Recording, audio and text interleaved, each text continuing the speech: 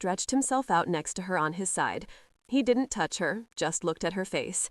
So cold, so contained, he said, then stroked her hair from her forehead and back from her ears.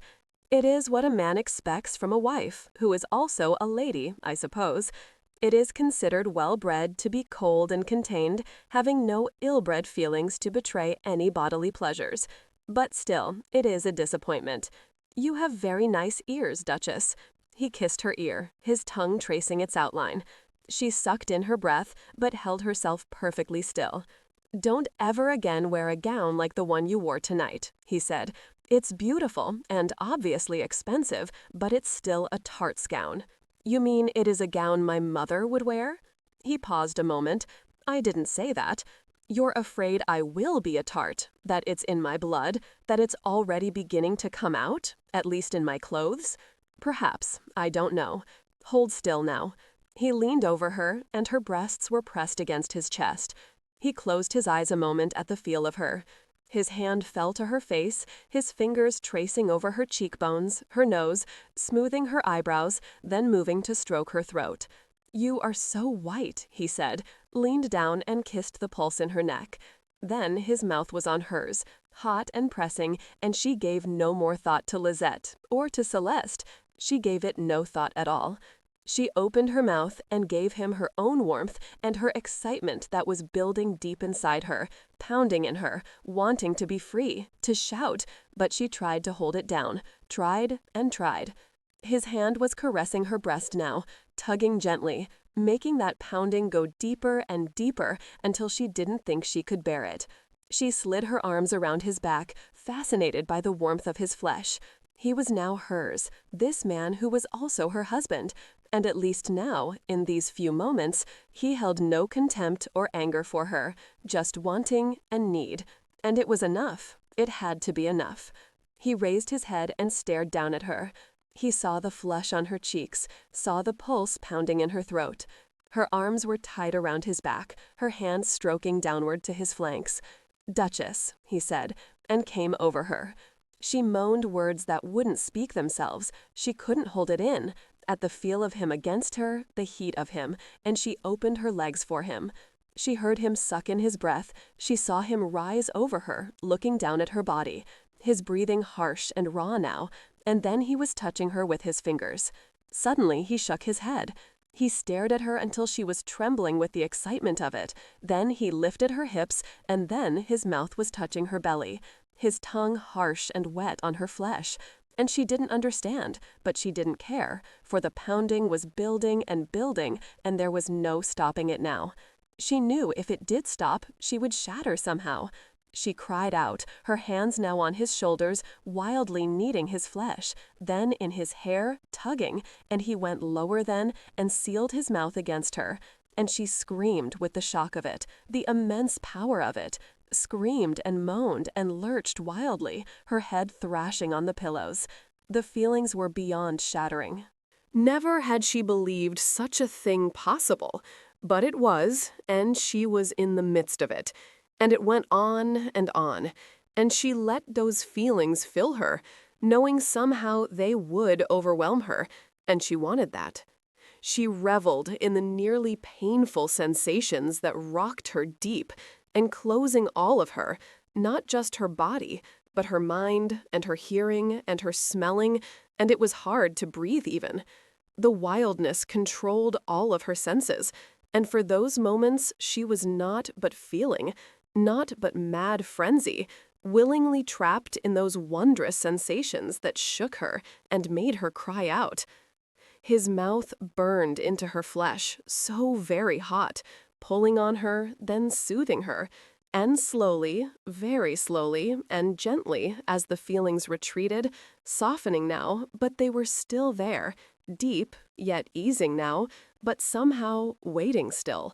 And he reared up, and she saw him staring down at himself and at her, saw his hand on himself, then move to open her for himself, and he came into her fully and deeply. She screamed, bucking upward, nearly heaving him off her, grabbed him around his neck, and brought his mouth down to hers. She felt the weight of him, the strength of him, and she felt his tongue deep in her mouth just as his sex was deep inside her belly. It didn't last long, just a few moments, and she felt him tense and drive even more deeply, even more fiercely. And then she took his moans in her mouth, and she held him against her. She never wanted to let him go. Never. 15. It was he who left her, pulling away to stand beside the bed, his big chest heaving with the power of his release, a sheen of sweat making his flesh glisten, just standing there, staring at her. And she wanted desperately to touch him, just to touch her fingertips to his flesh, to slide them through the thick hair on his chest, to trace the contours of the deep muscles that shaped his arms and shoulders and his belly. She'd never known, never even considered that a man's body could be so very beautiful, so pure and strong, such an instrument of pleasure for her. She forced her eyes upward. She started to hold out her arms to him, wanting desperately to bring him back to her, to feel the heaviness of him on top of her, to feel his warm breath against her cheek, her ear. But knowing now, realizing now as her brain cleared, that he was well and far away from her now. She was utterly alone. Slowly, saying nothing, for there was nothing to say after all, she pulled the covers to her chin. She wanted to cover herself, to sink down under the protection of those covers, for he was gone now, almost as if he'd never been, driving into her, making her quake and scream and heave like a madwoman. He said, "Damn it." That was odd, she thought, and frowned. Why do you curse? Did I do something wrong? His eyes narrowed even more on her face. I hadn't meant that to happen. She heard it now, the disgust in his voice. Oh God, he was regretting all of it now. But she wasn't a shy, tongue-tied maiden to be devastated. She had pride, but still it was difficult to keep her voice steady and calm. But she managed it, saying, "You didn't mean what to happen? You didn't want to stay with me?" He shrugged then and grabbed up his dressing gown. "Oh, I wanted to stay with you, Duchess, and that was my downfall. But it won't be again. Next time, I'll do what I must. Surely this one time won't matter, surely." "What are you talking about, Marcus?" "You'll see," he said, then grinned painfully.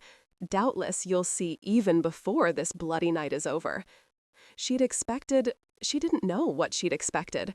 Perhaps some new sign of closeness from him, for what he'd made her feel had been more than she could ever have imagined. It had been glorious and beyond wonderful, and she'd been part of him, even though he was a man, a being so utterly different from her in thought and strength and body. Unlike her, he hadn't seemed to care or notice or feel anything other than his man's release. She couldn't bear it. She was nothing to him. A wife, a convenience. She couldn't bear to look at him. She turned her head away from him. Marcus stared at her as his heart finally began to slow. He'd never experienced such untidy surges of raw feeling before with any woman in his life. And now with her, the bloodless Duchess, who was cold and contained and frigid, and what bloody nonsense! When he'd caressed her with his mouth, she'd been more frantic, more uninhibited than any woman he'd known in her adult life. And when he'd come into her, she'd become frenzied again, pulling him deep, bucking and yelling, and it had made him into a savage, grunting over her, wanting to devour her, to absorb her into himself. Fool that he was, he'd been a part of her frenzied pleasure, and he'd lost control. By God, he didn't like that, didn't like what she'd made him do, didn't like what she'd made him feel. He was lying to himself. He'd more than liked what she'd done to him then, but not now that his brain had returned to functioning properly. He said, as he flicked a fleck of lint from the sleeve of his dressing gown, not looking at her, for he was going to lie to her now, not just to himself, "You surprised me, Duchess. You didn't just lie there and endure me. You didn't whimper or moan. Well, you moaned, but it was with pleasure, not sufferance. Actually, she'd screamed like the most lascivious woman ever born." She said nothing. She'd pressed her fist into her mouth. You were willing. You were more than willing. You appeared to want me more than the most skilled harlot." He broke off, then continued more slowly now, his speech measured. "I didn't mean that. Forget I said it. What I meant was that you were not pretending. I know women well, and I know when a woman feigns pleasure. No, you weren't dissembling. I find that vastly incredible." Tears seeped from her eyes and onto the fist stuffed in her mouth to keep all sound within her. She would die if he knew how he hurt her. "I don't like it, Duchess.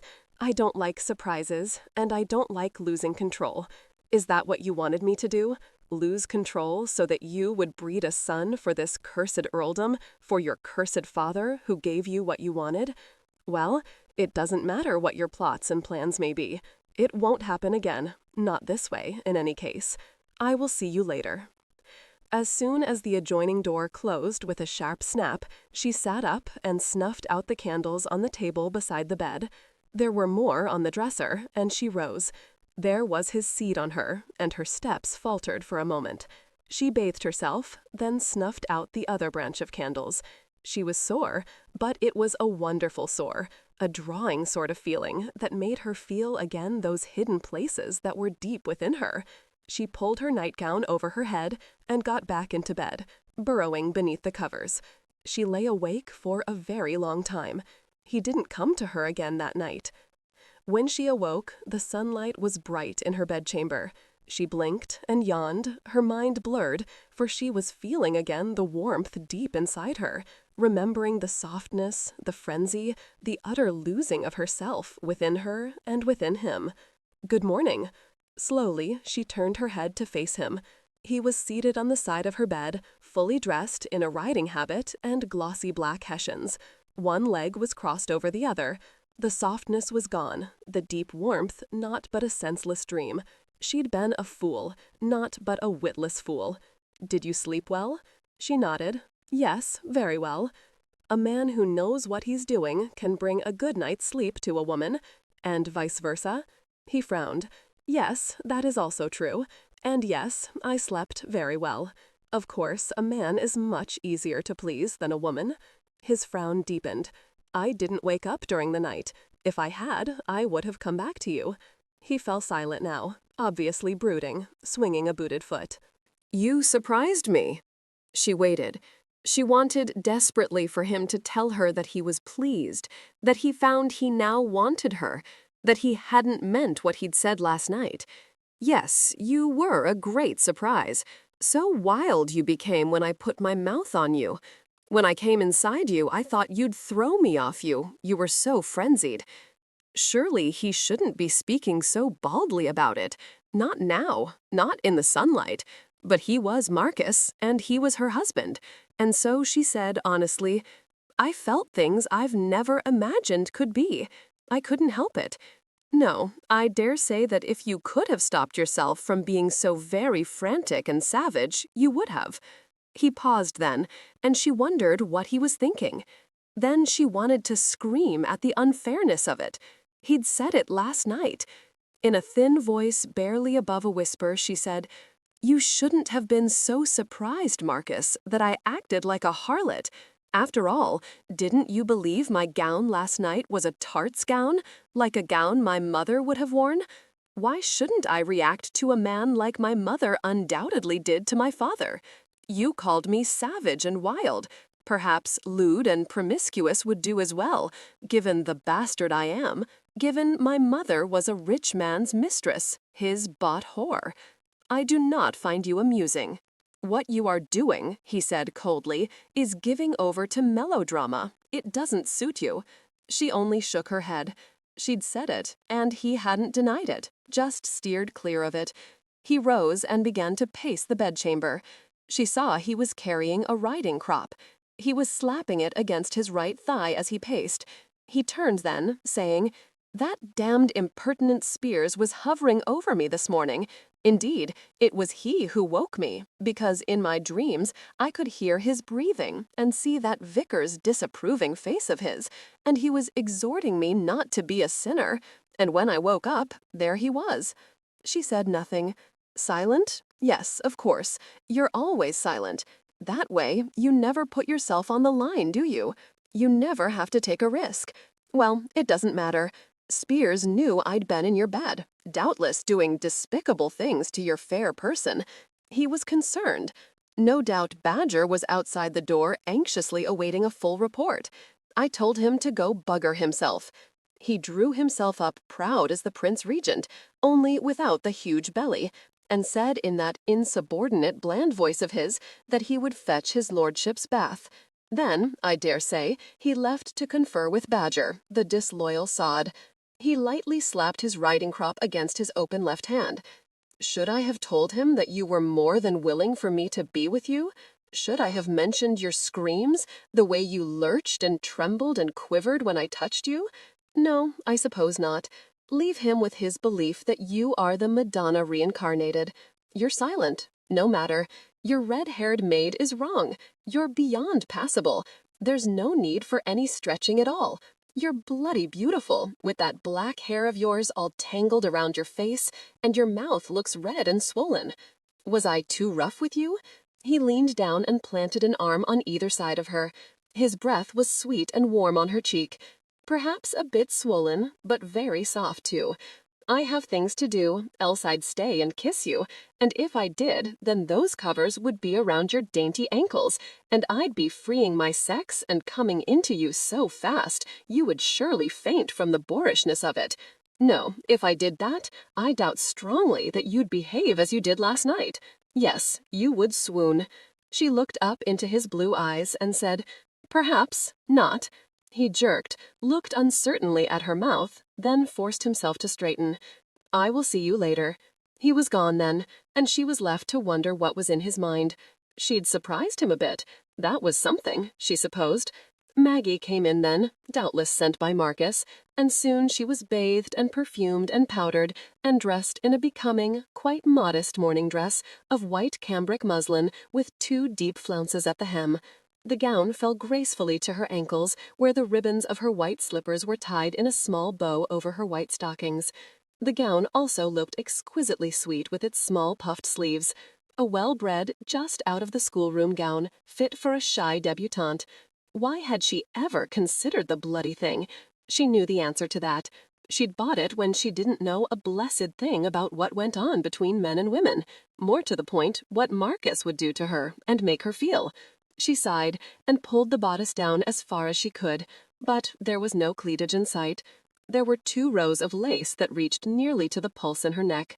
Maggie said, "What are you doing, Duchess? Don't ruin the line of this lovely gown." "Ah, I see. You want to entice his lordship. Well, cleavage is all well and good, but not necessary, not with your other assets." The Duchess laughed, a rueful, perhaps even wistful laugh, and Maggie fell silent for a moment, but only for a moment. "Now, you heed me. At least long hair is back in fashion. All those mincing little coiffeur fools with their snapping scissors won't be balding any more ladies' heads. Let's keep the fat braids on top of your head with the tendrils dangling down to your shoulders. Those silly little ringlets you're supposed to pile over your ears don't become you, not as they do me. I was made to wear them, what with my brilliant, glorious red hair, but you weren't. And stop worrying that he won't notice your other things. Men always notice things, particularly a lady's things, though they'll pretend not to, at least overtly, since they're supposed to be gentlemen, at least around ladies. This monologue left the Duchess momentarily deprived of words. "I understand, Maggie," she said at last. "Thank you."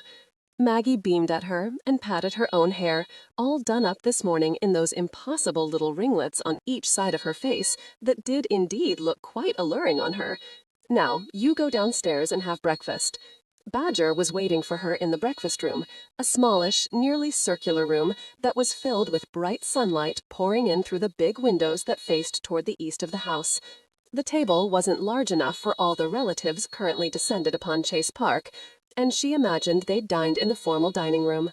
She was thankfully alone. She could see through the lime, maple, and oak trees and the thick, well-trimmed bushes to the stables. "You are pale and too thin. Eat this porridge. It's from a Scots recipe, and I made it myself." She allowed him to seat her and eyed the steaming oats before her. "I hate porridge. I'm not thin. It's this silly little girl's gown that makes me look unsatisfactory." He frowned and said, "I forgot. You've hated it since you were a little nit. All right, here are some sweet scones. Eat those. You look quite satisfactory, believe me, even in that virgin's gown. Some kidneys? No, thank you. Mrs. Gooseberry allowed you into her kitchen? I know how I look, Badger. In short, ridiculous. I believe his lordship asked Mrs. Gooseberry to take a nice vacation early this morning. I am now in charge of the kitchens. There are 2 other cooks, and I will direct them if I don't wish to prepare the dishes myself. I am, I told his lordship, still your valet, and my first duties are to you." He got that stubborn look on his face, but I'll say this for him, he did manage to hold on to his temper. You look like a tender pullet in that gown, and that's how his lordship better treat you. The scones are delicious, Badger. His lordship will always do just as he pleases. You can't change him. I'm not a chicken, tender or otherwise. Exactly. Now that you've taken a nice bite of that scone, chew it. That's it.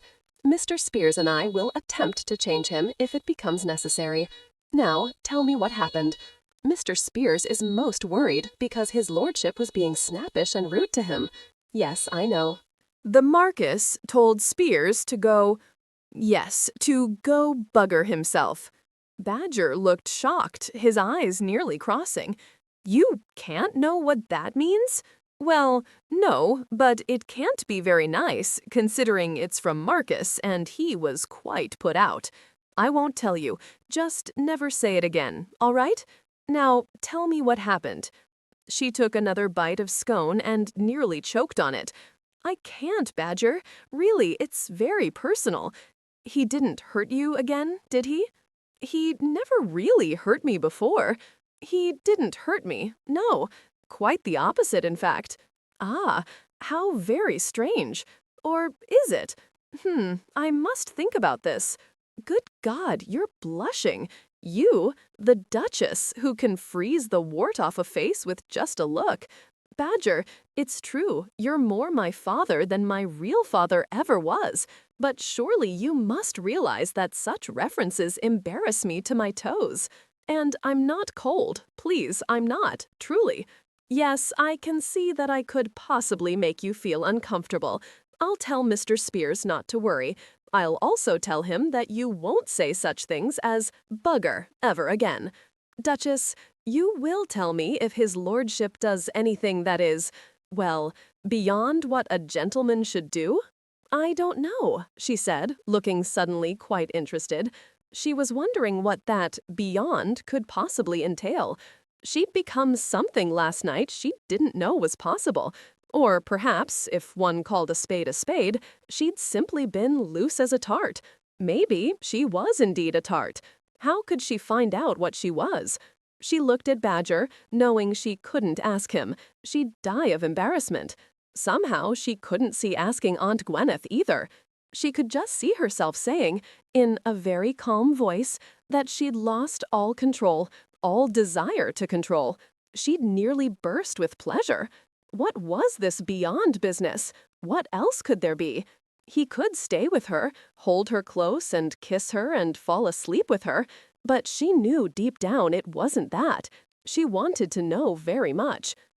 Meet me in that small morning room that you like, Duchess, and we will plan the menus for the week.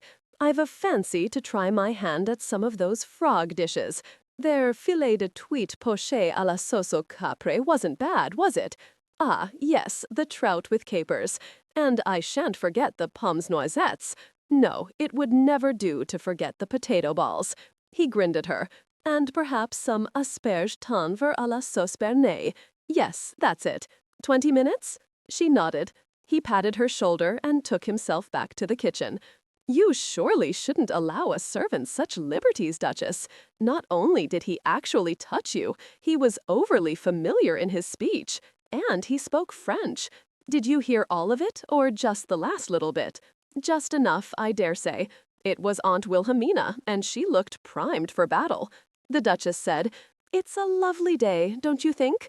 I'm going for a walk. What do you think, Aunt Wilhelmina? A cottage bonnet or a small round straw hat tied under my chin by white ribbons?" Aunt Wilhelmina frowned at her in frustration and chewed on her bottom lip. Or perhaps I could change into riding clothes. Then I could wear that adorable black beaver riding hat with the short ostrich plume. What do you think? I hope you get tossed from your horse because you're a bitch. What? Excuse me, ma'am? I said, you should be careful not to get lost and thrown into a ditch. Ah, certainly, that's what I thought you said. It was just such a kindly sentiment that I was taken aback. It is rather early, isn't it? Why don't you just go away? The Duchess just smiled at her, cocking her head to the side. I said, why don't you go enjoy the nice day? Of course that's what you said. Such kindness from a relative I hadn't even heard of until Mr. Wicks told me of my father's legacy. Well, all of us wished we'd never heard of you, but we had, for Gwyneth has written about you over the years. Everyone also knows that you married his lordship for the position and the money. Everyone? Could you be more specific, ma'am? Aunt Wilhelmina settled for an elaborate shrug. My dear son Trevor said it was so, and he is very smart. Trevor had said that. She managed to say calmly, it isn't true. No, ma'am. Regardless, I inherited £50,000. That is quite a sufficient sum. It was Marcus who would have been hurt had we not married, not me. £50,000? It's unheard of to leave a bastard such wealth. I wasn't a bastard long after he left me the money. If you'll recall, Aunt Wilhelmina, my father made me legitimate, something I beg you not to forget again. You become tedious when you continually forget things. It quite makes me yawn. It quite sends me to sleep. The Earl doesn't like you. He married you only because he had to. He'll take countless mistresses and march them all in front of your impertinent nose. Well, that isn't your concern, is it? After all, you will soon be gone, back to Baltimore, and I dare say I won't remember anything you said. The Duchess left Wilhelmina Wyndham standing there, for once, without another word to say or to reshape. She met with Badger, agreeing to the menu he suggested, with just 2 additions. Remember those Roehampton rolls you used to make, Badger? Some of those, please. And yes, perhaps some salt cod with parsnips. He grinned at that. Sorry, Duchess, no fresh cod, not today. Perhaps Wednesday night. I'll have to send a lad to Stockton-on-Tees to the fish market. Now, you're certain those American relatives will like the jugged hare? Oh yes, they're not at all provincial. Do send the hare to the table with some red currant jelly and string beans. He gave her a severe look. Naturally, I have always used the old Lincolnshire recipe. In another 30 minutes, she was in her black riding habit, with its epaulettes, tight waist, and high black boots, the small black beaver riding hat with its short ostrich plumes, set jauntily on her head.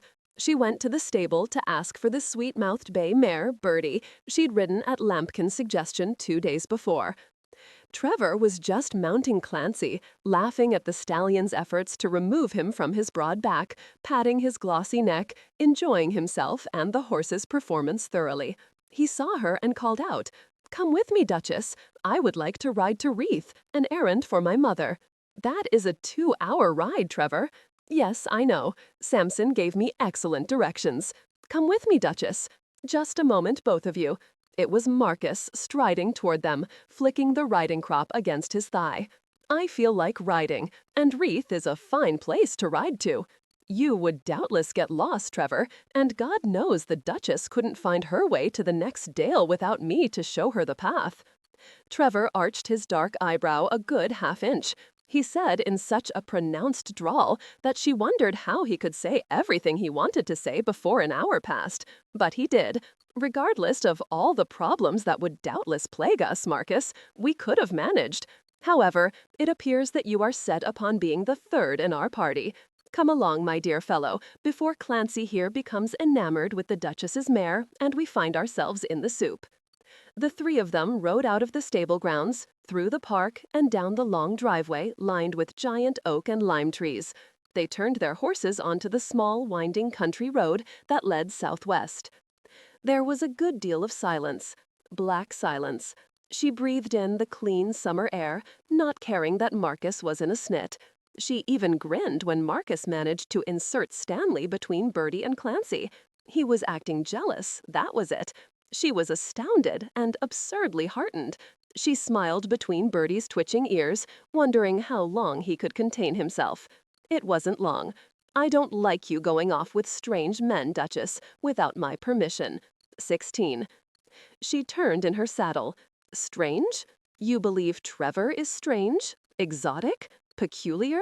Surely you just think his name is strange, don't you? You know very well what I mean, madam. Don't bandy words with me, particularly not in this mongrel's presence. It gives him too much satisfaction. So I'm a mongrel, not just a strange man. That makes me feel more acceptable, cousin. Marcus realized in that moment that he was being an ass. He managed to hold his tongue to bland topics until they neared Richmond. Richmond lay just 4 miles to the east of the small hillside village of Reeth. They stopped at the Black Bull Inn for a glass of cider. "Since I am with you, Duchess," the Earl of Chase informed his wife as he closed his hands about her waist and lifted her from Bertie's back, "it will be acceptable for you to come into the tap-room with us. If, however, you had accompanied this mangy hound by yourself, you would have to wait out here in the stable yard so that everyone could see that you understood the decorum demanded by your station and good sense." "He is a considerate husband," Trevor said, grinning. "No, Marcus, keep your verbal darts to yourself. I'm thirsty," he said to the Duchess. "Does he always concern himself with what people think of you?" "No," she said, "this is the first time. I rather like it. It makes him appear masterful." "Masterful? Ah, that has a fine ring to it, doesn't it? What do you think, Marcus?" Whatever Marcus thought, he kept to himself. He strode ahead of them into the inn. To her surprise, once there were 2 ales in front of the men and a ladylike lemonade in front of her, they began to discuss the war between England and America. It was as if now they were the best of friends. They spoke as would 2 soldiers concerned with strategy and tactics, not with politics or principles. They were perfectly amiable to each other as long as she kept quiet, which she did, content to look at Marcus, to listen to his voice, crisp and certain. As they rode toward the spacious village green of Reeth, she said to Trevor, "This is one of the more charming of the Swaledale villages. See all the black and white houses? Are they not unusual? And there are many pottery shops. Reeth is known for its fine pottery." He smiled at her enthusiasm and nodded. "The shop I must visit is on High Row." Marcus frowned, but held his tongue. "High Row is just on the western side of the green." "Ah, yes, lead is mined in the nearby hills," she added, grinning at him now. "More educational bits, Duchess," Marcus said. "I am pleased to be educated," Trevor said. "There is propriety in education. Such education a husband can't possibly object to." "Well, let me see. If we had time, we would ride to Mucker. It's the most rugged and remote of the Yorkshire Dales. It's really quite savage. I picture the Scottish Highlands as looking something like Mucker. A charming name, Mucker." She realized then that she was telling all this nonsense to Trevor just to enrage Marcus. She was surprised, somewhat disappointed actually, at his restraint. Had they been alone, by now he would be cursing, telling her to cease being a nitwit, any number of utterly Marcus-like things. She could picture his scowl, hear him muttering, but his face was set and cold. He did look disgusted, but he was admirably silent. She swallowed and looked away for a moment. Had he really been jealous? The day was warm, but not overly so. It looked to rain, but she hoped it would hold off until the afternoon.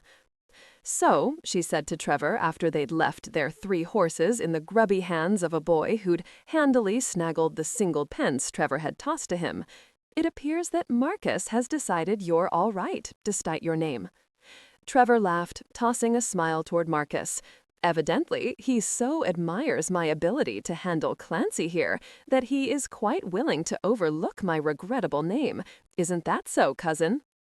"Clancy," Marcus said. is an unaccountable stallion. There is no saying what sort of man he will tolerate." Trevor just laughed again. "Marcus does say what he means," Trevor said. "It's a relief he's not one of Castlereagh's diplomats. England would surely be at war with the entire world."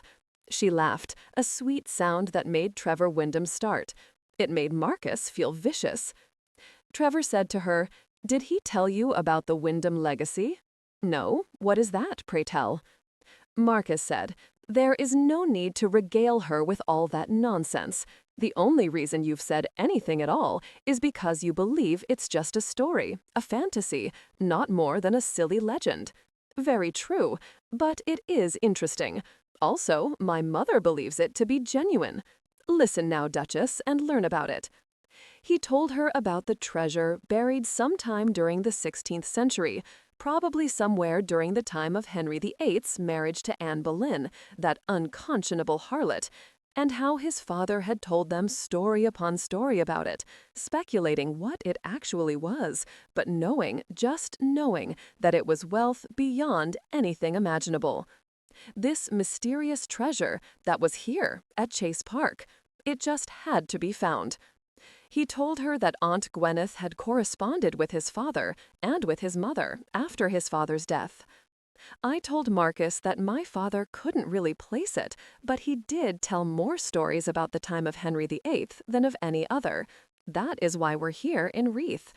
Mother believes that there is a clue to be found in this small antiquarian shop on High Row, owned by a Mr. Leonardo Burgess. My father and this Mr. Burgess were friends as boys and young men, and corresponded faithfully and enthusiastically over the years. Mr. Burgess kept an eye on things here, so my father said, and just last year, Burgess wrote to tell my mother that he'd discovered something. He seemed quite excited about his find. So, we are on a treasure hunt, Duchess. What do you think? Are you interested?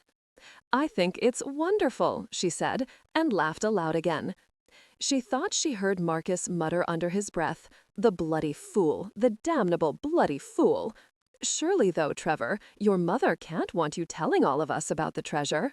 "It doesn't matter," Trevor said, shrugging. "As I said, I don't believe it exists. I agree with Marcus entirely. It is a game to pass the time until I can pry my mother from here and take her and James and Ursula to London. But before I can do that, I must exhaust all possibilities.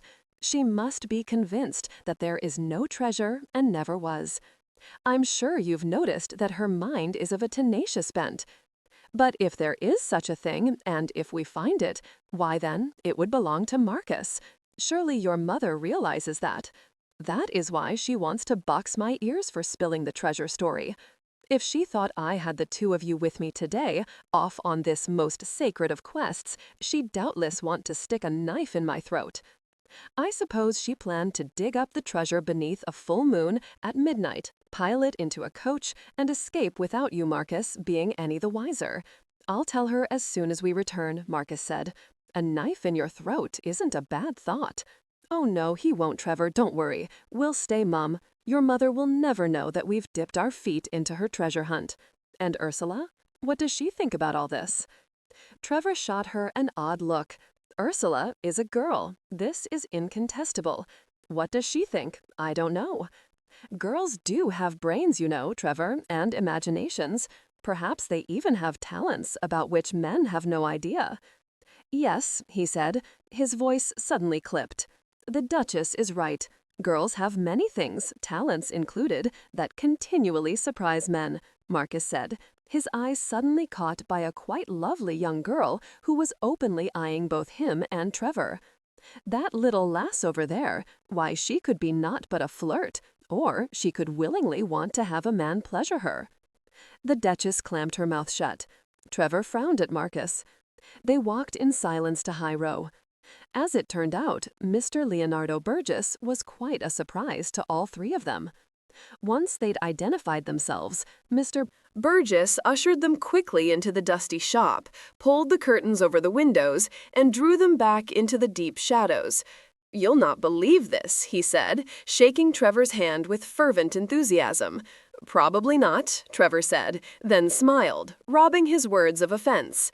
Mr. Leonardo Burgess was a bull of a man, completely bald, but sported a huge black mustache that he liberally waxed. He grinned as he spoke, showing crossed front teeth. "Am glad you've arrived, Mr. Wyndham, and you, my lord. I knew your uncle, but I've yet to meet your lovely wife. My pleasure, your ladyship. Very nice, very nice. Now, Mr. Wyndham, do allow me to tell you how sorry I was to hear of your father's death from dear Mrs. Wyndham." Trevor's father had died 5 years before, but he nodded gravely to Mr. Burgess. "Thank you, sir. Now, I understand that you have come across something that will help us locate the Wyndham treasure?" Mr. Burgess drew nearer and lowered his voice to a near whisper. "Oh, aye, lad, I'm not stupid. I know you believe this is all twaddle, all fevered imaginings on your father's part, and now on your mother's part. The old Earl never did anything but laugh contemptuously about it.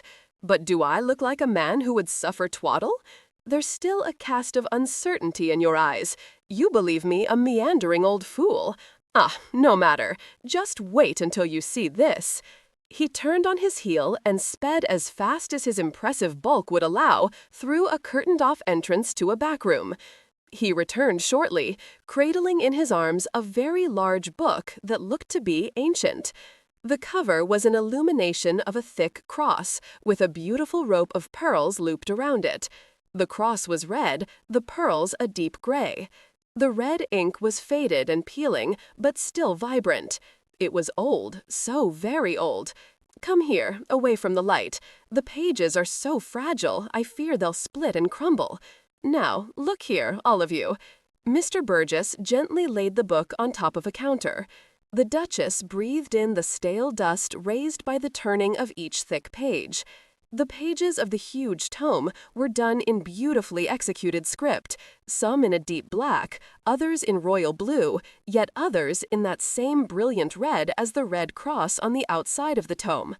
There were more pictures, of animals grazing in fields with piles of strange rock formations in the background, of priests blessing kneeling men and women in the square of a town, of the inside of a small Norman chapel that surely looked familiar. Finally, there were sketches of a magnificent abbey, drawn in stark black against a background of fierce, heavy black clouds. Oddly, the next pages were of its lush grounds. "I recognize this," Marcus said, lightly tracing a fingertip over the outline of the building. "Aye, I do myself, my lord. It is the St. Swale Abbey, once one of the richest monasteries in all of northern England.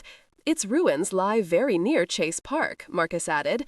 "So that is St. Swale," the Duchess said. "As children, Fanny, Antonia, and I would track each other like the wild Indians in America through the ruins. Aye, my lady. Listen now. Cromwell, that miserable jackal, put it toward the top of his list." "Cromwell?" Trevor said. "I thought Cromwell was the fellow who led the anti-royalists and beheaded King Charles I back in the middle of the 17th century. Aye, Oliver Cromwell was the great-grandson of this Cromwell's nephew. Betrayal, greed, and power-mongering flow in all their veins. Curse the buggers, begging your pardon, my lady. The king, Henry VIII, named Cromwell his vice-regent, made him more powerful than any man should ever be. So it was in Henry VIII's time. What is this about a list? Trevor asked. The king was bankrupt. The easiest way to get all the wealth he wanted was to take the monasteries. They owed allegiance to the Pope, after all, and not to Henry, who was the head of the Church of England. Cromwell made up a list, beginning with the wealthiest of the monasteries. It was called the Time of the Dissolution, beginning way back in 1535 and lasting for 3 years. "I begin to see where the legend of the treasure derives," Marcus said, stroking his fingertips over his jaw. Many of the monasteries had great wealth, not only in land and buildings and holdings, but in jewels and gold collected over the centuries. And their religious artifacts were priceless even then, gold crosses encrusted with precious gems and the like. They knew Cromwell's men were coming, and thus they hid as much treasure as they could. "Exactly, my lord, exactly." Mr. Burgess beamed with approval on Marcus, until Marcus added, "I would have thought, however, that instead of burying all the loot, the monks would have taken it with them when they fled." "They were holy men," Mr. Burgess said, in a voice to rival a bishop's. They didn't want their monastery's wealth to fall into the king's rapacious hands. As I recall, Marcus continued, most of the monks were set adrift in the world after Henry sold off their monasteries to anyone with the money to meet his price. Many starved, for they had no notion of how to survive. Aye, 'tis true, the poor buggers, begging your pardon, my lady. Bugger was a versatile word, she thought. If the monks were buggers, then surely it couldn't be so very bad, could it? Did monks bugger themselves as well as being buggers? Trevor said, so you have a clue to tell where some monk buried his abbey's wealth? Not exactly, Mr. Wyndham. What I have is the proof that there was a treasure. Mr. Burgess turned another page. There was only script on this one. It was in Latin. He ran a blunt finger beneath the words as he said slowly, the monk says that it was Beltane. The celebration of Beltane, or the 1st of May, is an ancient rite, still practiced in Scotland and here in northern England, he added to Trevor, then continued. Aye, the monk writes that it was Beltane, and the night was dark as a dead man's eyes, and the winds blew strong across the dales, and whistled through the crags, threatening to uproot the trees in the maple forests. The fires burned too brightly, and many became uncontrolled, the winds whipping the fires and the people into a frenzy. Many were burned and killed, but they stayed, swaying with the ancient rhythms of the past and crying out in blind ecstasy, and performing the heathen rites of fertility that heralded the growth and rich heat of summer. He says that he and 6 of his brothers dragged the chest from the abbey, staying in the shadows as best they could, for they'd heard that Cromwell had sent men there to prevent just what they intended to do. Look here. It also seems they were carrying a body with them, a large bloated body, he writes. This is very odd. What body? He pointed back to the following text. He writes, they promised their Holy Father that the king would not have their abbey's wealth for his immoral uses. The page ended. Mr. Burgess slowly lifted the page and laid it carefully down. The next page was a drawing of the raging Beltane fires, their flames shooting heavenward, with wild-faced people staring upward at the shooting flames. And then it changed. The people were still pointing, or perhaps reaching for something. But now, strangely, they seemed to be inside a room, not outside with the Beltane fires.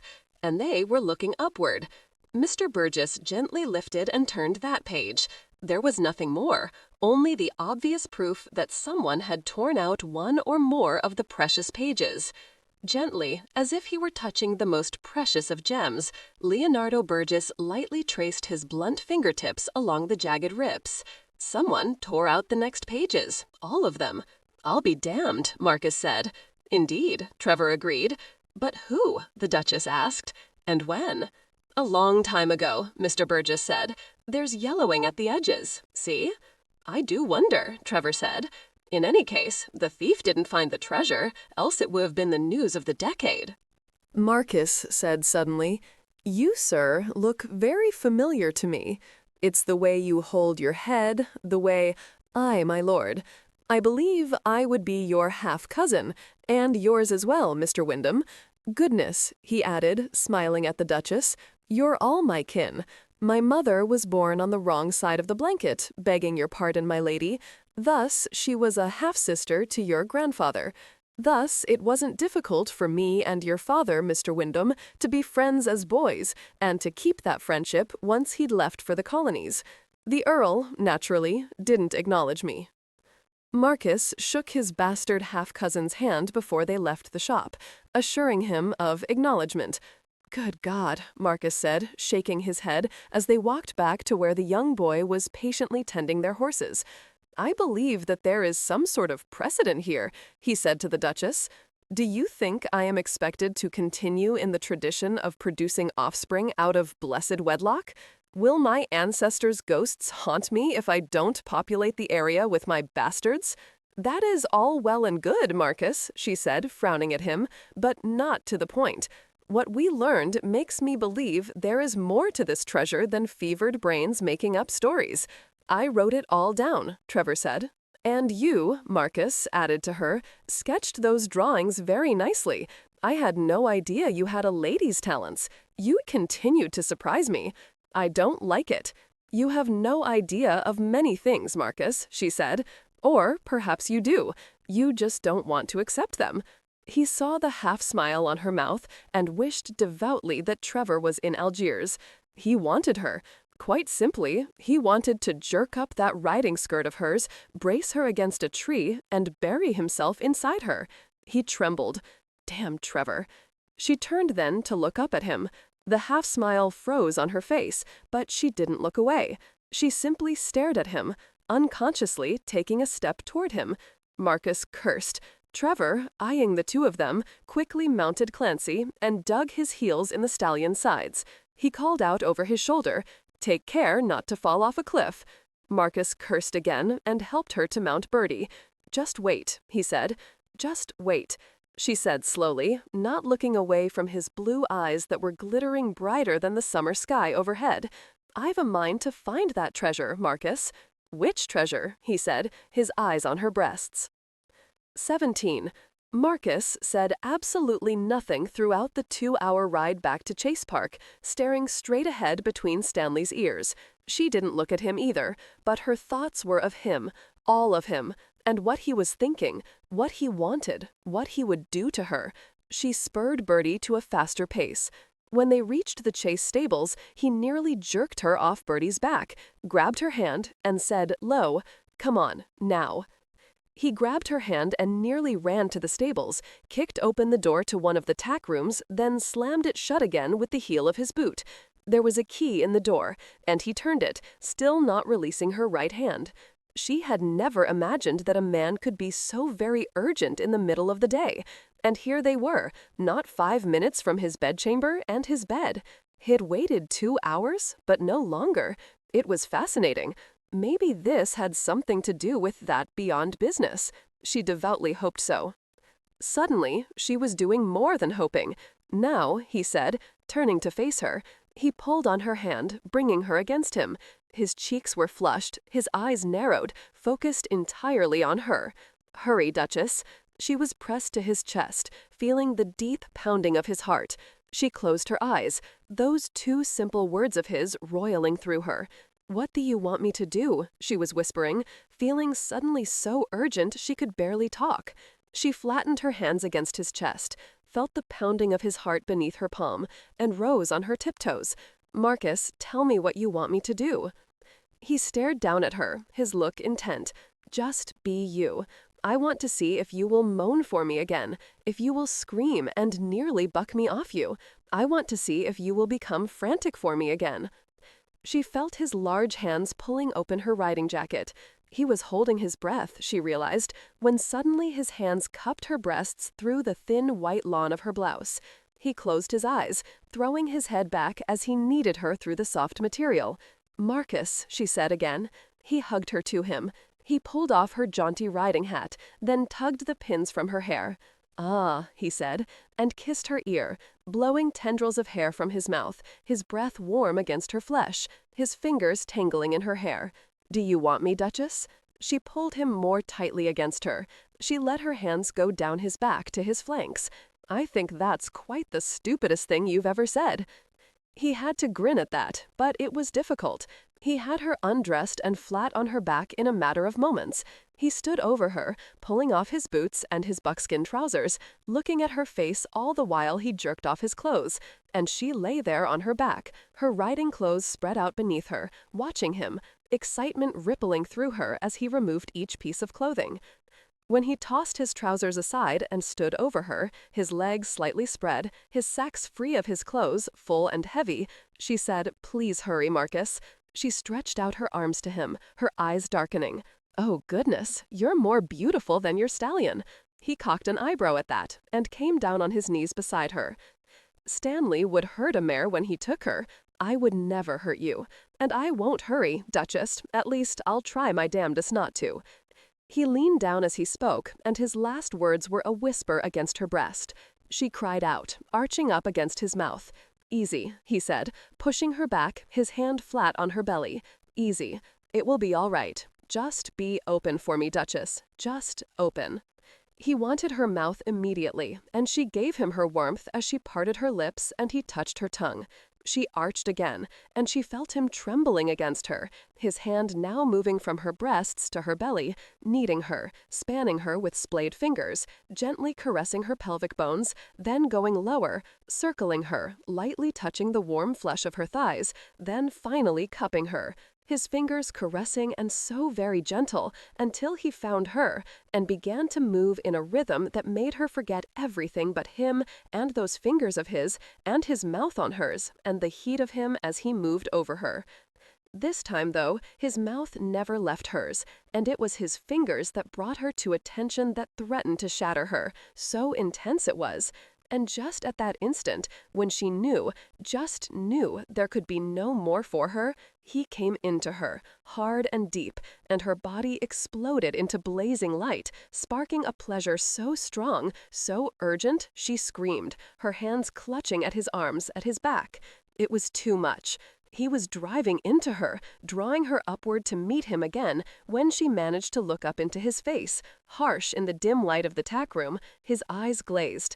And suddenly it seemed that he was in immense pain. His jaw was locked, his cheeks flushed, the flesh taut over his bones. He grew still. She could feel him deep inside her, heavy, jerking slightly. Then, in the next instant, he wrenched away from her, heaving, groaning as if he were in pain, cursing, his hands digging into her hips to support himself. And she didn't understand, couldn't begin to realize what he was doing, until she felt the wet of his seat on her belly, felt him jerking over her, until finally he was on his knees between her legs, his head bowed, his eyes closed, his breathing ragged. She said nothing, merely stared at him, the pleasure from such a short time before now as cold as ashes on a summer grate. He scorned her for it, even though she'd been naught but a bastard, and perhaps that was why he did. He simply didn't care what he did to her, and he knew she would simply accept whatever he meted out to her. She realized that his hatred of her father wasn't close to the rage that consumed her now, this fine rage that was making her mind cold and hard and so very clear. She stoked it with memories from her childhood and more recent memories of his humiliating treatment of her. She even smiled as she looked around the tack room, smiled even as she felt the rage turning inside her to something more forthright, something pure and cold as ice, something really quite vicious. If she'd had a gun, she would have shot him. She grabbed a riding crop from the desk, raised it high, and ran at him, yelling in a wonderfully demented voice, "You damned bastard! You think I will remain silent and allow you to humiliate me? You think you can treat me as you would a person of no account at all? I hate you. Do you hear me, Marcus? You bloody damned bastard! Never will you abuse me again and take it as your right, your privilege. Never again." She struck his chest and shoulder with the riding crop. For an instant, he didn't move, just stared at her, unwilling to believe what he'd just heard from her mouth, or the pain from her slashing riding crop. He simply couldn't connect this virago, this frenzied creature, to the Duchess, to the female he'd known for 10 years. She was panting hard, as if she'd been running until she was ready to vomit with the strain, panting and heaving. You want me to act the seductress, prance in front of you as if you're my master, my owner? You're a filthy bastard. She struck him again, and he felt his riding jacket split open, felt the lash cut through his lawn shirt to his flesh beneath. He roared and jumped up. "Enough, damn you! What the hell is wrong with you? What the hell is wrong with you? Just a moment ago, you were as placid as a stupid cow, sitting there silently as you always do, obeying me, quoting Badger's menu to me, for God's sake. Nothing on your mind, save what you deemed appropriate and proper. Don't you dare call me a stupid cow, you fool!" She struck him again. He lunged for her, but she jumped back just beyond his reach, hitting out at him again, missing this time, but if she had connected, it would have slashed through his flesh. He stopped cold in his tracks. He couldn't believe what was happening. The proof was in the pain of the 2 slashes she managed. But still, he said, his voice colder and harder than what he'd used to get his men into battle, "You won't strike me again, Duchess. Not again. I will make you regret striking me at all. You try it, and I'll gullet you, you stupid, ungrateful sod. God, to think that I saved you, that I felt that I owed you your heritage.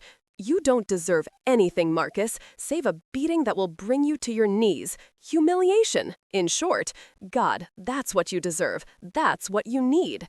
She threw the crop at him, grabbed up a bridle, and began swinging it at him with all her strength. She felt the instant the metal bit struck his flesh, felt the iron bit strike his skull. And it was clean, that blow. Clean and pure, and he deserved it. She watched him weave where he stood, his hand on the side of his head, and he stood there just staring at her, utterly disbelieving. Then he dropped like a stone to his knees, then keeled over onto his side, quite unconscious.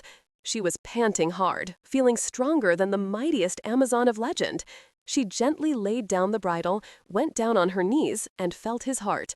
The beat was steady. He would be fine, the damnable bastard.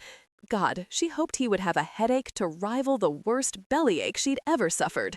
She rose, smoothed down her chemise once more, then, quite calmly, dressed herself. She gave him one last look, smiling at the 2 rents in his clothes from the riding crop, and left the tack room, quietly closing the door behind her.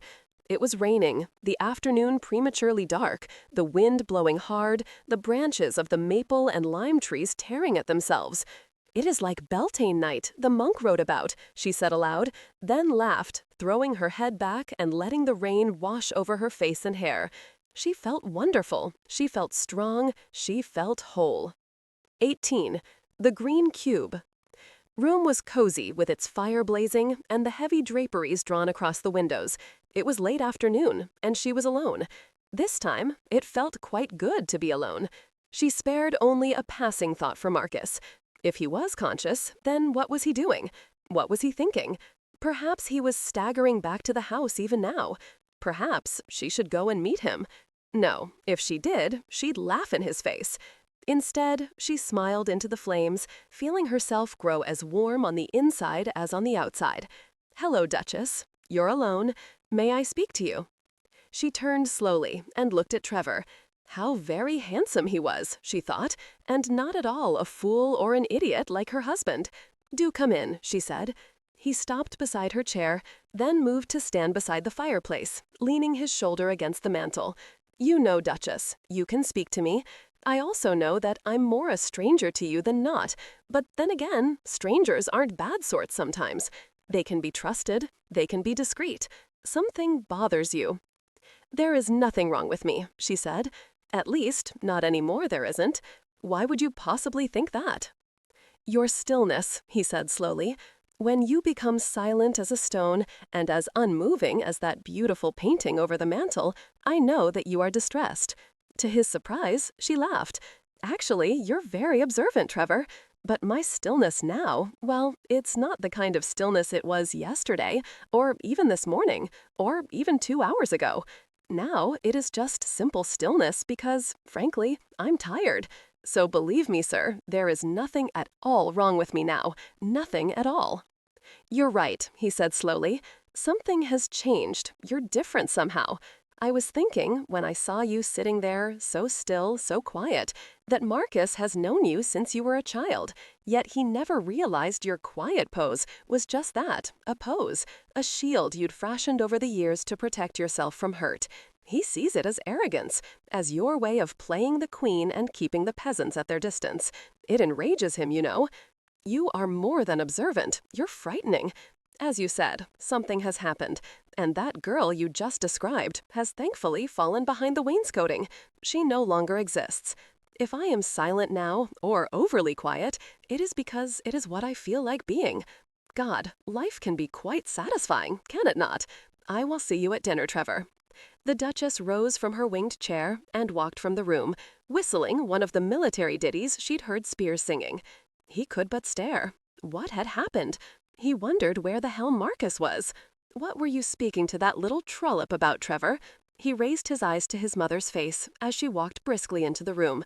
"She isn't a trollop. She's the Countess of Chase. She is a lady, and she has a kindness I've never before seen in another person." He paused a moment at his mother's loud humph, then added, Indeed, if you don't find some conciliatory remark to flit out of your mouth, it's possible that she will simply order us out of here. She wouldn't dare. She's a bastard, and the Earl doesn't even like her. She has no power here. She is nothing. Besides, the Earl finds me quite to his liking." Trevor could only stare at his fond parent. She was actually patting the tight sausage curls over her left ear. He sighed, saying, "I assure you that Marcus is quite fond of the Duchess." He wished he could add that Marcus's fondness had quite likely extended itself to very physical demonstrations a short time ago, but he held his tongue. The Marcus had done the job even adequately. Why was there such a transformation in her now? There was an unleashed power in her that she couldn't hide. It was controlled, but now it would be loosed when she chose. He found it fascinating. But what had happened to bring about this change in her? Surely Marcus couldn't have bungled his lovemaking all that badly. Maybe, he thought, just maybe, it was that Marcus hadn't bungled anything. Maybe she was a pleasured woman, and that had made all the difference in her, for her. Trevor eyed his mother. He realized that he didn't know his mother all that well. Since his 18th year, he'd not lived at his parents' home in Baltimore. He'd made his home in Washington. Indeed, he'd fought like the devil himself when the British had landed and stormed the capital. He'd turned 22 during those blood-soaked, weary days. Then, when it was all over, he'd gone back to Baltimore and married the richest, most beautiful girl Baltimorean society had to offer a hungry young man. Her name was Helen, and she was more lovely than her legendary namesake. He saw her in his mind's eye dead, lying there on her back, her eyes open, her flesh like gray wax. "I'm going to be 25 next Tuesday," he said to no one in particular. "I thought you were only 23, Trevor, mayhap 22. No, Mother, I have told my friends that you are younger." He grinned, realizing that his age made her too ancient, and she suffered for it. "I won't tell anyone back home," he said. "Now, have you seen James? He's off somewhere, doubtless by himself. The boy is driving me quite distracted. He is silent. He is withdrawn. I wish he would do something." Actually, Trevor knew the source of his younger brother's discontent. He'd finally spilled the beans to his older brother. It seems he'd fallen in love only 3 days before they'd sailed to England. He missed Miss Mullins and blamed his family for forcing him to leave her. "I will speak to him, Mother." "Good. Now, tell me again everything Mr. Burgess told you. Then I will formulate a plan. I will get the treasure away from here, you'll see, and none of them will be the wiser." "Oh, why, Trevor, did you tell the two of them about the treasure? You're an unnatural son. But I will win. You will see my son, who is too old. Surely, I will." The Duchess sat by her window, staring down on the drive. There was nothing to see, for the storm had blackened the summer sky, and bloated black clouds hung low overhead. It still drizzled. She thought it a beautiful sight. She shivered with the beauty of it. She looked up when the adjoining door opened, and Marcus strode into her room, all healthy and big, and looking like a lord, which, of course, he was. She'd wondered where he'd been, if he had a splitting headache, if he'd been on his face, moaning with the pain she'd brought down on his head. Goodness, that made her smile, and she did now, watching him come forward, wondering what he would do. Would he scream at her? No, Marcus didn't scream. He bellowed. He roared. She couldn't wait. Never again would she let him reduce her to a silent mass of nothing at all. Perhaps he'd brought a pistol with him, and he would shoot her. She waited now to see what he would do, excited, her eyes narrowed, her pulse quickening. She would fetch a gun. She still wanted to shoot him, in his right arm. It was as if he knew what she was thinking. "No," he said easily. "My head only hurts in a dull sort of way. Lucky for you, madam. I woke up and lay there on the tackroom floor for a few moments, just thinking about what you'd done. Now it is time for dinner. You look quite adequate. The gown is still too revealing, but it is better than the other one." "Thank you," she said, and looked away from him, back out onto the drive. "I don't suppose you puked up your guts. I hoped you'd have a headache and a goodly dose of nausea from that blow I struck you. Did I manage to slash through your clothing to your flesh, Marcus? Did I mark you? A nice angry welt, perhaps. I wanted to mark you, very badly. He thought of the 2 welts she'd struck him with that riding crop and said, "You're wearing no jewelry. There is the Wyndham collection, you know. I have no idea of the individual pieces in it, but it's bound to be something spectacular. I will have them fetched from the safe in the estate room. You may select what you wish. Thank you, Marcus." Not even a single red slash mark on your strong man's flesh? I'm disappointed. I must become stronger. I do want to mark you. I want to mark you forever. And whenever you see that mark, you'll know I was the one who did it, and perhaps you'll even remember the pain of it. She rose and shook out her skirts. I don't want your bloody jewelry. Evidently, he wasn't going to speak of what had happened in the tack room. He walked to her now, stopping within inches from her face. He cupped her chin in his palm and forced her to look up at him. The Wyndham jewelry is also yours. If you don't want your jewelry, I really don't care.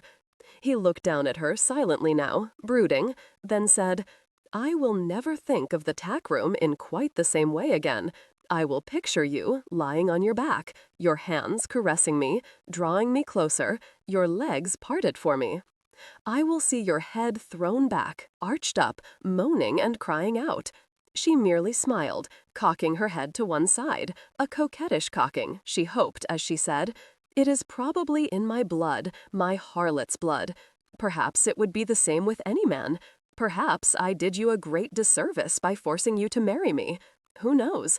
Perhaps if another man touches me, I will immediately toss up my skirts and moan for him as well. I am sorry that is all you remember from that encounter. I would prefer that you remember pain, Marcus, a lot of pain, a bit of humiliation as well, bested by a woman. I do hope it grates and rubs. Don't try to bait me, Duchess. Now, I haven't forgotten what happened after you turned into a wild woman for me. You took offense at nothing at all, struck me with that riding crop, then knocked me out with that damned bridle. Yes, I felt pain from your unprovoked attack. I simply haven't yet decided what you deserve in return. Doubtless, I will be the first to know, once you've made up your mind. She smiled at him again, a full, wide, white-toothed smile. I will do it again when you behave like a damnable bastard. Don't think I won't. No more will I be a placid cow. You try to hurt me in return, and I swear to you, Marcus, that I will make you very, very sorry. Believe me. He whistled. So, the serene, silent princess is no more? What has been spawned in her place? Most certainly you will see, being who and what you are.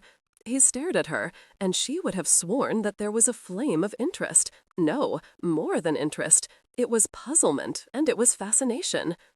The damned man, what did he want from her? He said now, obviously dismissing her and what she might be. What did you do with the sketches of the drawings in the monk's book? So be it. She'd meant it. No more would she simply take the verbal pain he piled on her head. No more.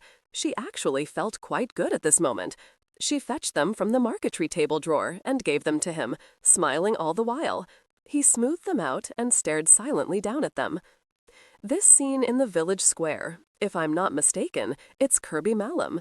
See the stone cottages in the background and that little hump-backed bridge across the water. That could be the River Aire. What is its importance? Why is the priest blessing the people? I don't know. I am certain that this sketch is of St. Swales Abbey, no doubt about that. And Mr. Burgess, our interesting relative, also thinks so. I believe I'll explore the ruins tomorrow. I haven't been near them in years. Like you and the twins, Charlie, Mark, and I, would sport in those small monk cells, contriving all sorts of vile tortures. I believe Trevor plans to visit them tomorrow when it stops raining. Both he and James. Damned bounder. He knew, damn him, he knew that I wanted you right at that moment, and if it hadn't been raining buckets, he would have gone about his treasure hunting without me. He knows that if there is a treasure, it will belong to you, Marcus. He is, I am forced to admit, a gentleman. mayhap even honorable in the way of the stiff-necked colonists, but his name still irritates. Marcus laid down the sketches, turned and took her in his arms. He leaned down and kissed her, his fingers tightening on her chin to hold her still. She didn't move, not because she was silent and serene and calm, but because she wanted to see what he would do. He misunderstood her, not a surprise, for he was a man and used to seeing her only one way for a good 10 years. He raised his head and laughed. All calm again, silent as that candle, though you're showing no flame, and I did just kiss you. Tell me, Duchess, was your viragos temper an act? I'm tempted to insult you into another rage just to see what you will do. Right now you play the frigid virgin, or is it the disdainful queen? But if I had but a few more minutes with you, he sighed and stepped back. There's no time for me to do a proper job with you now. There's that smile of yours, that damnable, mocking smile. But know it, Duchess, if I had the time, and if, naturally, I was in the proper mood, I would have you yelling and bucking within minutes. However, it's time to face our colonial relatives again. You said that Badger was preparing mutton? Yes, with apricots. And you hold a quite high opinion of your seductive skills, Marcus. Don't forget. She actually laughed, a low, very seductive laugh. I am my mother's daughter. You're just one man, perhaps not all that skilled with women. I am too inexperienced to judge properly. It's true that my body seems to respond, perhaps too much to you, but there it is. There's a world full of men, charming men, handsome men, skilled men, who just might find me utterly delightful. Perhaps one of them will give me a child. Who knows? Oh, yes, Badger didn't have time to hash the mutton. No, he didn't. He laughed, dismissing all her fine talk. The bloody fool took her hand and laid it in the crook of his arm. He patted her hand. Let him think she would fold, like a sheet in the hands of the upstairs maid. She knew she'd hurt him, at least a bit. Wasn't he planning retaliation? Surely he wouldn't ignore what she'd done. He'd try something. Indeed, a man like Marcus wouldn't allow another person, particularly a feeble woman, a token wife, who'd saved his damned hide and had thus obviously earned his contempt and his indifference, to get away with what she'd done to him. She'd struck him repeatedly with the riding crop, then hit the side of his head with a bridle. What was wrong with him? She knew Marcus better than he knew her. At least, as of today, she knew him better. She was ready. Just let him try his worst. I think Mr. Badger is wonderful. He's a servant, Ursula. Pray mind your tongue, and remember who you are. I'm an American, Mama. You are the granddaughter of an earl. Mind your tongue. Trevor said easily. I would say that Ursula has got it right, Mother. All of us are Americans. I fought the British, despite my antecedents. Besides, that isn't the point here. Badger is a man with more talents than most I've ever known. Marcus said to Ursula, What do you think of Spears? Mr. Spears is ever so kind and patient. He has a beautiful singing voice. Today I heard him singing a song about Lord Castlereagh and the upcoming Congress in Vienna. It was very funny, even though I didn't understand all of it. I believe I heard the Duchess humming it as well, Trevor said. Do you remember the words, Duchess? She gently lay her teacup back on the exquisite Meissen saucer and recited, Vienna's the place to make your mark. Bring enough groats so they'll roll over and bark. Talleyrand will cede France for a bagatelle. Castlereagh has most of Portugal to sell. Don't forget to lie through your teeth. Dance on your tongue, not on your feet. It's time to steal. It's time to play. By all that's holy, it's the diplomat's day. How the devil do you know that ditty? She slowly turned her head toward her husband. Why shouldn't I know it, Marcus? I am a sentient human being. Truly, despite what you or others may think. Don't you think it clever? I myself believe the writer of these ditties to be beyond clever. There's real talent in them. There have been many of them, and it seems that Spears knows all of them. But you are a woman, Duchess. How do you know it, and by heart? Ursula just told us that Spears was singing it. I do listen occasionally. I have an excellent memory. Most ladies do, Marcus. She was lying, and he simply didn't know why. She was mocking him, another unexpected result of the attack in the tack room. She'd changed, but perhaps not. Damnation, but she fascinated him. He frowned at her, even as he accepted a cup of tea from his worshipful cousin Fanny, who fluttered her long eyelashes at him, eyelashes that would slay many a young gentleman when she had her season in London in 3 years. Was it 3 years? He must remember to ask the Duchess, his wife. "It's clever, but you don't sing it well," Aunt Wilhelmina said. "Ursula here has a lovely voice. I trained her myself." "Oh, Mother, the Duchess is perfect. Did you hear her recite the ditty? She's wonderful." "Not all the time," Marcus said. "No, there are many sides to her, and after this afternoon, I have discovered that not all of them are what a man would expect." She had no intention of staying in her bedchamber that night to see if he would come to her. He was a man who was used to being in control. Truth be told, she was afraid that if he touched her, she would melt all over him. She couldn't allow that. She moved to the small bedchamber at the end of the east corridor, known as the Gold Leaf Room, and burrowed beneath covers that were old and musty and smelled of years of disuse. She couldn't sleep, but not because of the strangeness of the bed. When her thoughts weren't of Marcus and what the devil she was going to do, they were of the Wyndham treasure, what it was and where it was. A treasure from the time of Henry VIII. That there had been such a treasure she now accepted completely. She sighed, threw back her covers. In a few minutes she was walking quietly into the vast Wyndham library, her single candle casting little useful light throughout that room, with its high bookcases that stretched from floor to ceiling. Where to begin? She lit a branch of candles, then began at the left-hand side of the door, with the books at the very bottom. A clock in the corridor outside the library chimed 4 strokes when she at last looked up. She had no idea it was so late. She held the huge volume in her arms, still not believing her luck. She felt elation at her discovery. When she'd come to the library, she'd really not believed she'd find anything. Ah, but she had. Carefully, she eased it down on the massive mahogany desk and gently separated the pages. It was the same tome that Mr. Burgess had, all in Latin script and with those strange drawings.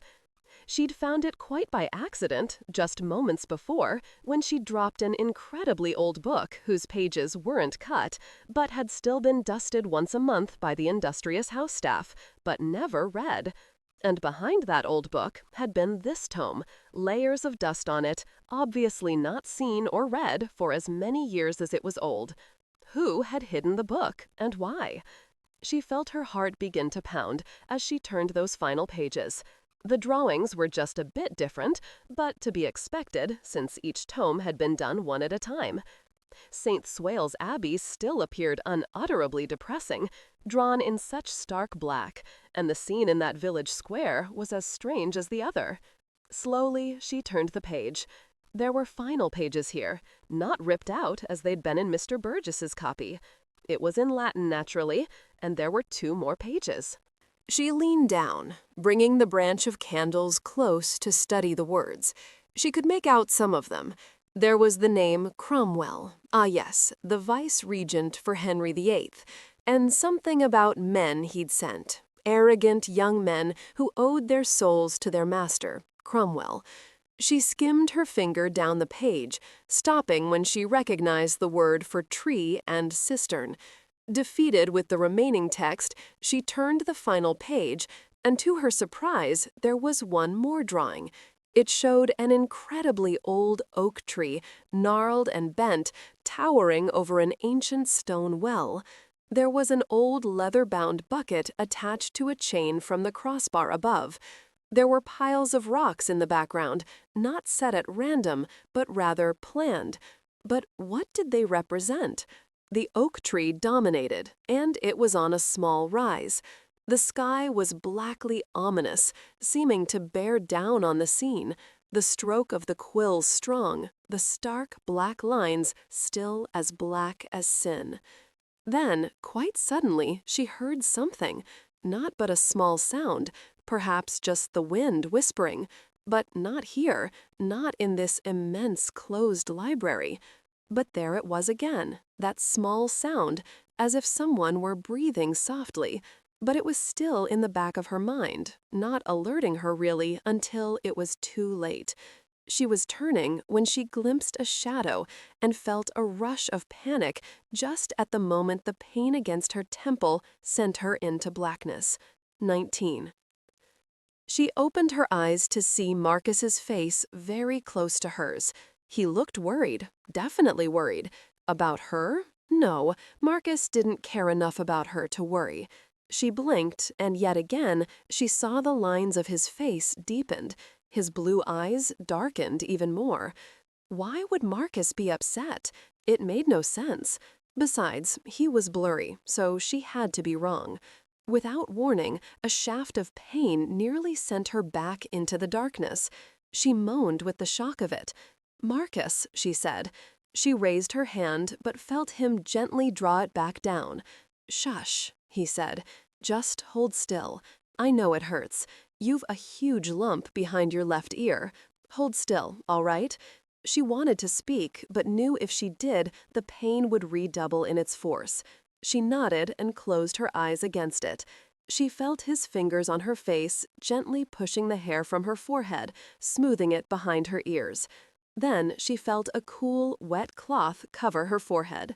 Spears said that soft muslin soaked in rose water would help reduce the pain.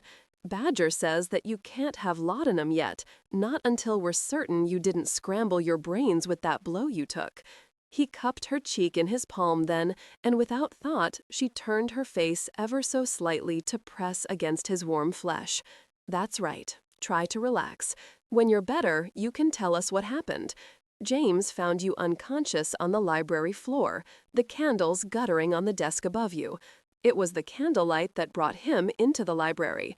He thought you were dead. I must say, Duchess, you gave me the fright of my life, not to speak of what poor James felt. He was stammering with fright, white-faced as any famous castle specter. Don't do that again. You must have fallen and hit your head on the edge of the desk. It was after 4 in the morning when James found you. What were you doing there? No, keep quiet. I forgot. Just be still. We'll sort all this out later. Keep your eyes open for me. That's right. And relax. Badger says we're to keep you awake. That's why I'm carrying on like a crazy magpie. Now, tell me how many fingers I'm holding up." She saw the fingers, blurred, but she saw them. She wet her lips and whispered, 3. She gasped with the pain that simple word brought her. The cloth was lifted from her forehead, and another laid gently in its place. It felt wonderful. She wished she could tell him that it felt so very good, but the pain was leaching at her senses, and she knew just keeping awake would require everything in her. She felt his large hand against her breast, heard him say quietly, "Her heartbeat is slow and steady, Badger. Stop hovering, man. She's fine." I know," she heard Badger say. "I knew her heartbeat would be strong. No surprise there. She's a strong girl. She always was. Keep the covers to her chin, my lord. We'll keep the lass warm and quiet, but awake. She must stay awake." She realized then she was safe. No one could strike her again, not with Marcus and Badger here with her. She heard Spears say as he walked toward the bed, "I have prepared the mixture you detailed, Mr. Badger. If you can gently move her head, my lord, I will apply the mixture to the lump. It will reduce the swelling and make the pain lessen," Badger said. "I don't want to hurt her," Marcus said, but then he moved her head on the pillow. She didn't realize she was crying until she felt someone wipe the tears off her cheeks and gently daubed at her closed eyes. Marcus said very softly, "Gently now, Duchess. Spears has the lightest fingers of all of us. It will hurt, though, but then it will be better. That's what Badger promises. If he's wrong, I'll let you smack him on the side of the head. That will make 3 of us with headaches." Spears applied the salve. Suddenly, she felt nausea twist and roil in her stomach, adding to the dreadful pounding in her head. She swallowed convulsively. Badger said, Breathe deeply, Duchess. That's right. It will make the sickness go away. No, don't fight it. Do as I tell you. Deeply. Good. When at last they gave her laudanum, she actually felt better, but Marcus wouldn't allow her yet to speak. No, Duchess, I want you to sleep. She managed to whisper to him, "Don't leave me." He was silent for a moment, a surprised silence that went on so long she was afraid that he didn't know how to tell her that he didn't want to remain. Then, however, he said easily, "I won't leave you, I promise." She took stock of her injuries. There was a dull thudding over her left eye. The nausea was gone, as was the debilitating pain from the blow to her head. Slowly, she opened her eyes. Marcus wasn't there, and she cried out, panicked and afraid. "I'm here," he said, and she watched him stride quickly back to her bed. "Shush, I'm here. You promised you wouldn't leave me. I just wandered to the fireplace, no destination further away than that. Ah, and once I did have to relieve myself, Duchess, but I sent Badger in to oversee your sleep whilst I was gone. How do you feel? I did feel like a keg of ale that rolled off the wagon and splatted on the cobblestones. Now, the keg only has a small leak. I felt something like that," he said, then grinned at her, leaned down, and lightly touched his mouth to hers. His mouth was warm and reassuring. "Now, here's tea for you. Badger said you would be thirsty, and this fancy herbal tea he mixed for you would be just the thing." He helped her drink, then said, "Are you hungry?" "No, nothing. The tea is very good. You promise me you feel all right now?" "Yes, the leak is merely a small crack now." "Good." His voice lost its sweetness and became a low, furious roar. "What the hell were you doing in the library with guttered candles at 4 o'clock in the morning?" She wanted to laugh, but a small smile was all she could manage. "The Wyndham legacy. I went searching for clues, and I found another old book, just like Mr. Burgess's." He frowned as he said, "You should have awakened me if you wanted to go treasure hunting. You won't go do anything alone again. Now, about that book. There wasn't one there when I got down to the library. Someone hit me and took it. Actually, I guess someone saw me reading it and struck me down in order to take it." "No," he said, "that's simply not sensible. You must misremember, Duchess. You must have slipped and fallen. You must have struck your head on the edge of the desk. I'm sorry, but someone did strike me, Marcus." She saw that he believed her, but he didn't want to. To accept it meant that someone in the house had deliberately hurt her, that someone was up to no good. She didn't want to believe it either. "That cursed treasure," he said, and continued to swear as he plowed his fingers through his hair. "Where did you find the book?" "Behind another one on a lower shelf that hadn't ever been read or moved, just dusted periodically." "Surprisingly," he said. "All right, you went to the library to look for a clue, and you found the book. Were you in the library long?" "I went to your bedchamber, and you weren't there. I was perturbed, but I didn't go looking for you. I went to the gold leaf room, but I couldn't sleep. As I said, I went to the library to search for a clue. I never even thought to believe I'd find the book, find anything that was important, but I did find it. Only someone else must have seen the candlelight. I didn't hear anything. Not really. Just this slight movement, this sort of whispering sound, but I was concentrating so hard on the text and the sketch." He gently touched his fingertips to her lips.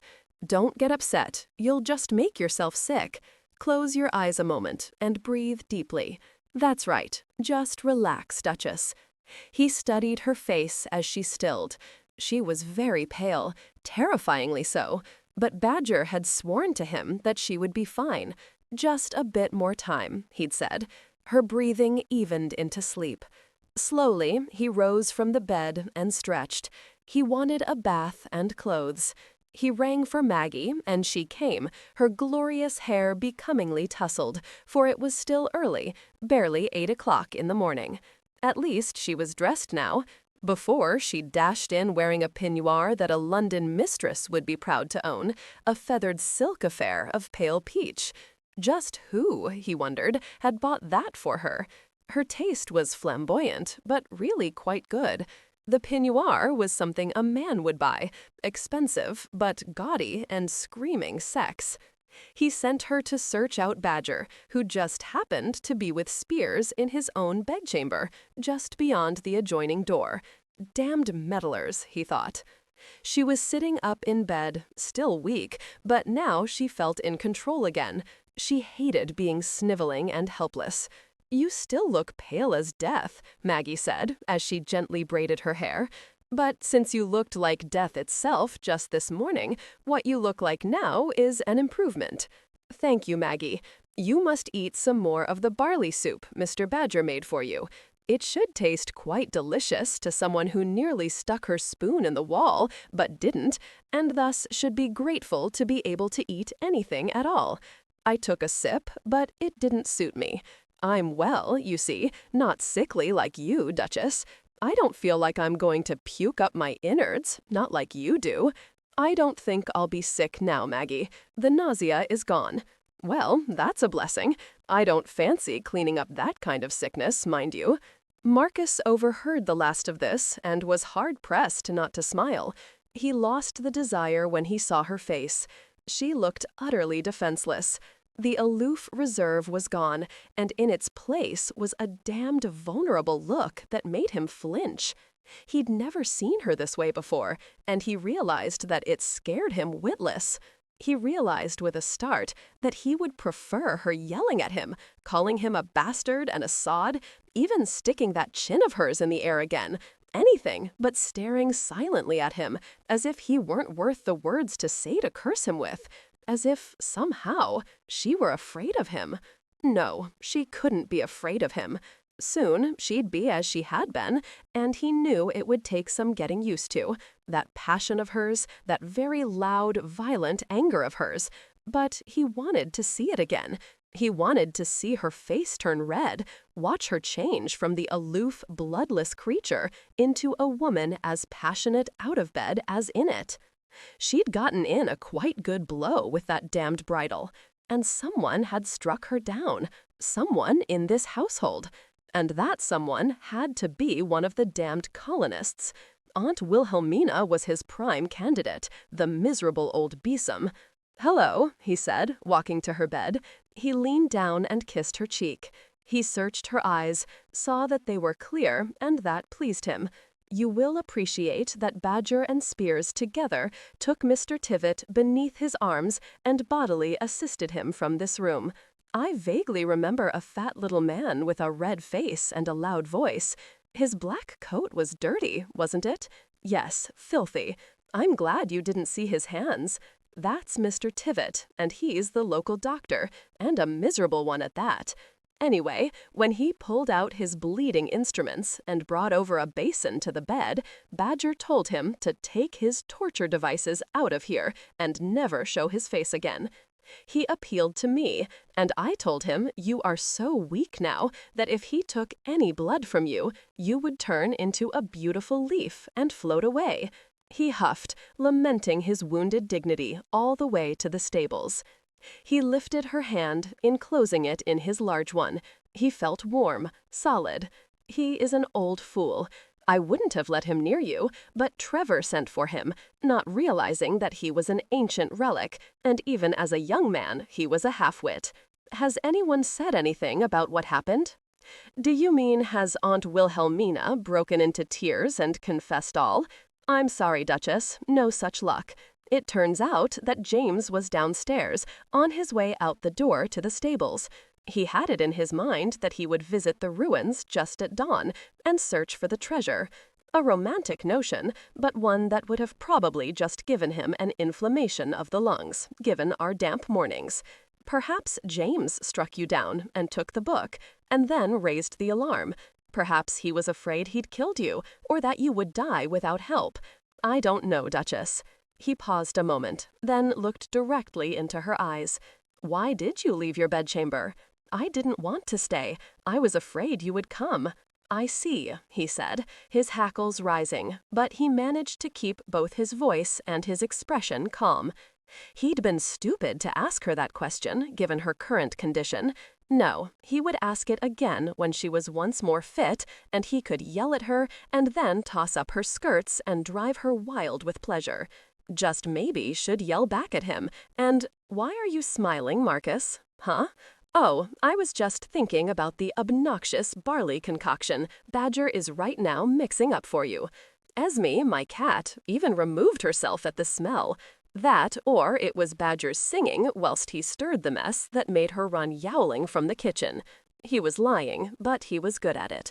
And she didn't really mind. She'd lied to him herself once or twice in the past 5 minutes.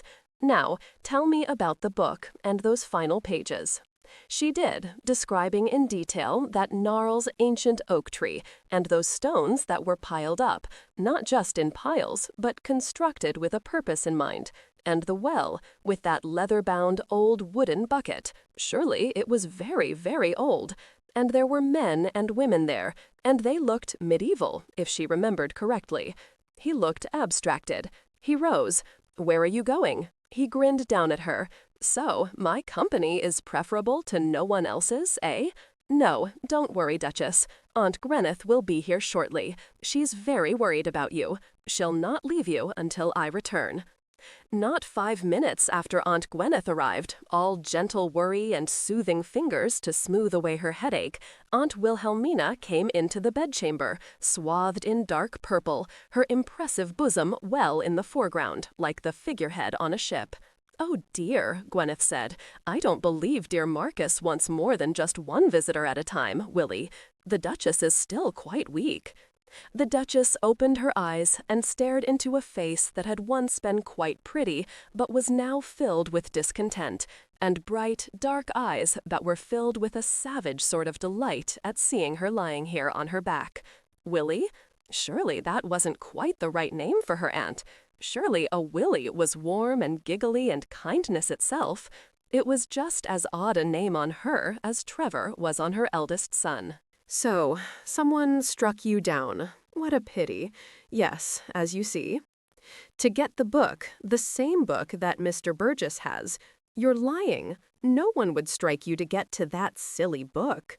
Really, Willie, the Duchess is ill. I beg you to leave now. She must rest. I wish she would die, and good riddance to the whore. Aunt Gwyneth gasped. What? What did you say, Willie? I said I could cry, and that I pray there'll be no more. The Duchess closed her eyes and turned her head away from Wilhelmina. It required but the twins and Ursula, and they poked their heads into the bedchamber not 2 moments later. "Mother, the Duchess must rest," Ursula said in a firm adult's voice.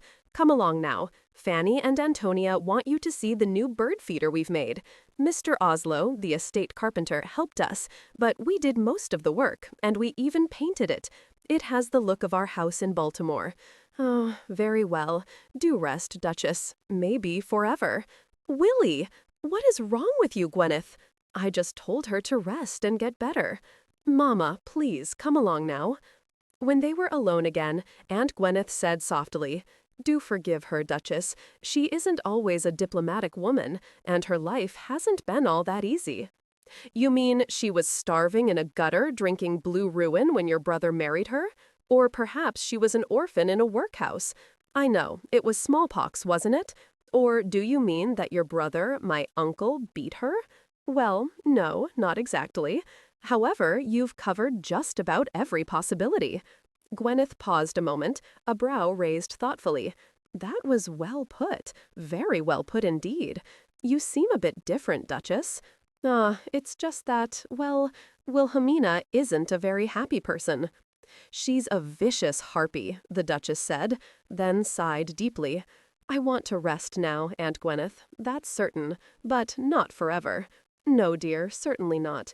Whatever medicine Badger gave you, keep taking it. I like the vinegar in you, dear. It's such a change, but so invigorating, don't you think?" 20. When she awoke, it was late afternoon. Badger was sitting beside her. He immediately smiled down at her and gave her some water, holding her head gently in the crook of his arm. "You always know what to do. Thank you." He merely nodded. "I heard about the invasion of that American person from Miss Antonia. Now, this person, who is only your aunt by marriage, will not be allowed to discomfort you again. Mr. Spears and I have worked out a schedule. Whenever his lordship isn't here, either Mr. Spears or Miss Maggie or I will be. You won't be bothered again, Duchess. And when they aren't here, why, I will be. How do you feel, Duchess?" She felt her spirits lift just at the sound of his voice. It was stupid of her, but true nonetheless. "I'm fine now, Marcus. If you wish, you can relieve your spleen. You can yell at me again with good conscience." He frowned at her. "No, I shan't do that, particularly in front of Badger. Now, I will dine with you this evening, right here. Then we will see tomorrow morning if you're ready to get out of bed." He continued to Badger. "I understand you forced my poor Esme to eat some of the barley mixture you made for the Duchess, and she died." She laughed, a weak laugh, but still a laugh. "That damned selfish cat wouldn't offer herself up to try my barley soup," Badger said. "Miserable beast, that Esme. I thought I'd caught her, but she twitched her tail right out from between my fingers. Mr. Spears said she sleeps with you, when you're in your own bed, that is. It's been known to happen. Esme is fickle, just as is the Duchess. Esme slept with me last night," she said, "right in the bend behind my knees." "She prefers my chest when she deigns to visit me," Marcus said. "She likes to knead the hair, damned creature. As for her volunteering for that barley mixture, she wouldn't ever offer herself up." He slept with her that night, stretching out naked beside her, completely at his ease, as if he'd slept there for the past 20 years. Esme had come briefly into the bedchamber, stared silently at them, then, twitching her tail, she went through the open adjoining door into Marcus' bedchamber. He reached out and took her hand in his. She could feel the heat from his body. She felt safer than she ever had in her life. "All this excitement left me with a gray hair, Duchess. I ask you to keep to your bed after this, and not go searching out clues in the middle of the night." "I don't believe you, Marcus. Let me see this gray hair." "No, I shan't. Light a candle and have you poking about my scalp. You can find it in the morning." "Did you discover anything?" "No. Everyone claims to have been soundly in the arms of Morpheus. Also, I might add, the Wyndhams have excelled at the art of falsehood for centuries. None of us ever flinch or even blink an eyelid when spilling out a lie. Even you, Duchess." Her fingers tightened over his. "You must be exaggerating, Marcus. Nary a bit. Now, I find this a mite interesting. Here we are, side by side in bed, like a good married couple should be. And I will admit that I'm harder than the bricks on the fireplace, but I won't attack you, not even when I know you like it so much." Before, she would have been silent as a tombstone, but now she giggled and bent back his thumb until he yelped. "You become physical again. But my thumb, Duchess. Would you like me to give you pleasure?" "No. Be quiet, Marcus. My head hurts." He laughed. "Ah, the excuse of wives for centuries, or so my father told me. However, in your case, it just might be the truth. As I recall, my mother hit his arm when he said it. Good night, my dear. Did you go to the Abbey ruins?" "Yes. Trevor and James were there, poking around, the damned sods. Even Ursula arrived shortly to do her own poking. It was a merry family, all wanting to find anything at all and keep it from the others. I don't like any of this, Duchess, except for Ursula. She would run to you with anything she found. She idolizes you, both she and Fanny. You'll grow abominably conceited with all this guileless female attention. No, I won't accept that. Believe me, Fanny's infatuation is quite enough. One young girl fluttering her eyelashes at my poor self is unnerving enough. And here my wife is lying in her bed, unable to protect me. And now you would protect me, wouldn't you? Or would you perceive that I was a bounder despite my innocence, and come after me with another weapon? I would try to be fair. Now you can rest easy. Ursula is very fond of me, so she wouldn't dream of trying to take you away from me. A relief, a right bloody relief." The relief lasted for a full day and a half. She rested and mended, and the lump behind her left ear disappeared. Maggie even washed her hair, removing all the oily salve Badger had made for the lump, and Spears had remorselessly rubbed in 3 times that first day. On the second night, Marcus came into her bedchamber wearing only his dressing gown, and she knew he was naked beneath it. But then again, why shouldn't he be? She remembered how she'd left her bedchamber because she'd not wanted to face him. Well, she wouldn't ever leave again. Let him do his worst. She grinned at that. Just let him try to treat her like a vessel again, a vessel that he scorned. "Hello, Marcus," she called out to him. "I am quite well tonight. Do you intend to exercise your marital rights? Will you heave over me? When you've had enough of me, will you leave again and spill yourself on my belly? She saw him clearly in her mind's eye, lifting himself over her, saw the intense determination on his face, saw him spilling his seed on her belly, not inside her, no, never there, because he hated his uncle so much for his betrayal. He paused, staring at her. She'd startled him yet again. He shook his head. He doubted he would ever get used to this new side of her. She changed then, before his eyes. Now she was serious, dead serious, saying, as he came to stand beside her bed, "You must have an heir, Marcus. Your pride mustn't get in the way of providing a male child for the next generation of Wyndhams. Why don't you just forget my father and what he did? It isn't important. It doesn't touch us." "Oh, yes, it does, and it always will." Then he smiled at her. She wouldn't control him, no matter how her mind shifted and played and danced around him. He said easily, "Once you and your damned cohorts forced me to wed with you, you removed many of my options, Duchess, but not all. Let's get that nightgown off you. I'm tired of waiting." In that moment, something deep inside her uncoiled and began to fill her. She felt herself growing cold and colder still, all of it inside her, deep inside. "Very well," she said, and all that coldness she felt was in her voice, in her eyes as she stared up at him. She said nothing more to him. Besides, he didn't want to talk. He wanted his pleasure and hers as well, because she'd come to realize that it gratified his male vanity to make her cry out despite herself. He was gentle and insistent at first, then his mouth was on her mouth, then on her breasts and her belly, until finally he was caressing her, pushing her to pleasure. But there wasn't any. She lay there, and this time she did suffer him. She hadn't realized how very empty this lovemaking could be when she was not part of it, not part of him. But there he was, isolated from her, and she saw his growing passion mix with his frustration because he couldn't arouse her, and she didn't care. She just lay there, her arms beside her, flat on the bed. She didn't even feel anger, just a numbness, just a waiting for him to finish. He stopped finally, coming up to look down at her. He'd left the candlelight so he could see her face and her body, for both pleased him, he had told her several times before.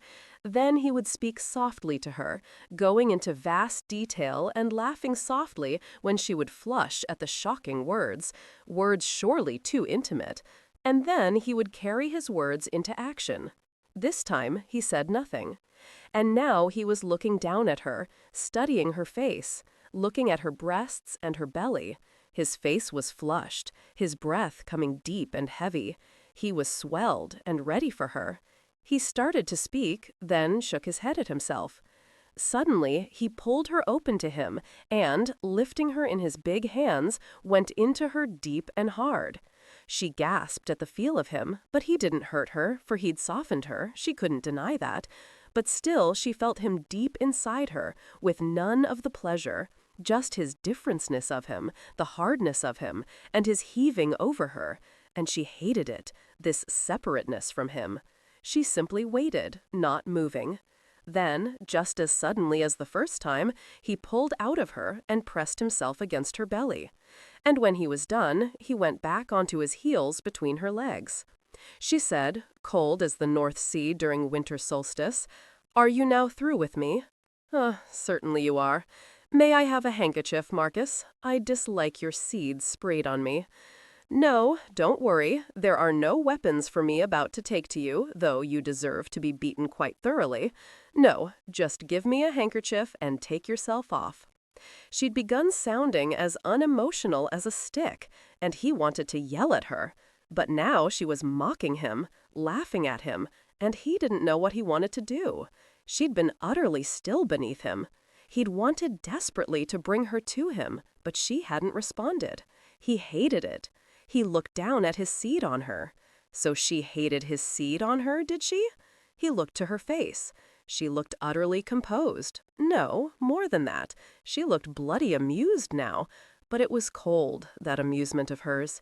She looked as if she didn't give a good damn. She looked indifferent.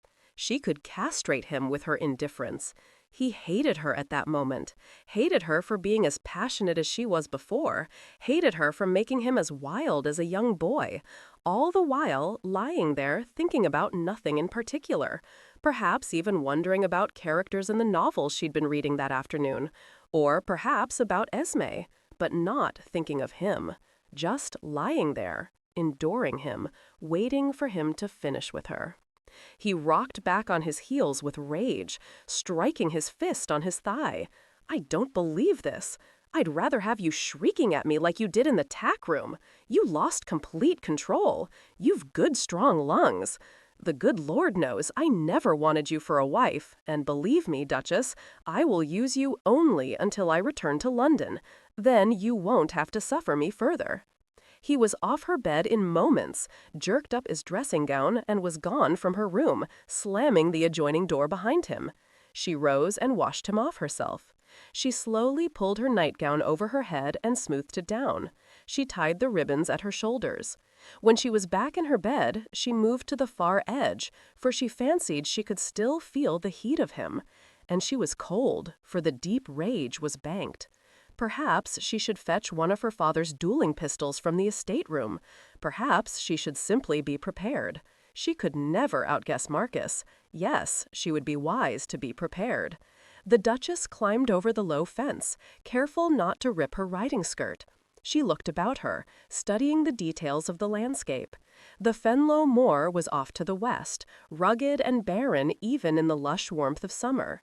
To the east was a dense copse of trees, firs and beeches mostly. But directly in front of her were farms, spread out like richly embroidered squares, rich with growing crops under the summer sun, one after another, their boundaries stone fences or lines of carefully planted trees. There were small hillocks dotting here and there, and trees, and several small streams. It was a beautiful prospect, but she didn't care. It was a puzzle. These were just pieces, and she didn't yet know which pieces fit where. She just wanted to find that ancient, gnarled oak tree, and thus she'd walked from a different direction today. She stopped and studied the stone fences, slashing gray and thick across the horizon, most of them well maintained by the farmers, but some falling into disrepair. She shook out her skirts and walked forward. Where the devil was that oak tree? She reached the ruins of St. Swales Abbey after a brisk 20-minute walk. She'd been here every day now for a week and a half, looking through the rubble, searching. For what? She had no idea. As to who had struck her down and taken the book, she didn't know that either. Nor did Marcus, nor did Spears or Badger or Maggie, who Mouth, then crumpled it in her hand when her body shook with more heaves that left her sweating and shaky. He cursed, even as he lifted her into his arms. He was silent as a midnight moon as he managed to mount Stanley with her in his arms. He settled her in the crook of his arm, then kicked Stanley in his fat sides. To her surprise, he didn't ride back to the park. Instead, after some minutes, he halted his stallion beside a slender thread of a stream bordered with thick water reeds. He lifted her down and eased her onto her knees. He cupped the water in his hands and let her wash out her mouth. She then swallowed some of the water, clear and so cold that it made her lips blue. The water hit her belly and nausea struck her again. She moaned, clutching her arms around herself. He ripped off the hem of her petticoat, wet it, and wiped her face. He carried her to the shade of a maple tree, eased down, and pulled her back against him, settling her between his legs. "Hold still. Is your belly settling now?" "I don't know. You feel weak and shaky. It's understandable. Just lie against me and keep quiet for a while. I'm tired of your damned protestations." She didn't remember protesting anything. She closed her eyes. He felt her ease, heard her breathing slow and deepen. He stared over the top of her head to the stream, then beyond it, realized he wasn't seeing anything at all, and tightened his hold around her, leaning his head back against the trunk of the tree. It was warm. Bees buzzed about. He could hear larks singing. He heard a cow mooing in the distance. Stanley was eating water reeds not many feet away, chewing noisily. He closed his eyes.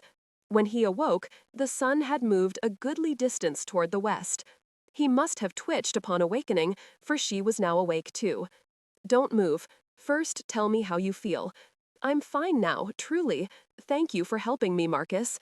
I saw you leaving the house and I followed you. Why the devil didn't you at least ride Birdie? The stable lads would have told you immediately. Lambkin would probably have refused to saddle her. You have done this before today? Yes, for over a week now. I want to find that oak tree with the well beneath it. It should be near the Abbey, but I couldn't find it. But it must be around here, Marcus, someplace close. I've been so frustrated. Very slowly, he lifted her onto his thighs and turned her to face him. Listen to me. Hasn't it occurred to you that the person who struck you down in the library just might be interested in striking you down again? Why? The person saw that book, and I was in the way. I was struck only because of the book, Marcus. You can't possibly know that. Now we're going back to the park. No, don't try to move yourself. I'll carry you. As he walked to Stanley, who was chewing vigorously and ignored them, he said, Are you still having headaches as well as belly nausea? No, and I haven't felt ill before today, I promise you. It is odd. You will climb into your bed when we get home. No, don't stiffen up like a frightened virgin or draw in your breath to scream at me for my Milana's soprano. I have no intention of climbing into your bed beside you. I will come to you tonight, though, so don't go herring off to another bedchamber. If you do, I'll search you out and I won't be pleased with you. Another thing, there will be no more lying there, wishing me dead or impotent, which would be worse. Why don't you just go back to London? To Celeste? Or you could have Lisette come to you here.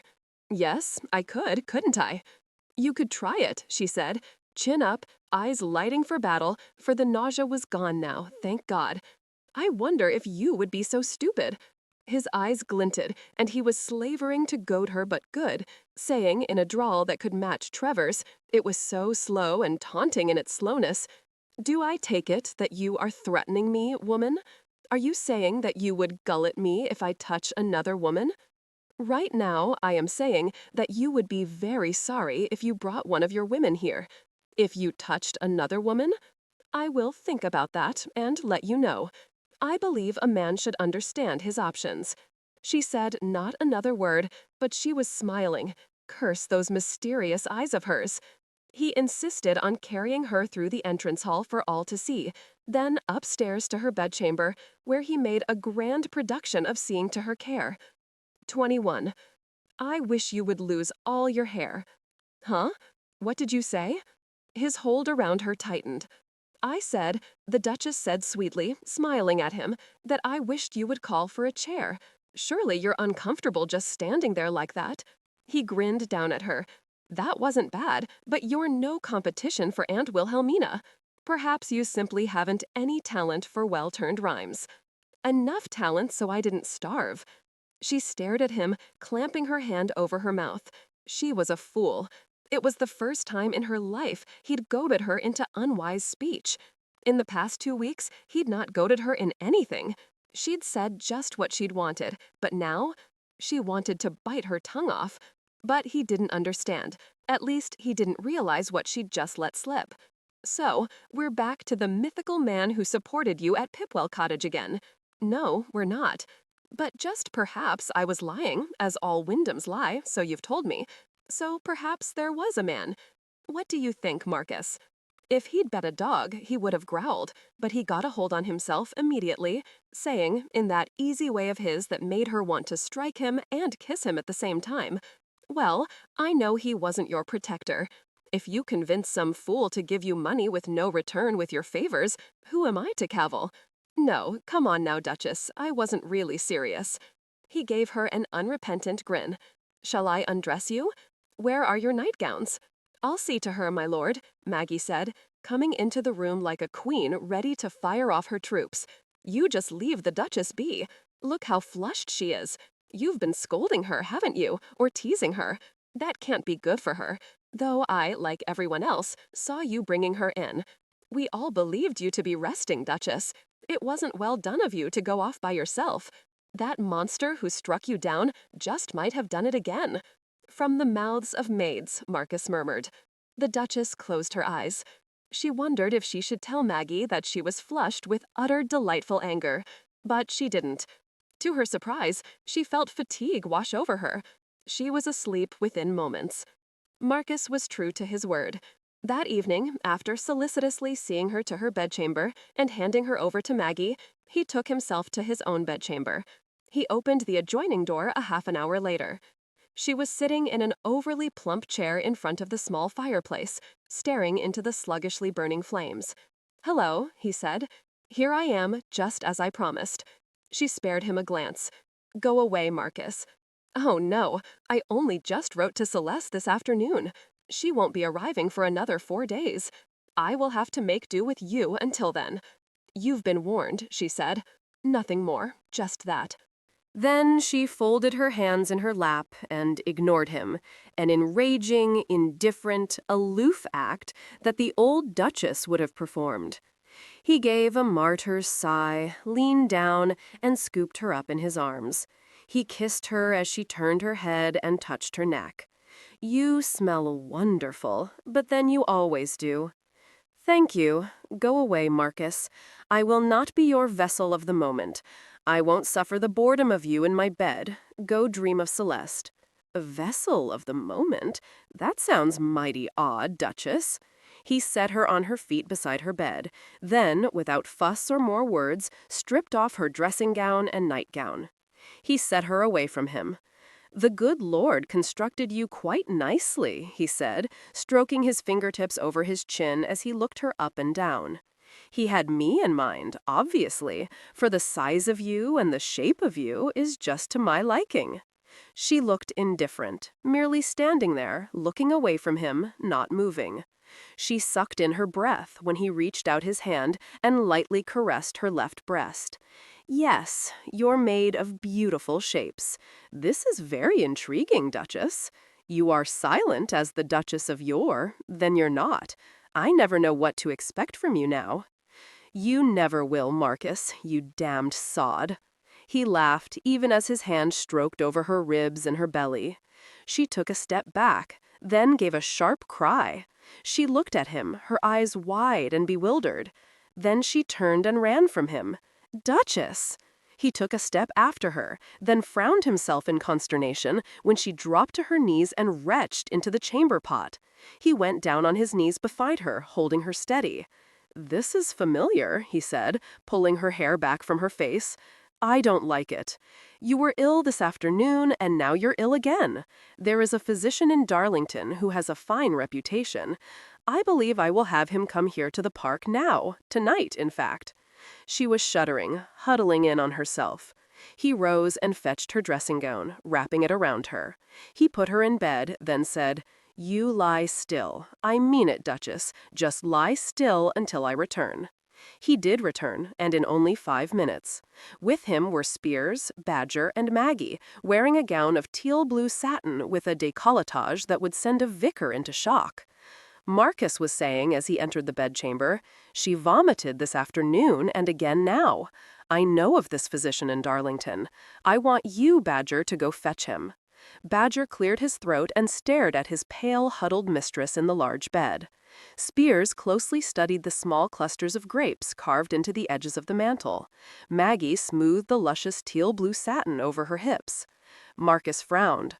"What the devil is going on here? Badger?" Spears said to the Duchess, "Maggie will fetch you a biscuit to nibble on. It will help settle your stomach." "How the hell do you know that?" "Now, my lord," Spears said in an odious, avuncular voice, "there is naught to worry about. We have all discussed the situation, and there is nothing to concern us, and therefore nothing to concern you. Her ladyship is performing a natural function." "What bloody natural function? Do you so conveniently forget that she was struck down not 2 weeks ago?" Badger said. "The Duchess is breeding, my lord. She is carrying the air. The nausea and vomiting are natural. It will pass within a short time. Mr. Spears says another 3 weeks and she'll be perfectly fine again. Well, perhaps longer, but we know she's superior, and thus the 3 weeks will apply to her." There was utter silence in the room. From a great distance, Marcus heard the Duchess say, "I am fine, Spears. Please, Badger, Maggie, please leave now. It's important. Please leave." The 3 marched out, but their pace was slow. Marcus very slowly closed the bedchamber door. He then turned the key in the lock. "Are you going to be ill again? Do you need something to eat?" She shook her head. It was then he realized that she was utterly without color, her eyes dilated, her body hunched over itself. "Did you know?" he asked, his voice as quiet as a leaf quivering in a breeze. "No." "How can I believe you?" "You can't. You said yourself that all Wyndhams were excellent liars, myself included." "You are carrying my child. That isn't possible. The 3 meddling idiots must be wrong. You vomited because of that blow to your head." "Very well, it isn't possible. But, for the sake of argument, let's say it's true. Now, is it to be an immaculate conception, or have I cuckolded you?" "Ah, don't forget my generous lover at Pipwell Cottage." He sliced his hand through the air. He looked bewildered, disbelieving. He looked like a man who'd just been shot, but didn't yet feel the pain. "I don't understand this. It's true I took you a few times, a very few times, and I didn't have the fortitude to withdraw from you as I do now. But it takes much longer to impregnate a woman. Surely it must take many, many times and many, many months." "Evidently not." He began to pace. She looked at his flapping dressing gown, his black, hairy legs, his bare feet. He was beautiful, this man who didn't want her to have his child. Ah, she was pregnant. Her body had accepted his seed. On their wedding night? That second night he'd come to her. She wanted to sing and shout and dance. Instead, she felt a stirring of the nausea and began to breathe deeply and slowly. "You didn't have your monthly flow after we were married in Paris." She shook her head. "You're a damned woman. Didn't it occur to you that something might be different? Namely, me, the man who spilled his seed inside you. I'm not always as predictable as many women." "You mean in that oblique way of yours that your monthly flow doesn't occur necessarily when you expect it to?" She nodded, staring him straight in the eye. "I don't want this child, and you damned well know it." She held silent, though the words were near to breaking through, but she was concentrating too hard on not throwing up to speak. "You did this." Ah, he'd finally swung his axe. The look on her face was bleak and accepting, then just as quickly shifted to utter red-faced rage. Even then the old Duchess peeked through as she shrugged, saying, "I wondered how long it would take you to fix the blame firmly on my head. My mother told me several times that a man couldn't bear to be in the wrong. She said a man would say whatever he had to say in order to put the woman in the wrong instead." Then, miraculously, even the rage disappeared. She actually smiled at him. "You will be a father, Marcus, and I will be a mother. I am pregnant with a child, our child. I refuse to accept that your bastard father has won. Forgive me. You're the bastard, but only by birth. He is one in mind and in act. I won't accept it, Duchess. Do you hear me? I don't accept that you're pregnant." He slapped his palm to his forehead. "I have done nothing to deserve this. Nothing, damn it. I was quite happily going about my life when your father died, and I had to be the heir. There was no choice for anyone. Then, because he's bitter and twisted, he unleashed his venom on me. He hated me, and he proved it, stripping me of all means to maintain and support all the Wyndham estates and properties, unless I married you, his precious bastard. You, the one woman in the bloody world I never wanted, or if I did want you from the time I was 14 years old and randy as a young stoat, I wouldn't have any longer than it took him to humiliate me to my soul. And yet you forced me to take you. I want my life back in my control. I want you and your damned child out of it." He stalked toward the adjoining door, only to draw up at her quiet voice. "I see. Do you wish me to leave tomorrow, Marcus? I would that you leave tonight, right this bloody instant, but that would be cruel. You would probably faint on the front steps. He slammed the adjoining door behind him. She stared for a long moment at that closed door. Then, slowly, she lightly touched her stomach. She was flat, but inside her womb was her child, their child. She was lying there, staring up at the ceiling, when there was a knock on the door. She rose and unlocked it. Badger, Spears, and Maggie stood there, Maggie with a small covered plate in her hands. They said nothing, merely came into the bedchamber when she stepped back. "Here, Duchess, eat there," Maggie said, as she guided her to the chair in front of the fireplace. The three of them took position about her, saying nothing, until she began to nibble on one of Badger's fresh scones. "I made them with small apple slices," he said, "and fresh cream. It is my Aunt Mildred's recipe. They're delicious." "Your stomach is settling?" Maggie asked. The Duchess nodded and continued to chew slowly as she stared into the fire. Spears cleared his throat. "His lordship is a passionate man. He is a natural leader, a man of action. He despises dithering about. In all the battles he fought, his men trusted him above God. He protected them, drove them relentlessly, and they knew he would willingly die for any of them. They knew this and gave him their best." Badger continued. "He is hot-headed, always has been, Mr. Spears tells me, even as a boy. Besides a leader, he is a man who is loyal to his bones. Sometimes, however, he isn't a cool thinker, not what you would call a measured scholar of philosophy. He reacts, then thinks. He can curse some of the most amazing composites I've ever heard. Then he's calm again and laughing. They say that we women are the ones to lose our calm and spit out whatever comes into our minds," Maggie said, hands on her silk-covered hips. "But it isn't necessarily true. Just look at you, Duchess, quiet and still as a clam. You never lose your head and scream foolishness. You're just the opposite of his lordship." Maggie frowned, then shrugged. "At least you used to be his opposite. It's strange. You're different. All of us have noticed it." Spears said, "It is true that his lordship occasionally loses his temper and thus control of his tongue, but he will come around, Duchess. Even though you appear to have lost your magnificent reticence, at least when you now choose to lose it, you can't come near to his lordship in sheer undignified temper. He isn't an unfair man. He's just—" "I know," she said. "He's just passionate and hot-headed and easily driven over the brink. But know this, all of you. He doesn't want the child.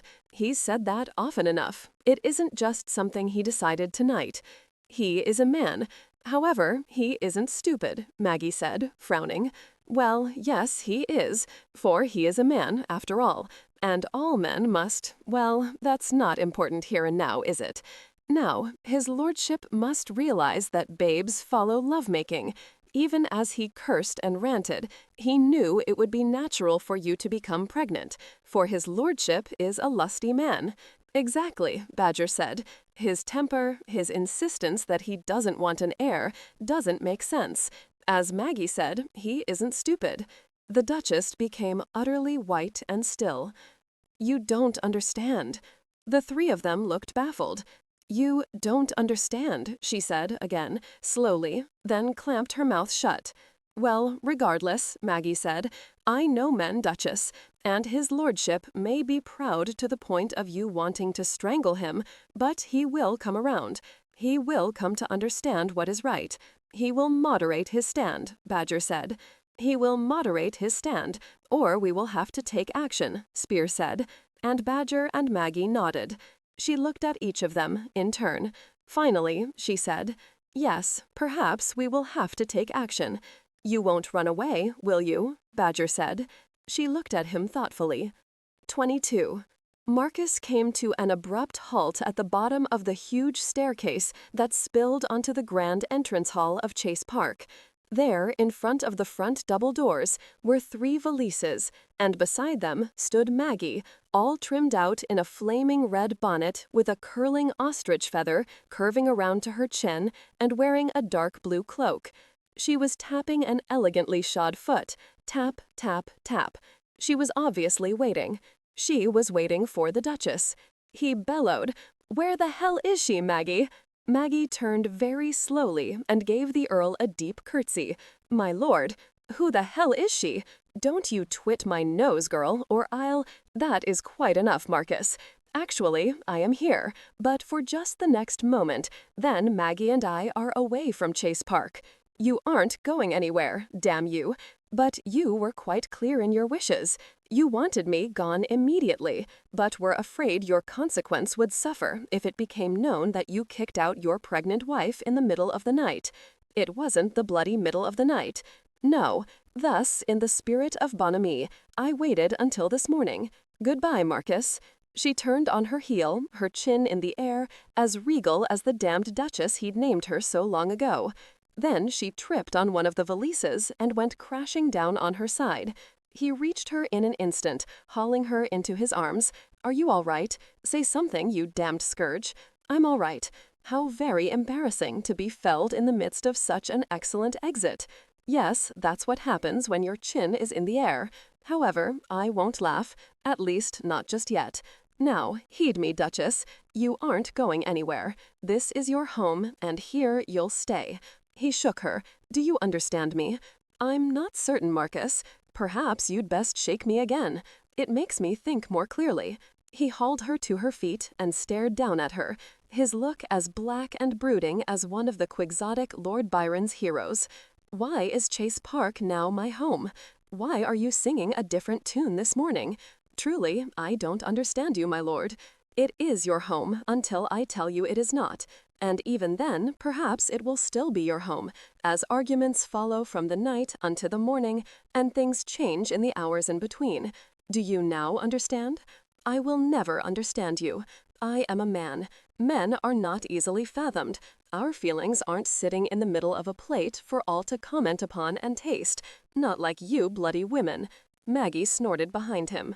"Oh dear," the Duchess said in that tone of voice he now recognized very well, and he let her go without any hesitation whatsoever.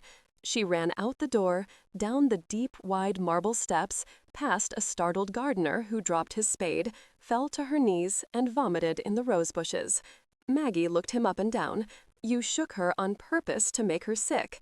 I spent a good 20 minutes brushing her cloak from all her trips to that wretched abbey, where she grubbed around on her knees looking for that wretched treasure. And now just look. Black dirt, worms, and God knows what else. I did not shake her for that purpose. However, the result just might be a dollop of common sense in that woman's brain of hers. Samson? Ah, there you are, just behind me. You're becoming a lurker, just like Spears and Badger. Have her ladyship's valises removed back to her room. Do not delay. Once she is on her feet again, her brain just might be swayed again to perversity." Maggie snorted. Marcus went outside into a beautiful summer morning.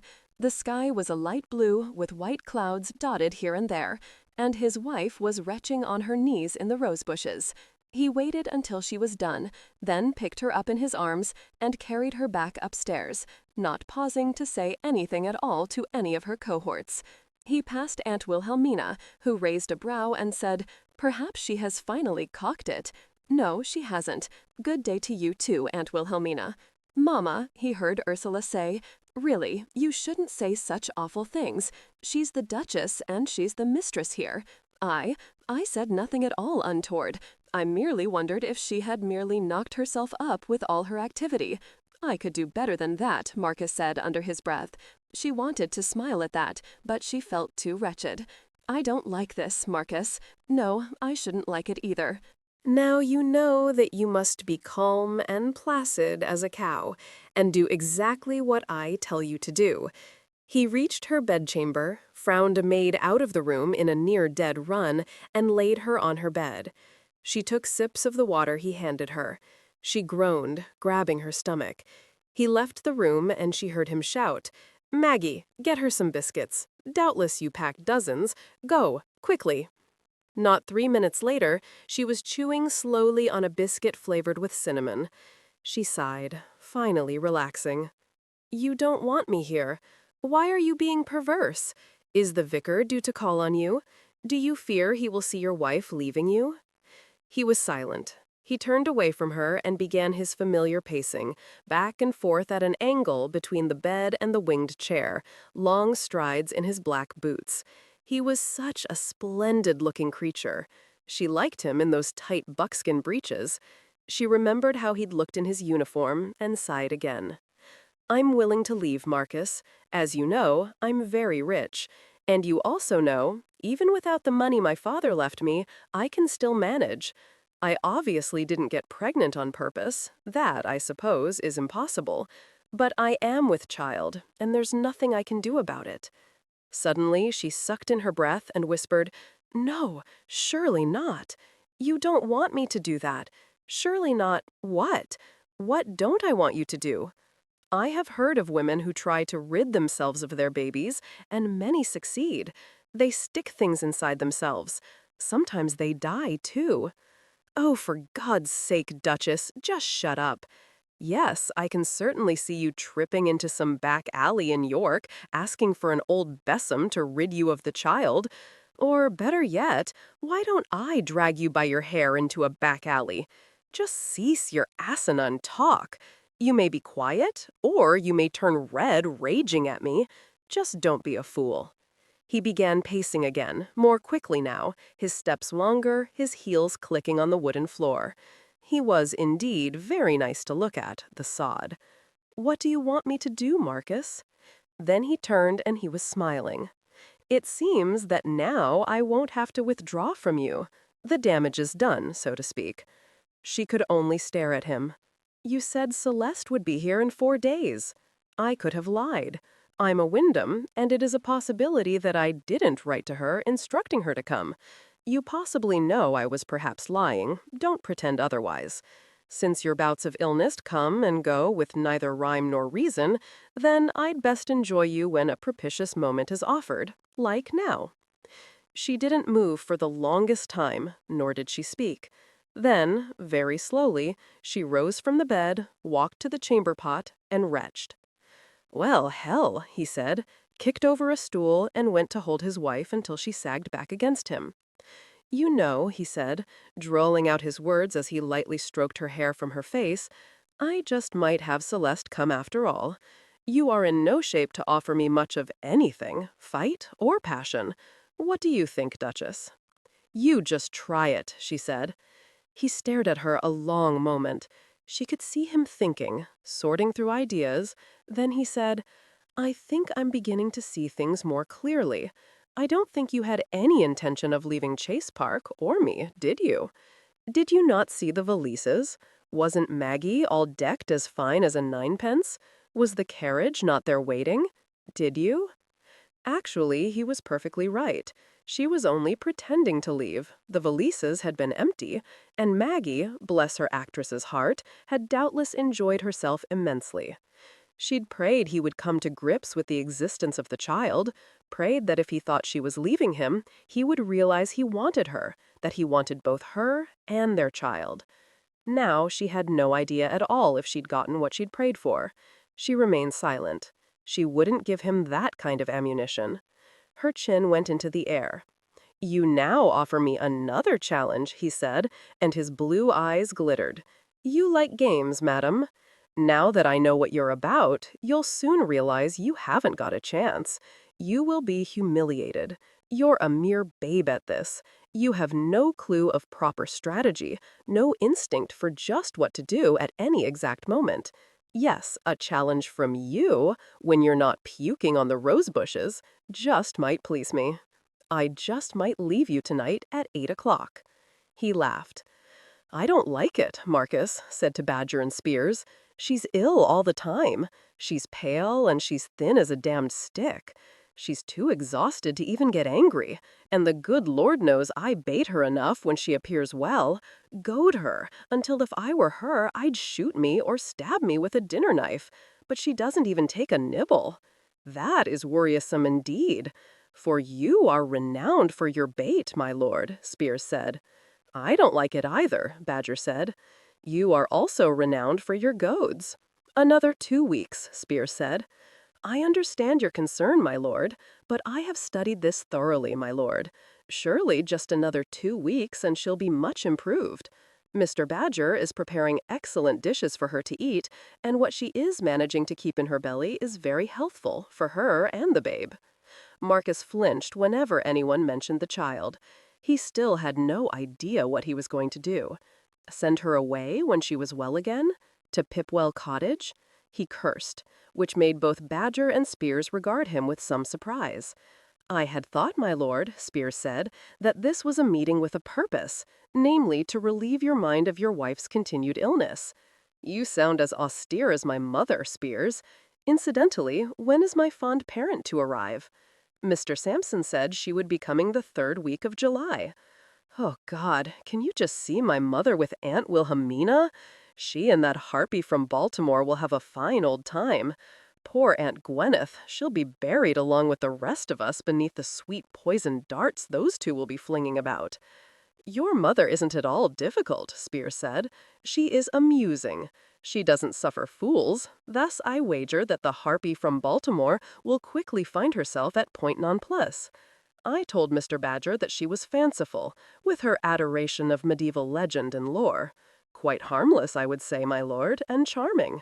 Not only medieval, Spears, she believes that Mary, Queen of Scots, is just one step earthward of the Virgin Mary, Queen of Heaven. I fear that she and Aunt Wilhelmina together will send all of us to early graves. My mother is sharp-witted, you know. She quite terrifies me. There was a cough at the door. It was James Wyndham, and he was looking steadily at Marcus. Ah, James, do come in. Spears, Badger, and I were just conferring on the possible winners at Ascot next month. What do you think, Elysian Fields or Robert the Bruce? Both are strong in the chest and run faster than a storm. I have always thought that Robert the Bruce, the man, was just excellent. I should bet on him. Just so, Master James, Spears said. Now, Mr. Badger, it's best that you get back to your kitchen. We will all endeavor to curtail our worrying. What are we having for dinner, Badger? Baked cod and smoked mussels, my lord. Many other courses as well, but I won't bore you with the recital of them. Also some glass pudding, a favorite of the Duchess's. It's light, so her stomach shouldn't rebel. I might try another frog dish. Perhaps some crème de pomme de terre aux champignons would sit nicely in her belly. Potatoes and mushrooms?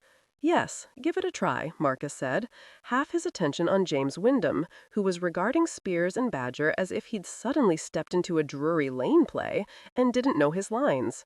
Marcus supposed that the denizens of Chase Park weren't exactly what one would expect, not that he cared a whit. When they were alone, Marcus said, "What's wrong, James? You look all tight in the jaw." "I've been thinking, Marcus, thinking and remembering and thinking some more. When I found the Duchess unconscious on the floor, that book wasn't on top of the desk. I do remember that clearly." If you don't mind unlocking the library, I think we should look in that spot in the bookshelves where she found the first one. Perhaps there are more volumes that just might give us clues about the Wyndham treasure. Let's go, Marcus said. He fetched the library key from Sampson, and he and James went into the gloomy room. Marcus threw back the thick draperies. Bright afternoon light poured into the room. Let's open some windows as well. This place needs a good airing. He turned to see James on his knees, gently pulling out books all along the second bookshelf from the bottom. There were no volumes behind the outside books. While James replaced the books, Marcus removed those on the shelf above. Still nothing. They continued, saying nothing much, until James let out a cry. "Goodness, here's something, Marcus." He pulled a very old, thick book that sent up billows of choking dust when he lifted it. It was set behind sermons of a certain George Comyn, an itinerant preacher of the early last century. "It's just as old," Marcus said. "Here, James, put it on the desktop." "Well, Marcus," said after a few moments, "I'll be damned and redamned. Your brain is good, James, very good." "My mother believes so," James said with a cocky grin. I'll have to admit that she gave me the idea when she was carping on about the treasure and how to find it. And keep you from finding out, naturally. Let's see the back pages. Marcus, I know you suspect my mother of striking down the Duchess. I know someone in the house is responsible, but my mother? It's difficult to swallow. There's always Trevor, or you, or Ursula. I see your point, James said, as he gently turned the pages. Marcus looked at her closely, decided she was being honest, and said, "Very well, so your belly isn't going to revolt in the next 2 minutes. Here is the book James found. You'll note there are no pictures, just writing. I've gone through it completely and translated it as best I could. The monk, or monks who wrote it, and the other 2 tomes, tells us here where to find the Abbey treasure. His rhyme is about as intelligible and lucid as my translation of it. Look above to find your sign. Look hard to find the number 9. Take it to the shallow well. Beneath the oak tree in the dell. Bring a stout bucket and a cord. Prepare to kill it with your sword. Lean down deep, but do beware. The monster lives forever in his lair. The Janus-faced 9s will bring the beast, but be quick or be the creature's feast. My translation is adequate at best, but what is this about a monster? The beast lives in the well? And a 9 that is Janus-faced? A deceitful 9? That's a kicker, isn't it? What do you think, Duchess? That oak tree and well I've been looking for. Why, that's it, Marcus. Well, it can't be that simple. There's still this nonsense about looking up to find this number 9, whatever the devil that means. And the monster in the well, my lord. Yes, Spears, what is it? Mr. Trevor Wyndham wishes to see you. Shall I allow him in your dead chamber, Duchess? The bloody rake just might get the wrong idea. He's a man, and he's got too much experience for my peace of mind, and you're looking particularly fetching and vulnerable, a combination to drive any man wild with lust. Do show Mr. Wyndham in, Spears, she said. My husband will surely protect my virtue. He was huge and dark and excessively handsome, this cousin of hers. She realized that Marcus was regarding him with a vicious look and said, "Hello, Trevor. Have you come to see the book James found? You're lovely, Duchess. You're feeling more the thing now. Has this boorish dolt been wearying you? Shall I remove him and perhaps challenge him to a duel of wit? My wit, Trevor, will always make yours look like a withered stump. However, I have a dueling pistol that trains its sights automatically on bloody Americans, particularly hungry Americans who look like slavering wolves at my wife. You mean, Duchess, there are other men just like me who slaver like wolves at you? If there were others, they're long gone now. Being vilely ill tends to dampen ardor, I should say. Your repertoire is grating on my nerves, Marcus said, rising. He found himself staring right in Trevor's eyes. Damn you! I wouldn't have minded you being a fop, a mincing little dandy. Then I could have mocked you or ignored you, as the mood took me.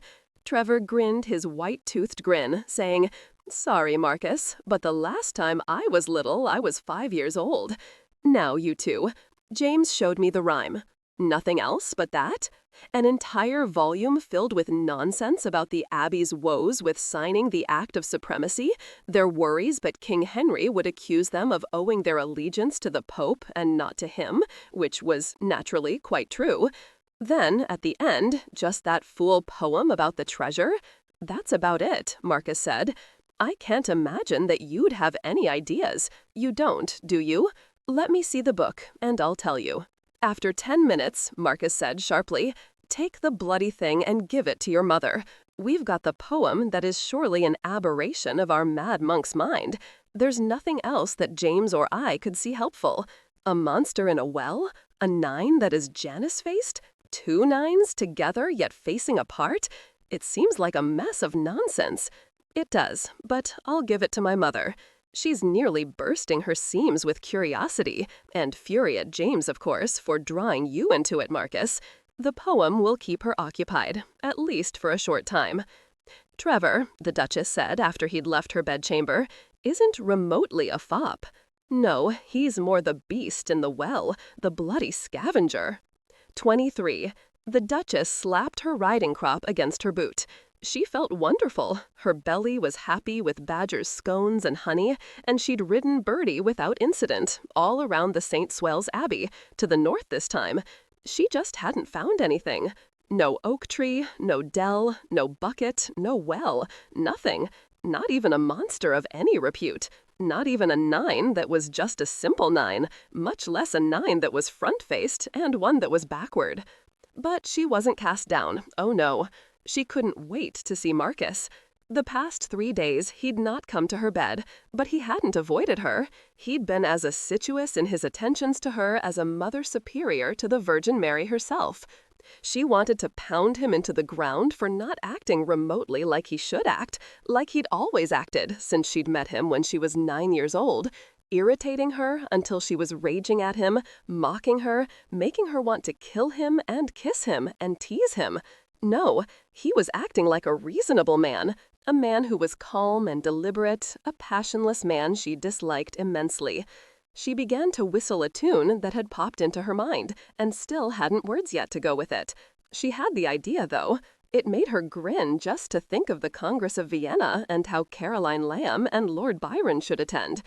She was still whistling when she turned the corner around a huge row of yew bushes that gave onto the front drive. There was a carriage with its 4 horses blowing, and the door was open, and there was Marcus helping down a very delicious piece of feminine confection. And this delicious piece was dressed elegantly in a traveling gown of dark green with a matching bonnet tied charmingly beneath her chin.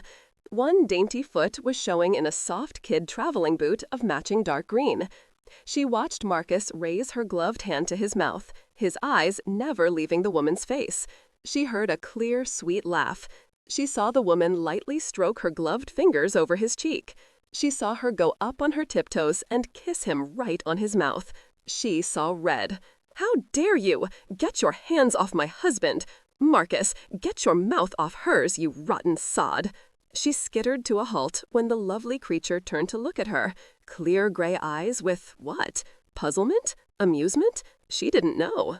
"Oh," the woman said sweetly, "and who are you? Do you work, perchance, in his lordship's stables?" "She does anything I tell her to do," Marcus said, and patted the woman's hand. "A good thing in a woman. Actually, Celeste, you can call her the Duchess. She's the wife of mine I wrote to you about." Celeste! The red she saw was turning more crimson by the moment. "You told me. You probably lied, you wretched real liar. You didn't. You wouldn't dare bring her here, you rarefied lout. Gracious heavens, I'll kill you." She didn't think, just acted. She'd already struck him with a riding crop.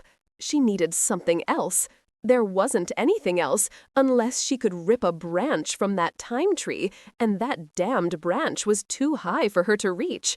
She sat down in the driveway, pulled off her riding boot, leapt back to her feet, and headed straight at him, swinging it over her head. She yelled as she swung, "I told you I would make you sorry. Oh, why don't I ever have a gun when I need it?" She struck him hard on his shoulder. He quickly set Celeste away from him. "Now, Duchess, you have been ill, you know. I've been a saint these past days, allowing you to rest your fill. But I'm a man, Duchess. Surely you don't want to be a selfish wife, one who doesn't see beyond the needs of her own sick belly. Celeste here is really quite congenial. She'll see to me quite nicely. There's no reason for you to be upset or to worry. I haven't been ill in 4 days. 4 days, and you've acted like a man bent on obtaining sainthood through celibacy. You haven't even yelled at me once. You haven't even made me want to hit you a single time. You've been a bloodless fool, and I've hated you." She swung viciously, and the heel hit his forearm hard. Where was that woman? Ah, she was still hiding behind Marcus. No matter that she was a woman, she was a coward, and the Duchess despised her for it. Samson and 2 footmen appeared on the top steps. From the corner of her eye, she saw one of the footmen take a step forward, only to be brought up by Samson. Good, that meant Samson was on her side. She hit him again. Marcus backed up 3 steps. Really, Duchess, your damned boot. How dare you bring her here? She shrieked. You could have gone to London on business, like most bloody men. Damn you. You could have pretended. You will pay for this perfidy, Marcus. She struck him 2 more times with that boot heel, one a very gratifying thud against his right shoulder. Duchess, your aim is getting too good. Stop it now. He rubbed his shoulder and his right arm. Aren't you tired now? All that hopping about on one foot, and your stocking is quite ruined. Surely you're getting fatigued. I will remove your head from your neck, Marcus Wyndham. I'll strangle you with my ruined stocking. I have no intention of getting tired until you're writhing in death throes on the ground. She raised the boot again, so enraged she was pounding with it. Then something got through to her. He wasn't angry. He was laughing at her. She stopped cold and stared at him. The woman was peeping out from behind him. She didn't appear to be the least bit perturbed or frightened. If the Duchess wasn't mistaken, the woman looked ready to break into hysterical laughter, along with her bloody husband. She raised the boot again, then, very slowly, lowered it. She sat back on the ground, pulled the boot on, and rose. She raised her fist at him, then realized that he was nearly doubled over with laughter. She jumped at him, flailing at him, hitting him as hard as she could, yanking on his hair. He had his arms around her, pinning her arms to her sides, and still she struggled. He held her there until she quieted. So, that once tranquil, speechless creature is well and truly buried. You've a strong right fist, Duchess. No, don't try to kill me again. Consider me already suitably maimed. You bastard, let me go. Well, if I do you promise not to fetch a pistol and shoot me? She kicked him in the shin. He grunted, then pulled her hard to the side of him. Now, would you like to meet Celeste Crenshaw? Isn't she charming?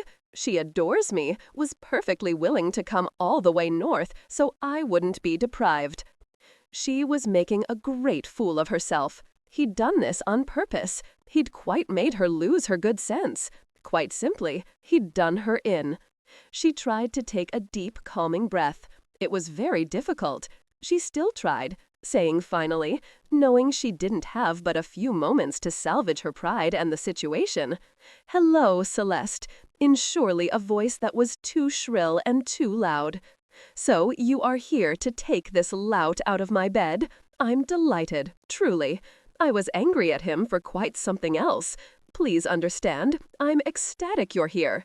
I'm quite tired of pleading endless headaches and endless toe aches. Do you know that I have even tried to make myself become ill to keep him away from me? Ah, yes, now that you're here, I shall be able to smile again. I am so very hungry, but to eat would have made him think that my sickness was all an act. I won't have to pretend to illness anymore. Now I can eat. Thank you, Celeste. Shall I show you to your room, or would you prefer to sleep with his lordship in his bedchamber?" She was well aware that his hands were tightening on her upper arms. She looked up at him, giving him a lot of white teeth. "Do forgive me for acting the shrew, Marcus. It is just that you took me off guard. Now that I see the magnificent benefits Miss Crenshaw offers to both of us, I realize quite clearly what a wonderful, thoughtful husband I have. Oh, my dearest Marcus, you are far too kind to me." "I will kill you," he said between his teeth. He began to shake her, then stopped abruptly. "No, if I continue to shake you, you just might vomit in the rose bushes again. Mr. Biggs, the head gardener, was near to tears about it. You quite ruined his new bush. No, I shan't do that again. Now, madam," he paused. Then he began to lightly caress her upper arms. His eyes were very blue. "If I'm a wonderful, kind husband, why, you, Duchess, you are an equally magnificent wife. Now, if you don't mind, Celeste is doubtless fatigued. From thirst, you understand. Don't fret, my dear. I will see her to a chamber and take care of her needs. He patted her cheek, kissed her forehead as chastely as would an uncle, and turned to the young woman, who hadn't said anything. "See how lovely she is, Celeste, and here you were worried that she might not find you as charming as I do. Now, let me take you to your bedchamber and assist you out of that traveling gown. It is wrinkled, and you do look heated. Well, not really wrinkled, and in truth, it's I who am heated. Yes, a nice cool bath. Ah, I'll wash your back for you, and then we will enjoy the remainder of the afternoon. Marcus." "Yes, Duchess," he said, turning. "If you do not take your hands off her, I will do something that you will surely regret." He dropped his hands immediately. "Now what, Duchess?" "If you laugh at me again, I will also do something that you will surely regret." "Not a stitch of laughter in this body, Duchess." "Good. Now, Miss Crenshaw, you will follow Samson, and he will take you to your bedchamber." Miss Crenshaw shook her head and giggled. "I think, my Lord Chase, my lady, that this is a stalemate. Both of you have done remarkably. I suppose it's up to me now to outdo you." He'd recoiled in immediate alarm. "No, don't even think it. Promise me, Duchess, not until you're well again." "I am well again, Marcus. I'm pregnant and quite healthy." "Yes," he said, his voice clipped, looking for just an instant at her belly, flat beneath her morning gown of pale blue muslin. He'd massaged her belly the night before, caressing her pelvic bones. Oh yes, he'd felt with his hands how flat she was. It didn't seem possible his child could be there in her womb. He didn't look up when she sighed and left him. He'd stood there, cursed quietly, then took himself to the stables. As Lambkin saddled Stanley, he looked up again at that sky that deserved a poet's praises. The clouds were whiter than a saint's soul. "Mr. Trevor took out Clancy," Lambkin said, as he picked up Stanley's left front leg, crooning to the stallion as he examined the hoof carefully. "Riding my horse without a by your leave," Marcus said, picking up his own saddle and hefting it over Stanley's broad back. "Damned encroacher. Aye, an excellent rider Mr. Trevor is, just excellent. Like one of them 'orsemen, you know, my lord, alf of 'em a 'orse and the other alpha man. A centaur, curse his damned eyes. A centaur was never named Trevor. Aye, that's it, and Mr. James was with him. He enjoys riding Ulfie, a fine fellow old Ulfie is, all spit and growl, but ever such a sweet goer. Mr. James is different from Mr. Trevor. He treats his 'orse like a man would a pretty lady. Got magic in his hands, he does. He does." "Ha," Marcus said, gave Lambkin a sour look, and clicked Stanley from the stable yard. On his ride, he didn't see Trevor or James, even though he rode to the ruins of St. Swales Abbey. Not a hair of him to be seen. Where was the damned bounder? Where was James?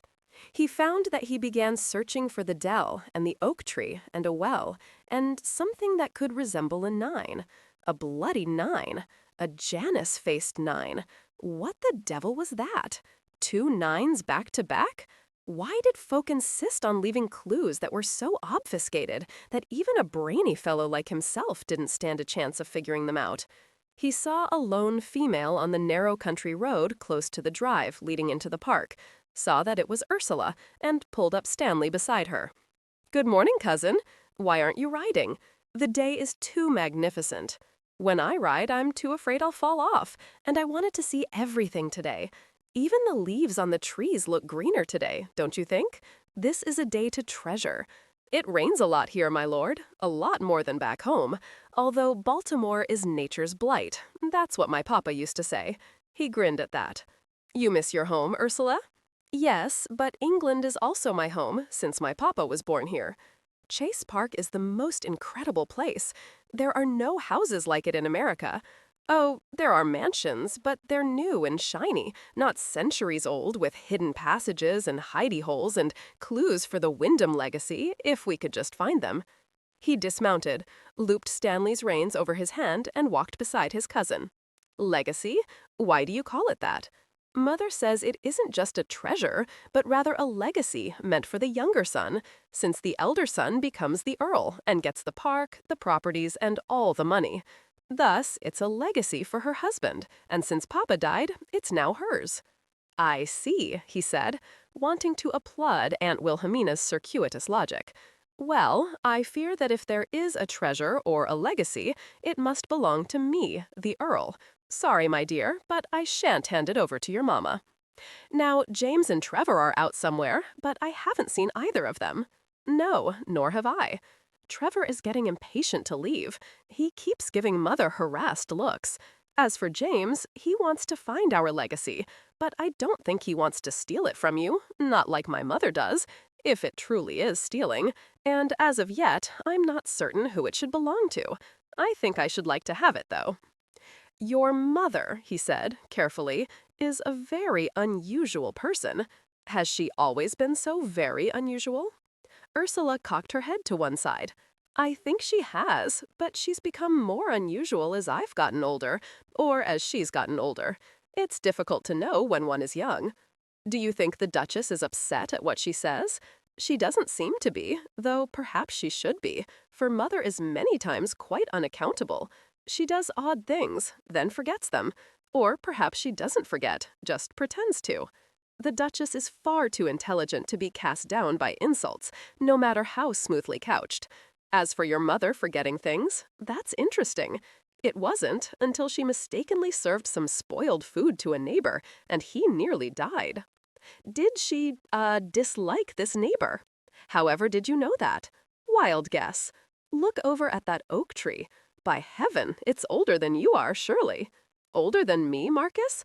More likely your age or my mother's age, but surely that's too old, even for a tree. Come now, it would be a mere sapling were it my age. Oh yes, Mr. Sampson said that a Major Lord Chilton was coming today. Oh, good Lord, I clean forgot, what with all the excitement. What excitement? Miss Crenshaw's brief visit. I heard Trevor and James laughing about that. James said the Duchess pinned your ears back on that one. Trevor said you did try, which was a good thing for a man to do occasionally, and that you did have her going wild for just a little while. Then he said something about her beating you with her boot, but that doesn't sound at all likely. What did he mean, Marcus? I haven't a notion, the damned impertinent bastard. Excuse me, Ursula, for speaking so improperly within your hearing. It's all right, my brothers always do. Who is this Major Lord Chilton? Actually, his name is Frederick North Nightingale, Viscount Chilton, and one of my best friends, though I didn't know him well until 2 years ago, when our small party was ambushed by the French. You want to know what he said when I shot the soldier whose sword was barely an inch from going through his back? He said, "Well, by God, saved by the man who has more sense than to touch Portuguese vodka." I left him in Paris over a month ago in the care and keeping of Lord Brooks. What's Portuguese vodka? Well, you don't want to know. I suppose I shouldn't have told you that. Oh, Lord, thank God it was such an ambiguous idiom, for Portuguese vodka referred to the whores from southern Portugal. Oh, no, how am I to learn if people don't tell things in front of me? Is he as nice as you are, Marcus? Of course not. He's dour and brooding, and surely he would hate this glorious day we're enjoying. He prefers menacing heaths, liberally strewn with rocks and gullies. He's a man of moods and silences. He's dangerous, and looks it. I quite like him. She laughed and took his hand.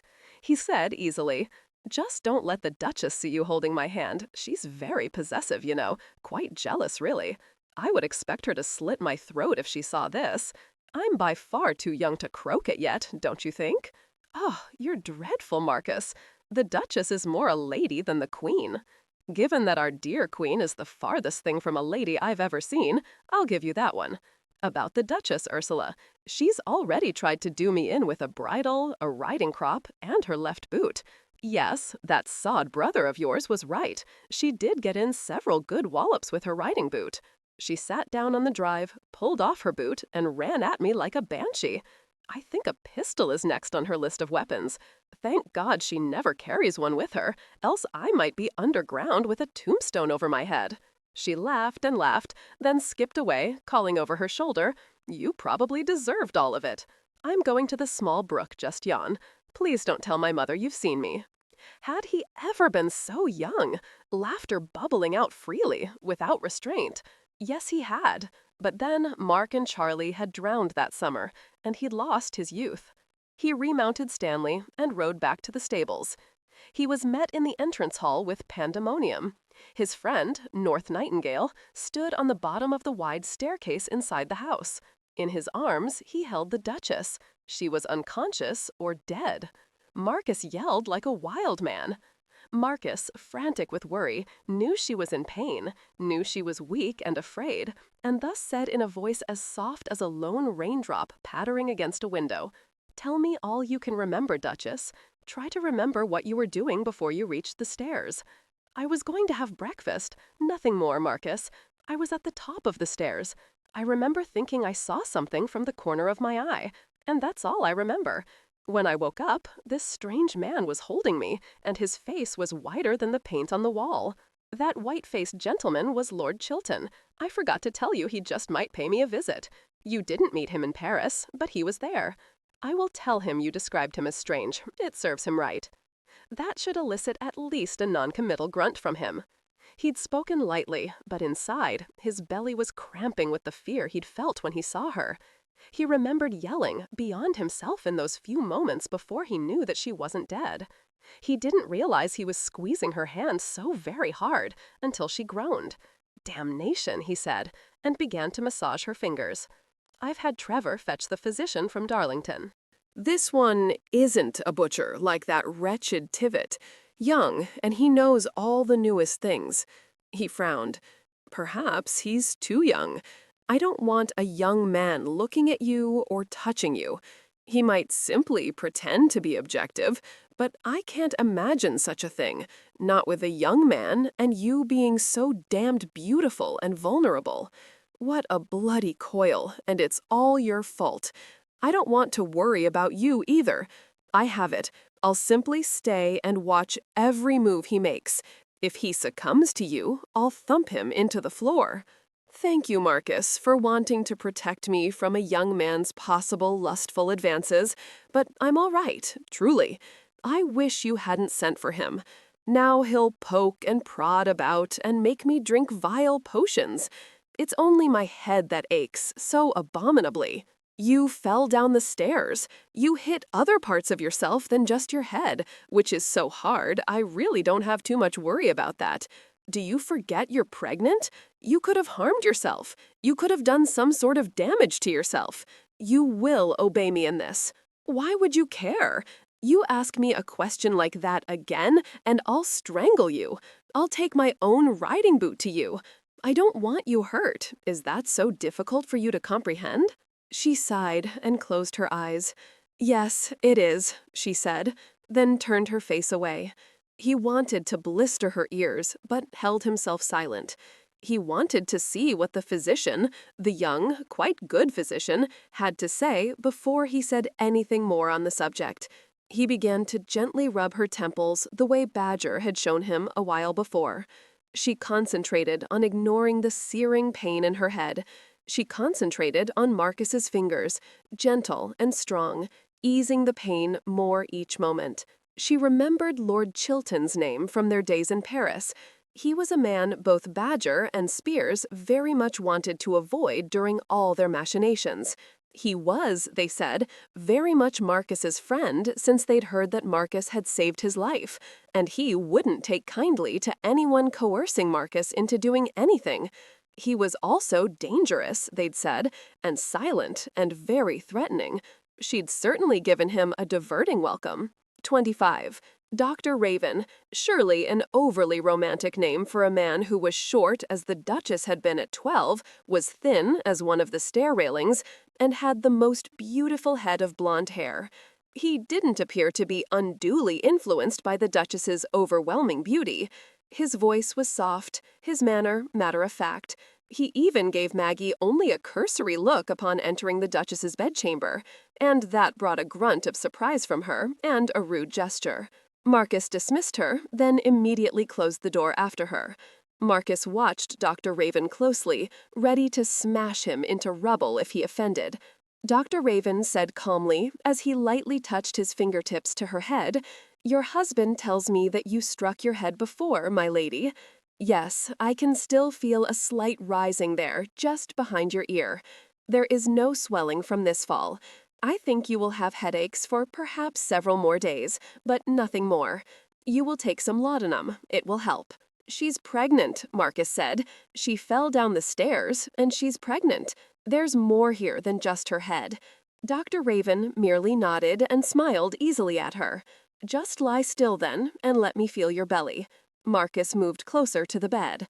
Dr. Raven merely eased his hands beneath the covers and felt her stomach without pulling up her nightgown.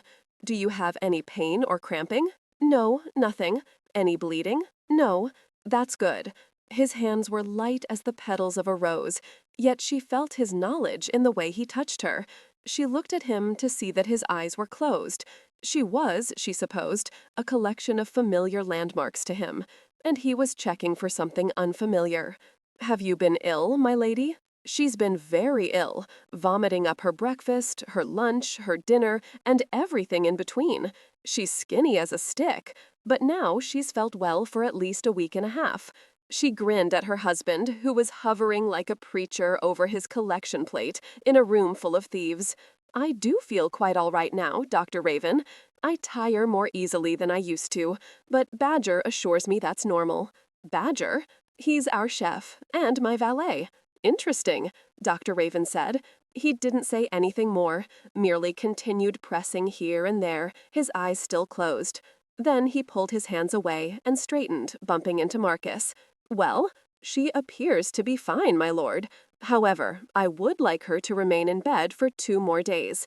She isn't very far along in her pregnancy, and there might be after effects from that fall. The first 3 months in a pregnancy are the most critical. I simply don't know. No one does. Just keep her in bed and keep her calm. If she has any cramping or bleeding, have me fetched immediately. The Duchess said gently, Dr. Raven, you really can speak to me, you know. I hear quite well, and I have a modicum of intelligence. I know, my lady, I know, but your husband appears to be very protective of you. I fear if I spoke to you, he would accuse me of attempting to make an assignment. I'm young and just beginning my profession. I'm doing quite well. I don't wish to be cut down before I've even reached the prime of my craft. You're quite right. At times, my husband is most unaccountable. I will remain in bed. Excellent. I will come to see you on Wednesday if you have no more symptoms. Marcus ushered Dr. Raven from her bedchamber. She closed her eyes, wishing the headache would just stop, but she knew it wouldn't. Badger would appear any minute now with laudanum. She didn't want it, but she knew she had no choice. She had too many hovering friends, and a husband who appeared suddenly as possessive of her as Aunt Wilhelmina was of the wretched Wyndham treasure or legacy, whatever.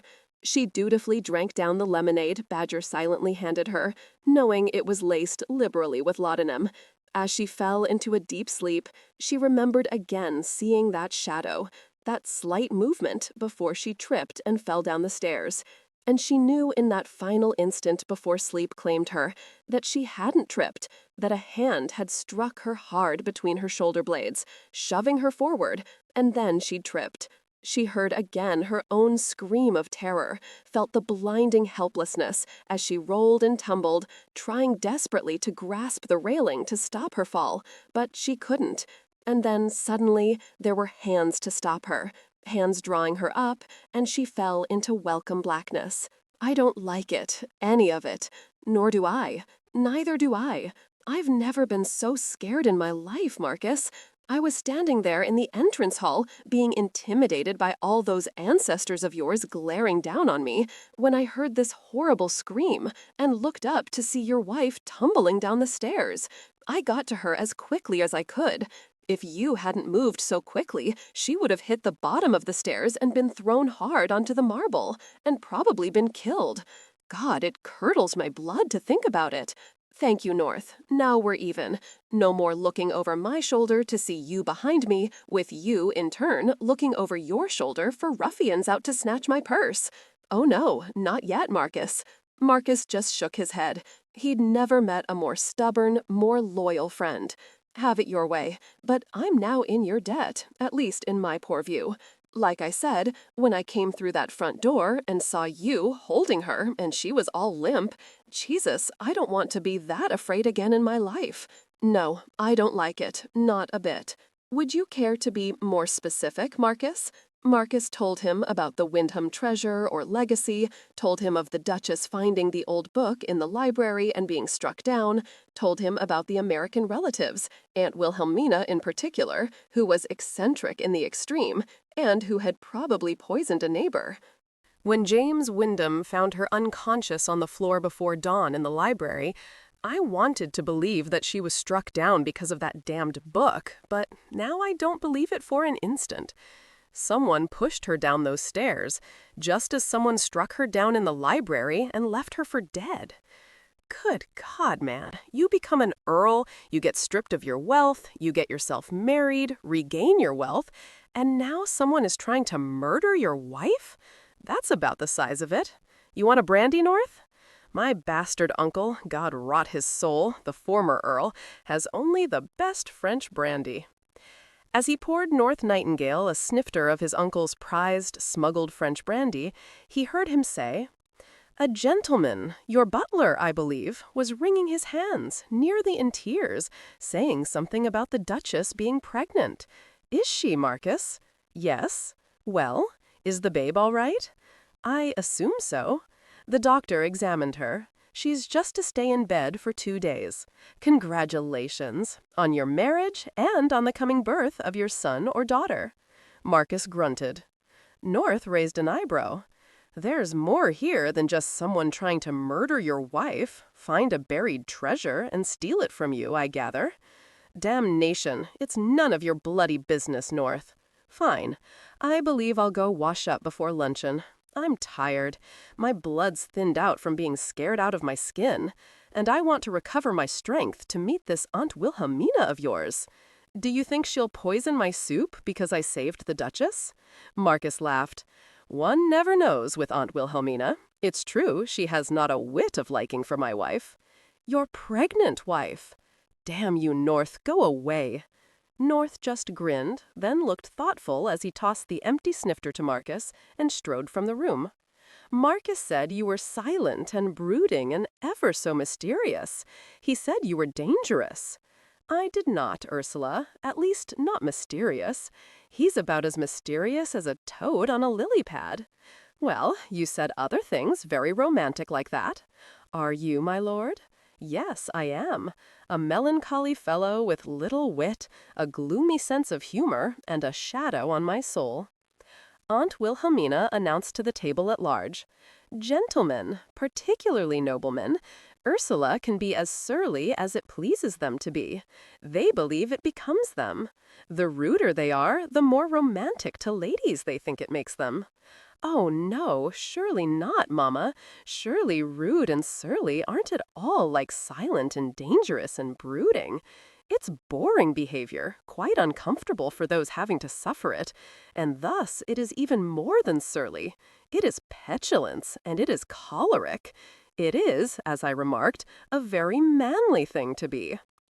So saying, Aunt Wilhelmina went back to her ham slices, covering each one carefully and thoroughly with Badger's special apricot jam.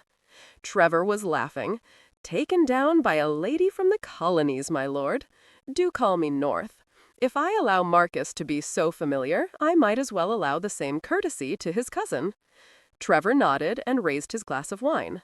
"Marcus, I have decided, as the head of the American branch of the Wyndham family, to remove all of us from Chase Park on Friday. Yes, old fellow, that's only 4 days away. Then you will have only North here to get rid of, so that you may enjoy the company of the Duchess alone." "Oh, no," Aunt Gwyneth said. "Willie, you didn't tell me you were going to leave so soon. If she would but die, I could stay." "Oh, no. What did you say, Mamma?" "My dear girl, I said only that if she would but be willing to share dear Marcus with us, we could remain." North stared at her, mouth agape. This was far more promising than mere poisoning. "That was astounding, truly marvelous," he said to Aunt Wilhelmina. She stared at him. "You are supposed to be silent. You are supposed to brood. See to it." "Yes, ma'am," North said, and fell to his spiced pears, tangy with cinnamon. "Willie, surely you don't wish to leave now? Why, it's really too unpleasant in London in the summer." "Dear Aunt Gwyneth," Marcus said, smiling at her, "you've never traveled beyond York. There are always amusements aplenty in London, no matter the month. Marcus, it's unclean in London in the summer. The heat makes everything smell abominable. I don't want them to leave. Trevor, is this your notion?" "Yes, Aunt Gwyneth. This game of the Wyndham legacy grows old. Besides, if there is indeed such a thing, it is yours, Marcus, not ours." "Trevor!" "Mama, take hope in the fact that we aren't paupers. Indeed, I even plan to improve our coffers by marrying James off to a proper English heiress. What do you think, brother?" James looked frankly appalled. "Married? Me? Good God, Trevor, I'm only 20 years old. I need many more years of seasoning." "Many more years of dissipation? Wild oats? Come now, James, I was thrown over the anvil when I was but 22. Marcus stared from one brother to the other. They seemed to be enjoying themselves vastly until James said, "Thrown? Good Lord, Trevor, you wanted Helen. You panted after her like a puppy. She was all you wanted." Antonia said, "Ursula told us that Helen was the most beautiful girl in all Baltimore. She said it was a love match, like it was just out of Mrs. Radcliffe." "She did, huh?" Trevor said, but he smiled. "She was very young at the time." "But Trevor," Ursula said, confusion writ clear on her young face, "I thought you adored Helen. I thought she was the luckiest woman to have you, until she died." Fanny was silent. She was looking longingly at the spiced pears, but took an apple instead. Trevor merely shook his head at his sister, still smiling. He said now to North, "I understand that you, like Marcus, have wisely avoided the fighting on my shores, and stuck instead to that very short fellow, Napoleon. I salute you both for your caution. I shouldn't have liked to stick my bayonet into either of your bellies had you attempted to come into Baltimore. Ah, Marcus, shall I take him outside and pound him into the ground?" "You couldn't," James said. "Trevor is stronger than a horse, and he's fast." "I heard you say he was a dirty fighter, James," Ursula said. "What's a dirty fighter mean?" Fanny wanted to know, the apple halfway to her mouth. "That, my children," said Aunt Wilhelmina, "is quite enough. It is more than enough. You've quite overset my nerves. Samson, please tell Badger to make me some lemon curd to settle my innards." Antonia whispered to Fanny, "I think we should go tell the Duchess. She probably needs to have a fun laugh." The twins slipped from their chairs after a nod from Aunt Gwyneth and out of the morning room. "I still don't want you to leave, Willie," Aunt Gwyneth said. Marcus gave her a sympathetic smile. "We must allow such decisions to reside with Trevor, ma'am." "Why? He's as young as you are, Marcus. Why should he have the final say?" "She's his mamma. He's not her husband." "He's still the man, Aunt Gwyneth. He's the head of the family." "Bosh," said Aunt Wilhelmina. "He's a mere 22, 23 at most. I told him that just the other day, when he mistakenly claimed to be nearly 25. I will speak to him, Gwyneth. He will come to reason." Trevor just shrugged, grinning down at his plate. Marcus and North exchanged expressions that none of the females at the table comprehended. They faced each other in the Duchess's bedchamber. "No, I forbid it. That's it. Marcus, I'm fine, I promise.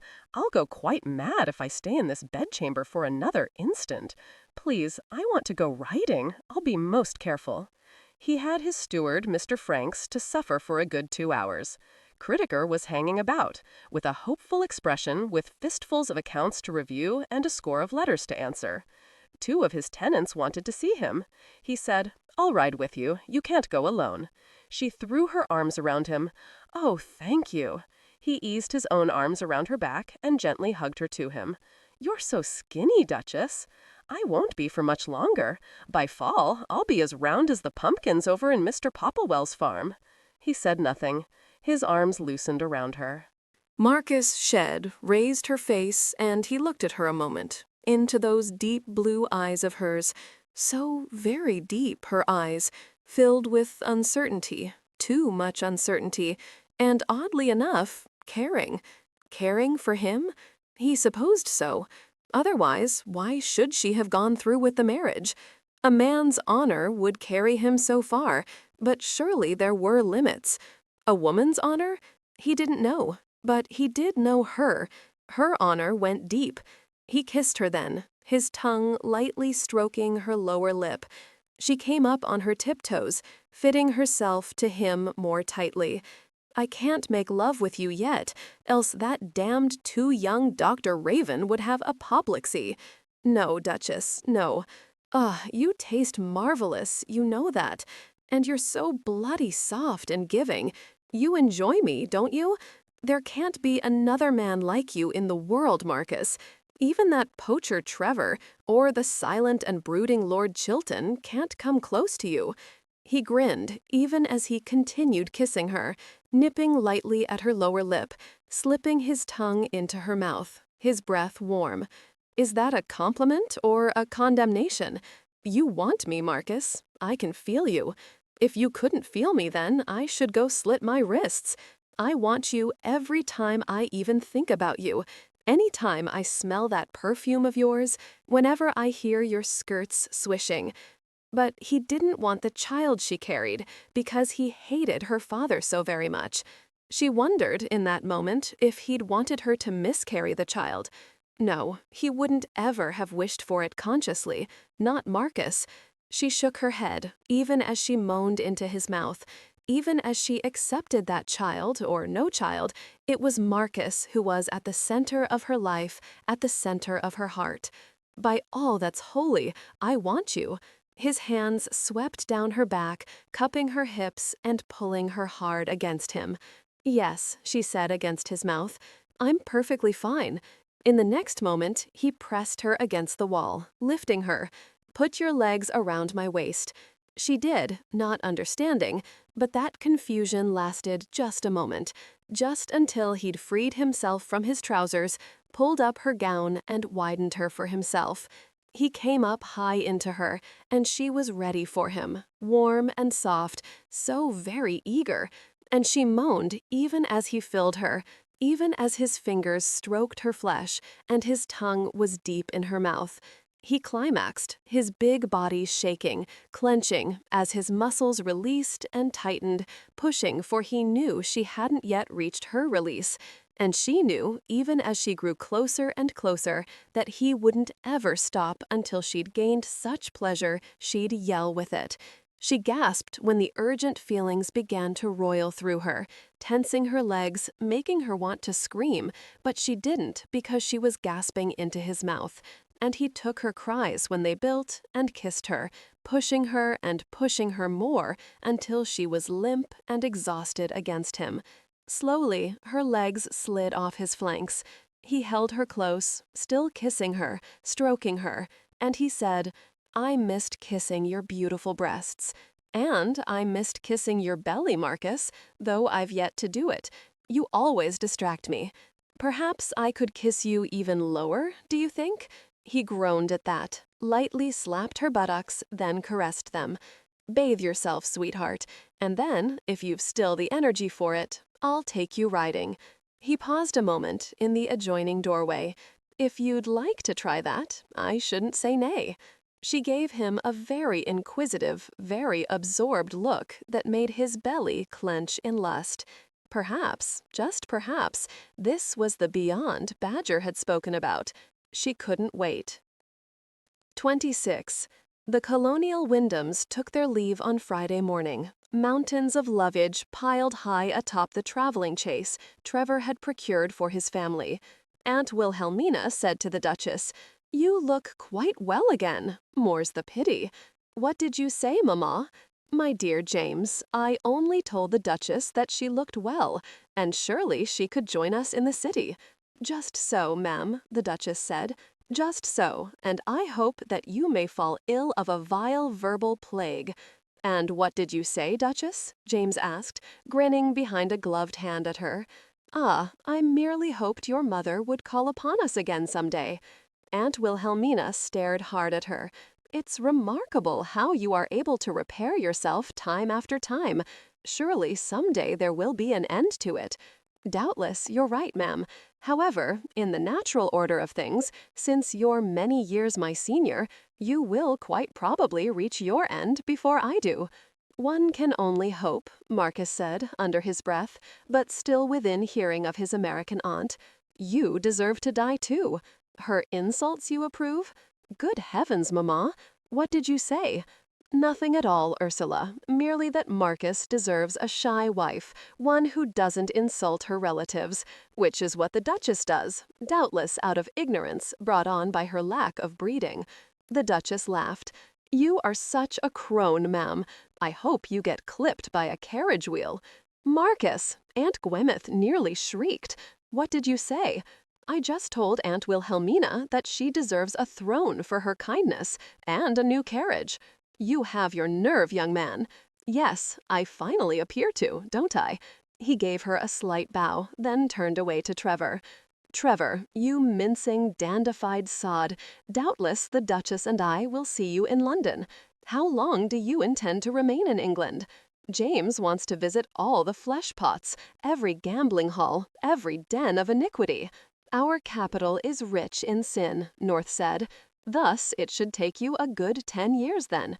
James is very young. He's fast. I'll wager he has his fill in 3 months. Possibly less time were you to come to London and be, our guide. What do you say, North? Marcus? Now, brother, don't rush me, James said, throwing up his hands. A man must come of age, knowing every vice in existence, so that he may be a wise father to his sons. Goodness, you gentlemen are quite depraved, the Duchess said. I don't know if I should allow Marcus to join you. Besides, my husband doesn't know anything at all of such places, do you, my lord? Nary a thing, Marcus said cheerfully. Not a blessed whit of a thing. Consider me a devout and pious Methodist when I enter the evil climes of London. You will write me often, Willie? Certainly, Gwyneth. Oh, how I dislike leaving the Wyndham legacy to him and to her. It's the American Wyndham legacy. Despite all the remarkable clues we found, ma'am, Marcus says easily, I'm still not convinced there's anything to be discovered. This Janus-faced 9 business with the lurking monster, surely it is a monk's ravings, nothing more. It's fancy, whimsy. I agree, Trevor said. He shook Marcus's hand, looked down at the Duchess, then lightly kissed her forehead, and stepped back. Now, we're off. Marcus, take good care of your beautiful wife. North, I hope to see you again. If you come to London, Marcus has our direction. We'll all repair to those infamous flesh pots together. You're not a Methodist, I hope.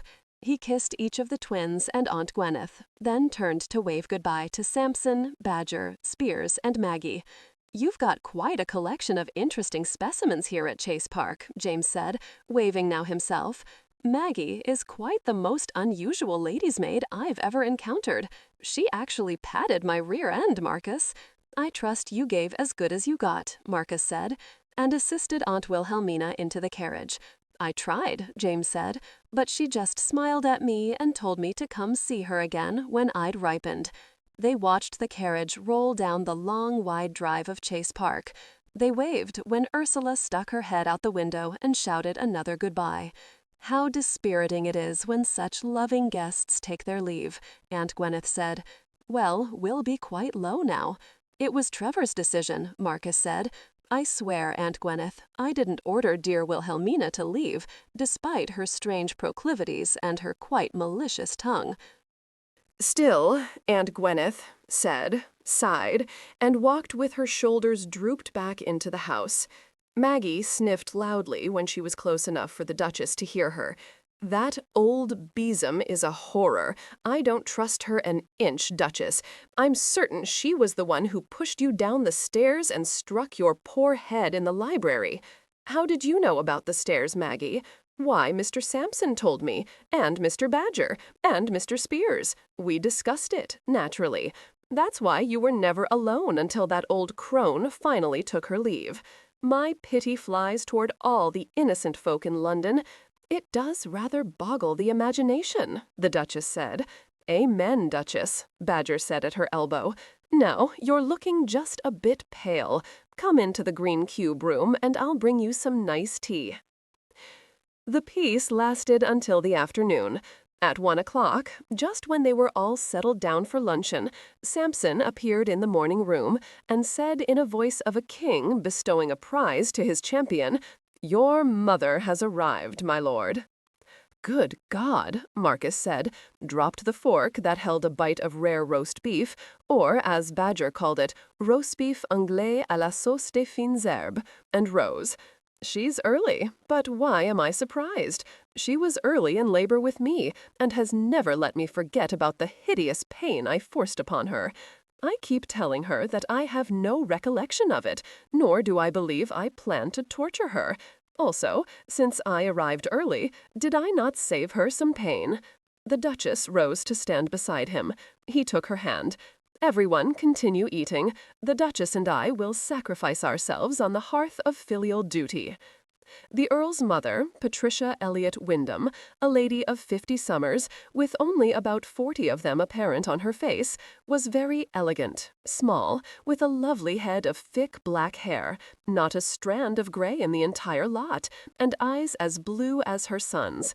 She eyed the Duchess up and down. "Marcus would come home as a boy and speak of you. He said you were quite the most unusual child he'd ever met, not at all like the twins who were little nodcocks, had say. He said you were graceful and reserved and arrogant. He said if anyone looked at you, your nose went directly into the air and didn't come down. I didn't think he liked you very much. Why then did he marry you, and without writing to tell me of it until it was already done? And why in Paris, of all places?" The Duchess smiled down at her new mamma-in-law. "He fell in love with me, ma'am. He begged me to marry him, swore that he couldn't continue with life without me, that even his port and his food counted for nothing if he couldn't have me. He slavered. What could I do? I'm not a cruel woman. I didn't want him to starve, to thirst to death, to throw himself beneath passing carriage wheels. For he is a man of swiftly burning passion, and when he becomes, passionate, he is capable of doing anything. I just happened to be visiting in Paris, and he was there. There wasn't time for him to do his filial duty and consult with you. Isn't that true, Marcus?" "Absolutely," the Earl said. "Ah, which part of it, Duchess? Also, ma'am, to be perfectly honest, I quite adore him myself. It was quite to my liking to marry him. I would have preferred if you had been there, but there wasn't time. I am so very sorry." He stared at her, wondering, always wondering, for she had changed, his Duchess, and he couldn't be certain what she meant anymore. She adored him. She'd wanted to marry him. It wasn't just her damned honor, her sense of justice. Ah, there was thinking here aplenty for him to do. He always was a boy of intelligence, Mrs. Wyndham said. Yes, the girls in the neighborhood were always simpering at him, flirting endlessly with him. It made him quite conceited, I fear. He gave them all hope, my charming boy, teased them and gave each of them his special smile. I have always wondered, Marcus, did you take Melissa Billingstage into the Billingstage stable and up into the hayloft? I have no recollection of such an event, Mamma, or of this Melissa girl. She wasn't that quite delicious little flirt whose father was squire of Bassing Manor, the girl with the huge pansy eyes and, quite substantial endowments?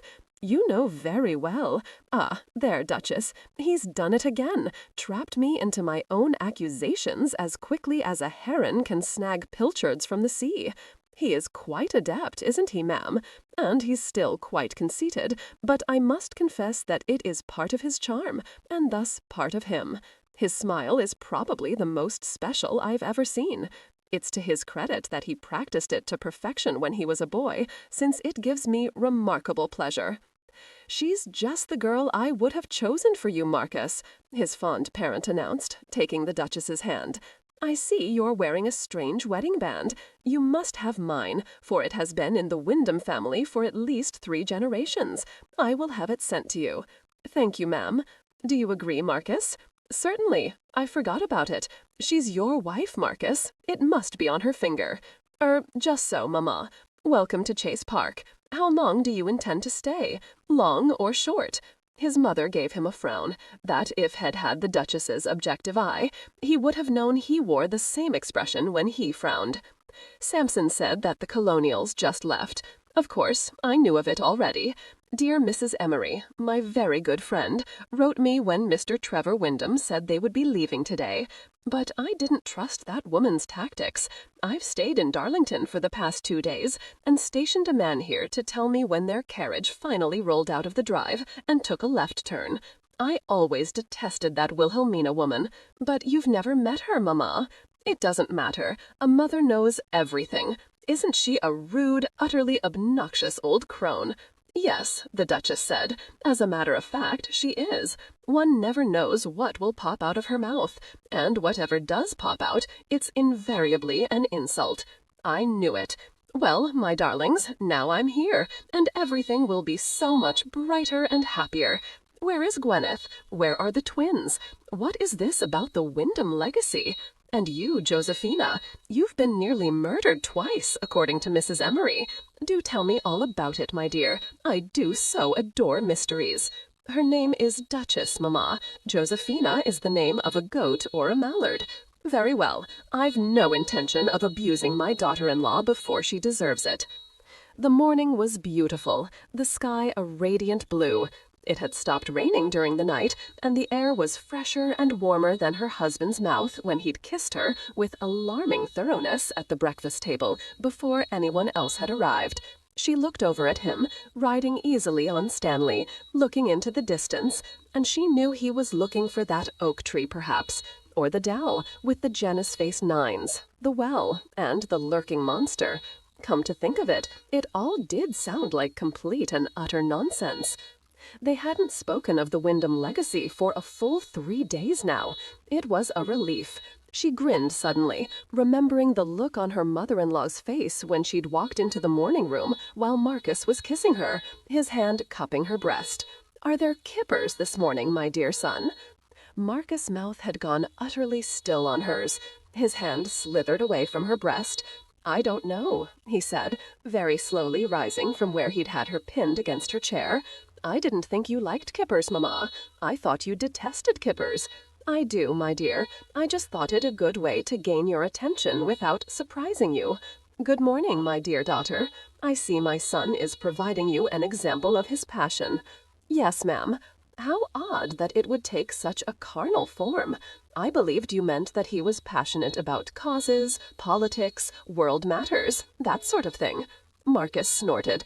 "You thought no such thing, Mamma. Now, come and sit down. I will serve you." There she was, lying there on her side, quite naked, a pert blue riding hat on her head, the feather broken and bedraggled, but the hat was still there atop her tousled hair.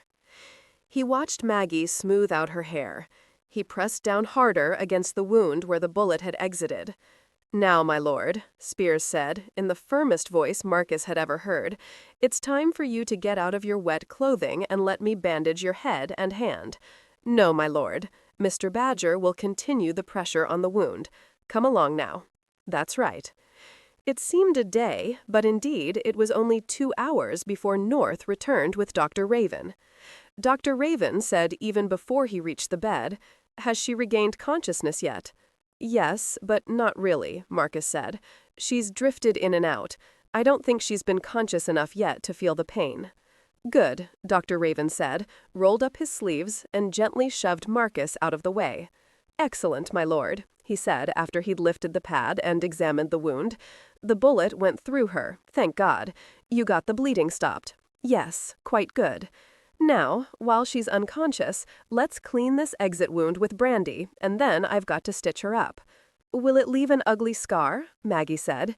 "Yes, but hopefully she'll be alive." "What's a scar compared to being alive?" "She won't die," Marcus said blankly. "My God, she won't die, will she? I saw so much poisoning, so much fever, so much delirium, and then death. Too much death. No, not the Duchess. There's so much I have to tell her. There's so much we have to do together. No, not her. She's my wife, you see." Dr. Raven straightened, turned, and looked up at the Earl. Yes, she could die, my lord. However, I'm very good at my profession. Let's hurry. I want her unconscious. It will spare her pain. If Dr. Raven thought that 5 men and 1 woman, peering closely at everything he didn't say anything. Their fear was palpable, as were their worry and their caring. He hadn't the heart to order them out. The Earl was holding her steady, one of his large brown hands over her ribs, the other on her upper leg. "All right," Dr. Raven said. He sent the needle into her flesh and pulled through the thread. Marcus watched the blood seep through his fingers, soak the black thread, and he wanted to cry. "Just another moment," Dr. Raven said. "There's no need to stitch where the bullet entered," he added. Then the Duchess moaned, and all of them froze. 27.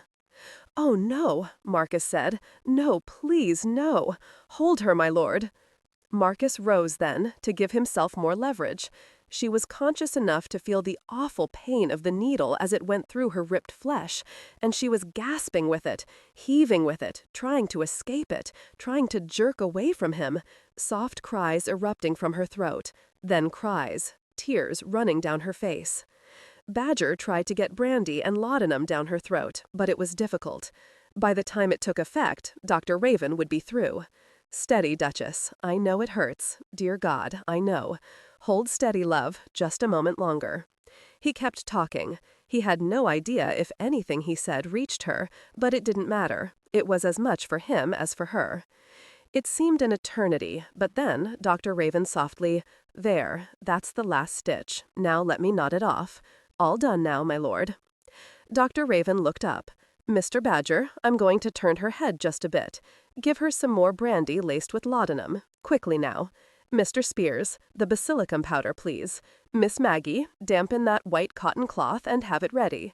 Mr. Sampson, just stand there and make certain everyone does what I told him to do."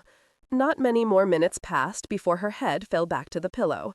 She was in a stupor, the pain, for the moment at least, far away from her. When he raised his hands from her body, he saw that he'd bruised her. He cursed. "No, Marcus, stop it." North clasped his arm and gently drew him away. "Let Maggie put her in a nightgown after Dr. Raven's finished bandaging her. She'll be all right, Marcus. She will, I know it. Now, you've been shot yourself. Dr. Raven, it's now his lordship's turn. No, Marcus, come away. She'll be fine now." How the bloody hell can you know anything? Marcus, his rage now bubbling over, turned on his friend, shook his hand off and yelled, "Damnation! She could die! Do you hear me, all of you? She could bloody well die because she tried to protect me. She saw a bullet crease my damned skull, and what does she do? She throws herself hard against me. Me! Curse her hide, why couldn't she just yell at me to duck down? Why?" "For the moment, my lord," Dr. Raven said, "it is a question that is moot. Now, let me see that hand of yours. Ah, good. The bullet went through the fleshy part of your thumb. Now, your head, my lord." It was dim and shadowed in the bedchamber, only one candle lit beside the bed. She lay on her side, a pillow against her back to keep her steady, and a pillow against her stomach and chest to keep her from rolling onto her belly. There was a light coverlet to her waist, nothing more. Her nightgown was soft white batiste, a schoolgirl's nightgown, a virgin's nightgown, high-necked, small pearl buttons down the front, selected by him so they could get her out of it easily. He rose and stretched, never looking away from her. She'd thrown herself at him, covering him as best she could. She hadn't thought, hadn't hesitated. Damn. If he'd had time, if only he'd had time, he could have thrown her face down over his thighs, at least protected her that much, but everything had happened so quickly. Marcus thought back. There had been at least 6 shots. The bastard had used several pistols. There was no other way he'd have managed to fire in such rapid succession. Changing quickly from one gun to the next must have helped ruin his aim, thank God. He leaned down and laid his right palm on her forehead. His left hand was bandaged. They'd both been lucky. The bullets that had struck them had gone clean through both of them. He cursed long and fluently. She was hot to the touch. She had the fever. He didn't pause, pulled his dressing gown closed, and went swiftly from her bedchamber down the hall to where Dr. Raven was sleeping. "It's the fever," he said, only when the young man shook his blonde head and looked up at him. "I'll be right there." Have Maggie fetch cold water and towels, my lord. Do you have ice? I'll get Badger." They were all gathered around her again at 2 o'clock in the morning. She was moaning softly, her head thrashing back and forth on the pillow, tangling her hair around her face. Marcus wanted to cry. He leaned down and began wiping her face with the cold cloth, almost too cold to the touch, what with the ice floating in the basin of water. "Strip her down, my lord. If the fever gets too high, we'll put her in a tub filled with cold water." It was then he seemed to realize that there were 5 men in the room. He cleared his throat. "Please, gentlemen, leave us now. His lordship and I will see to her. Please, go." "No," Badger said. "No," Spears said. "Yes, do go, Badger, Spears." He clapped his hand on his shoulder. "I'll take care of her, you may be certain of that." "No, don't argue, Spears. I feel fine, just a bit clumsy with this bandaged hand, but I'll manage." When they were alone, even Maggie gone from the bedchamber, Marcus unbuttoned the small pearls and stripped off her nightgown. The bandage was still white and dry.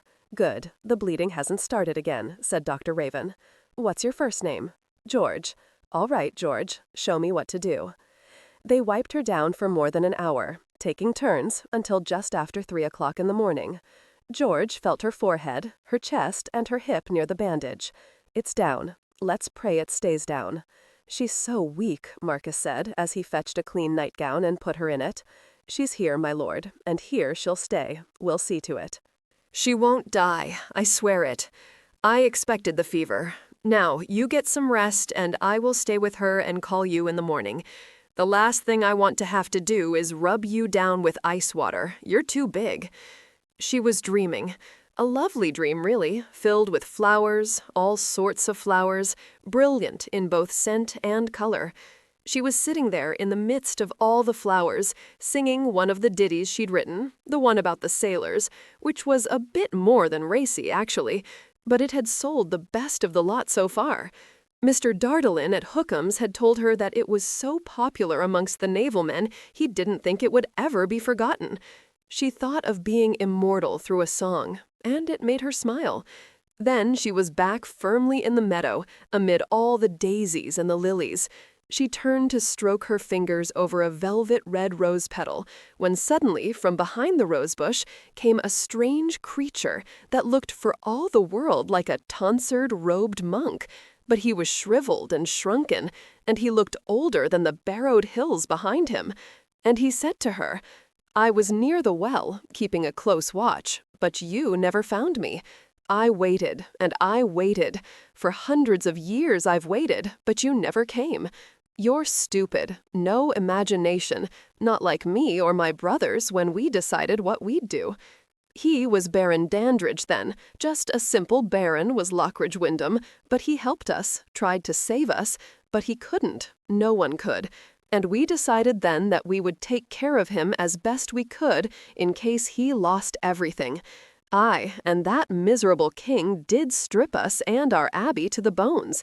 He and that miserable Cromwell and his bully boys. Then the baron did die, too soon, poor man, before his son knew what was what. But all the clues were there, and several more generations spoke of the treasure. And then even that stopped. All the Wyndhams have been ignorant and stupid.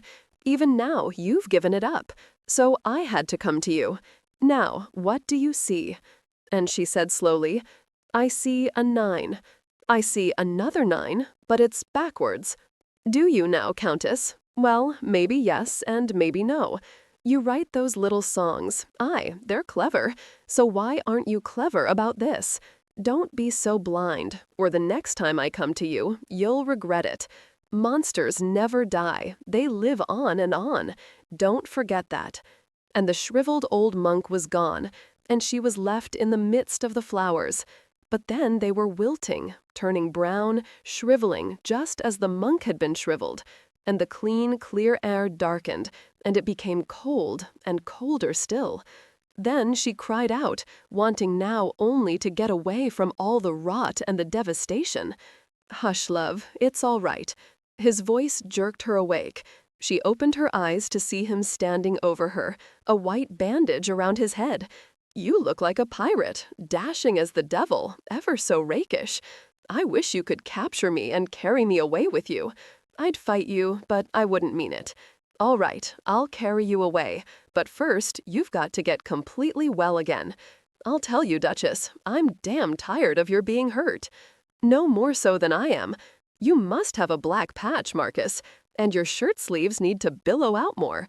But you're so beautiful. Yes, take me with you to a pirate's island far away, perhaps beyond China, but south, where it's warm and we could just lie about. She stared up at him then, blinked and blinked again. Perhaps I've gone mad. No, that's a fantasy I would gladly give to you if I could. Now, how do you feel? She fell silent for a moment, querying her body. My side hurts, but I can stand it. I feel heavy and dull otherwise. It's strange, as if everything were going more slowly than it usually would. How does your poor head feel, Marcus? My poor head is harder than a walnut, you know that. Now, about this heaviness you're feeling. And your hand. What happened to your hand? The bastard who shot us hit me in the head, then you, madam, like St. George, jumped all over me, and then he shot you in your side and my hand when I pulled you against me. All in all, we were both very lucky. Who did it, Marcus? I don't know, but Badger left this morning for London to see if our precious colonial Wyndhams are there. Surely Aunt Wilhelmina couldn't have shot us. No, but she could have hired someone. Badger will discover the truth. If he needs help, he'll hire a Bow Street runner. I don't want you to worry, all right? She nodded. You called me love. Yes, I did. This was the second time you called me love. Many more times than that, Duchess. You were just too far under the hatches to hear me. I like it, Marcus.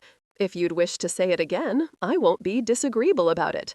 She paused just a moment, saw that he was frowning, and was afraid that he hadn't meant it, had just said it because he thought she was going to die. She said quickly, You woke me up from the strangest dream. I was sitting in this field of flowers.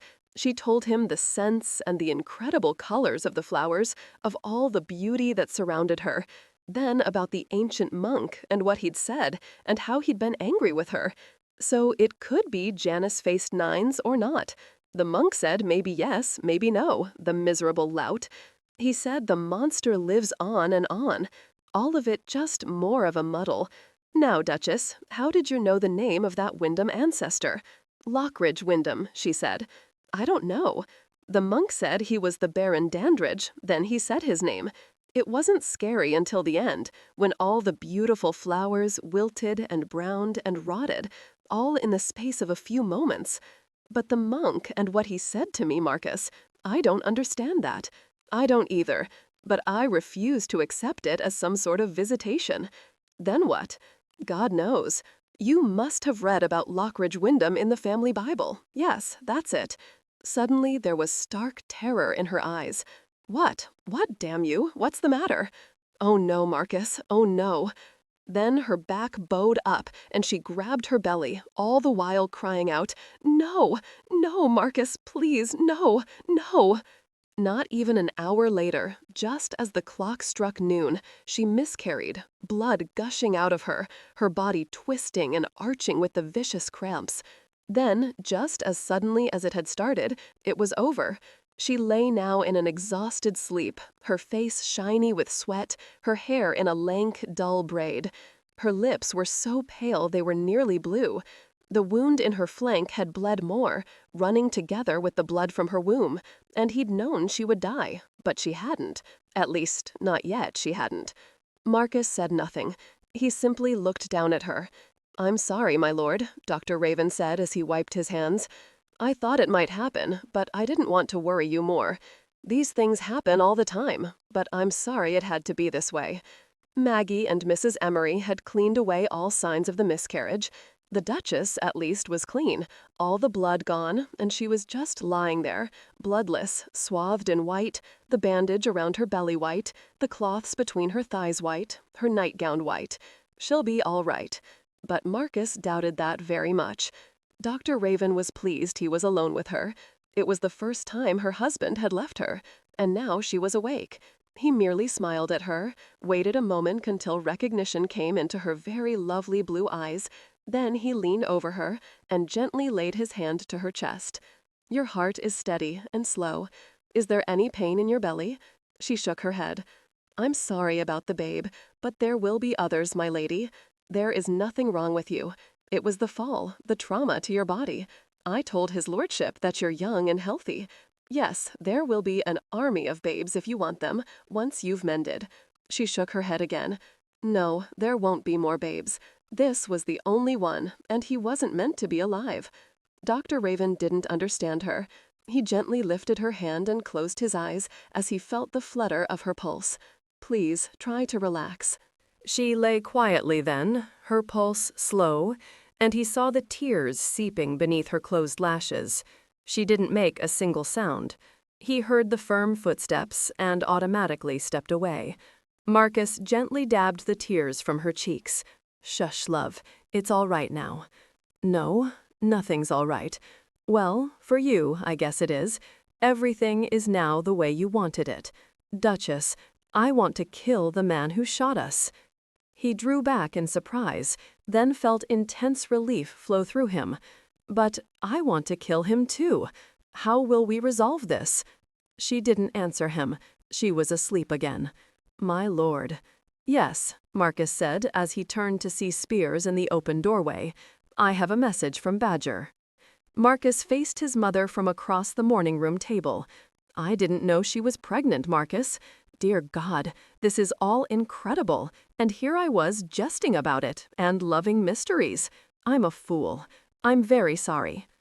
He said nothing, merely played with the doubtless delicious casserole of white fish, made with white wine and tomatoes, that Badger had prepared before he'd left for London.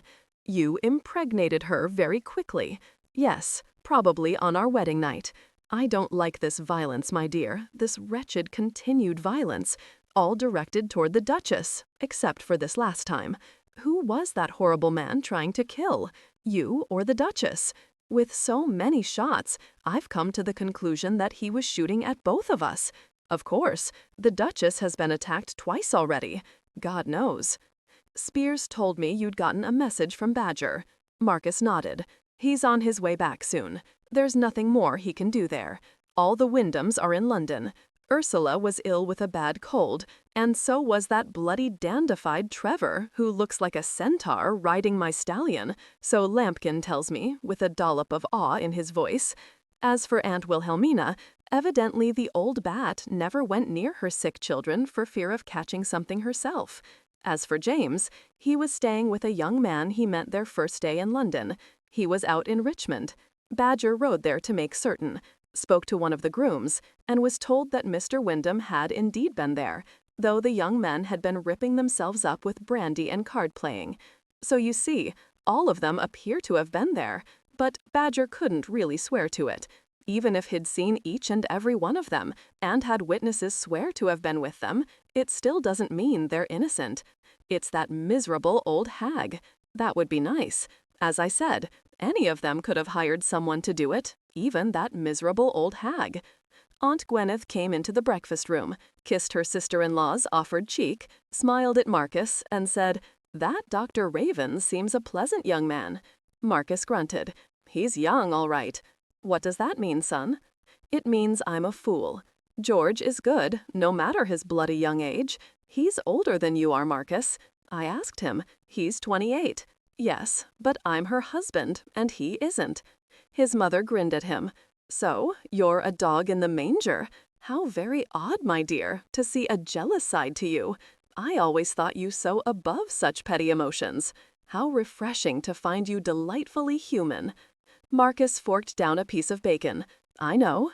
I find it odd myself." He gave his mother a lopsided grin, to which she remarked, "That smile of yours always melted any female heart in the vicinity, even your mother's. Now, tell Gwyneth then about what Badger discovered in London." As he spoke, Aunt Gwyneth frowned, the muffin in her left hand still untouched. "It must be something to do with the Wyndham legacy. I believed that when the Duchess was struck down in the library and that old book stolen, but now, with so many shots, Auntie, he must have been after both of us. The treasure? Neither the Duchess nor I have the foggiest notion where that wretched treasure is, or if it even exists. Actually, Patricia Wyndham said, rising from her chair, I believe I just might have an idea. I've been thinking about it a good deal, Marcus. Would you please fetch the Duchess's drawings for me? I'd like to study them. Then we'll see." She beamed at her son and her sister-in-law and left them motionless and speechless in the breakfast room. Marcus stared at the pages stacked neatly in her small desk. He'd lifted out the drawings she'd made of the well and found other pages were beneath them, sheet after sheet of music and the words written beneath the notes. The words on one sheet caught his eye, and he read, "'E ain't the man to shout, please me dear, is only a lout who shouts, bring me a beer. Is a bonny man with a bonny lass who trove him a tippler right on his ass. And to hove and to trove we go, me boys, well shout as we please, till ship's ahoy." Then he softly began to sing it, a melody very familiar to him, one every lad in the Navy sang over and over again, laughing and toasting one another. Still, he couldn't believe it. The Duchess was R.L. Coutts? She'd written all these ditties? He leafed more slowly through them, recognizing nearly all of them. There were at least 20 of them. Beneath the sheets of music were correspondence and legal documents. He smiled. Lord, she'd made a hefty sum on the more recent ones. She'd supported herself and Badger. She'd done it alone. She had guts, this wife of his. He felt a spurt of pride that made him go soft inside. Pride and something else, something that was already there, deep and endless. This something that was surely love, and he had it bad. No escape for him, nor did he want to. Perhaps he'd loved her from the time she was 9 years old, and had called her the Duchess for the first time. God, he didn't know. But it was there now. This well of love for her, with its unplumbed depths, he knew would always be there for him. Very carefully, he returned all the sheets of paper back into the original order. He shut the desk drawer. She was sleeping soundly, on her side, her hair tumbled around her face and down her back. He saw the even rise of her breasts. He remembered his accusations when he'd gone to Pipwell Cottage. A man had to be keeping her, surely, for she was just a girl, not more than that, and naturally helpless, as all females were, all of them, needing a man to protect them, to support them, to care for them. She'd probably wanted to cosh him. Ugh, but then she'd been the Duchess, the original Duchess, who, to protect herself, had simply drawn away into herself and said nothing, just became still and aloof and terribly and completely alone. That Duchess would never have thrown a saddle at him, struck her with a riding crop, or hit her with her riding boot. But she'd written all these songs, that Duchess, who was now his, and different too, because if he riled her sufficiently now, she'd likely shoot him. She'd done it all by herself. She'd never told him. As he walked back downstairs, he heard Spiers singing in his mind, ditty after ditty, in his rich, melodious baritone. The sod knew. Badger had told him. Probably even Maggie and Sampson knew. Everyone knew, except him. Why hadn't she told him? He handed his mother the 2 drawings, then left the green cube room, whistling a ditty that was surely too risque for a lady to have penned. He prayed both of them lived a very long time. He wanted every minute of it with her. 28.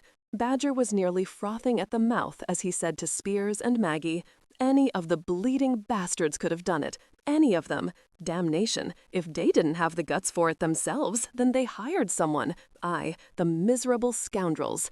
That old Bessam's behind it, you know she is.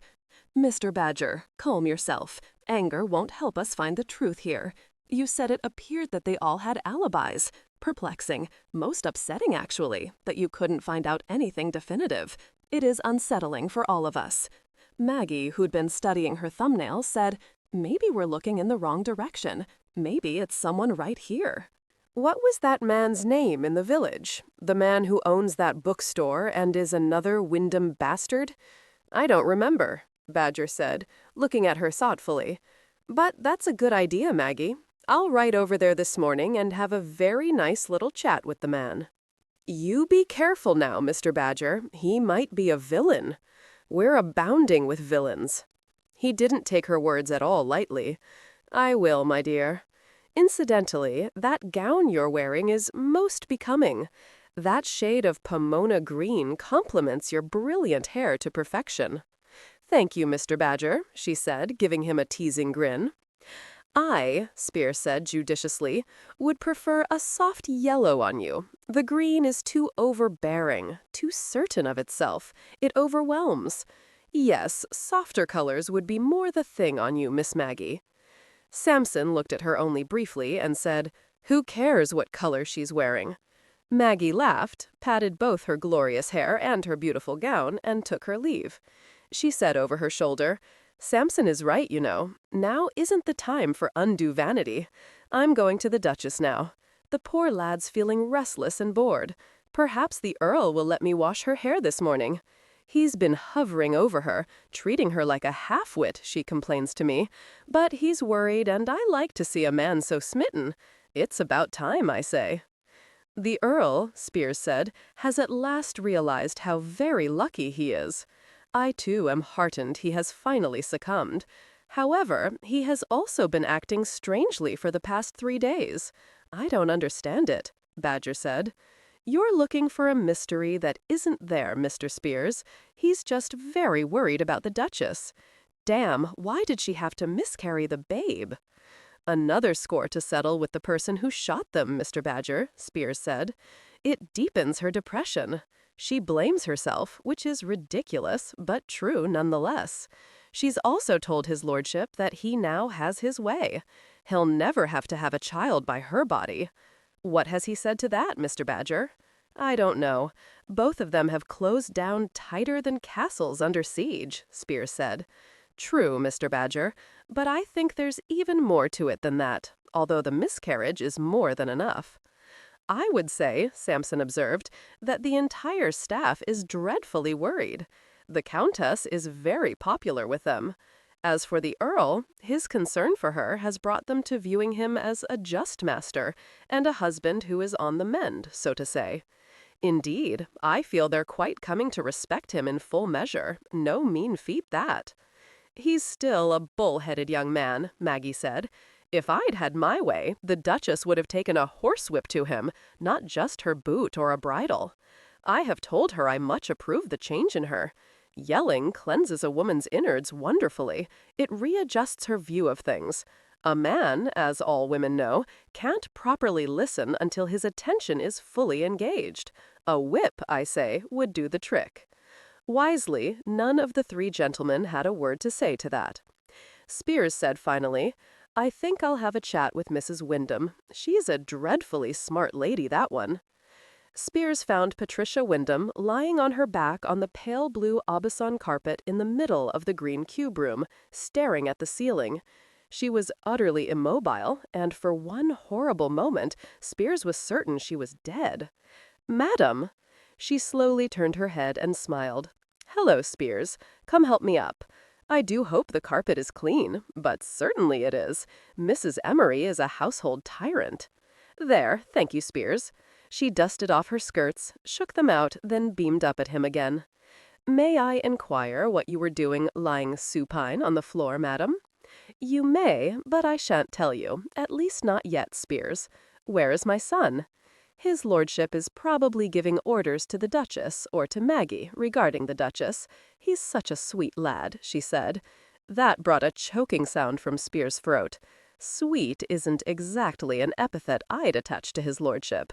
"I wish to ask you, madam, if you had any notion of who is responsible for all this misery we're having.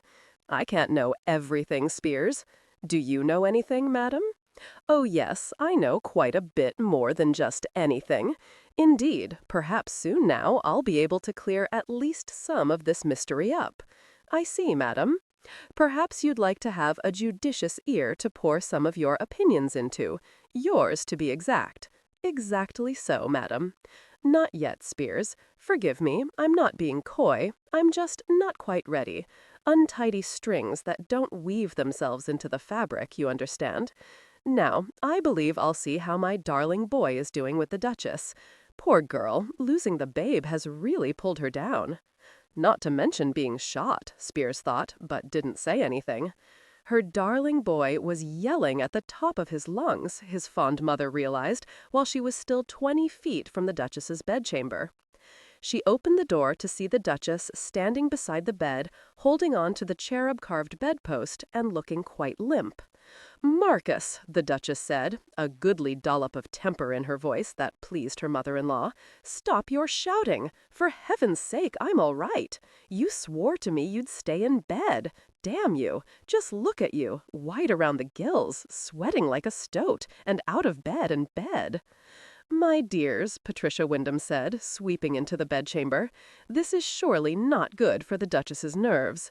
He's right, however, my dear. Whatever made you get out of that very comfortable bed? I knew you'd side with him.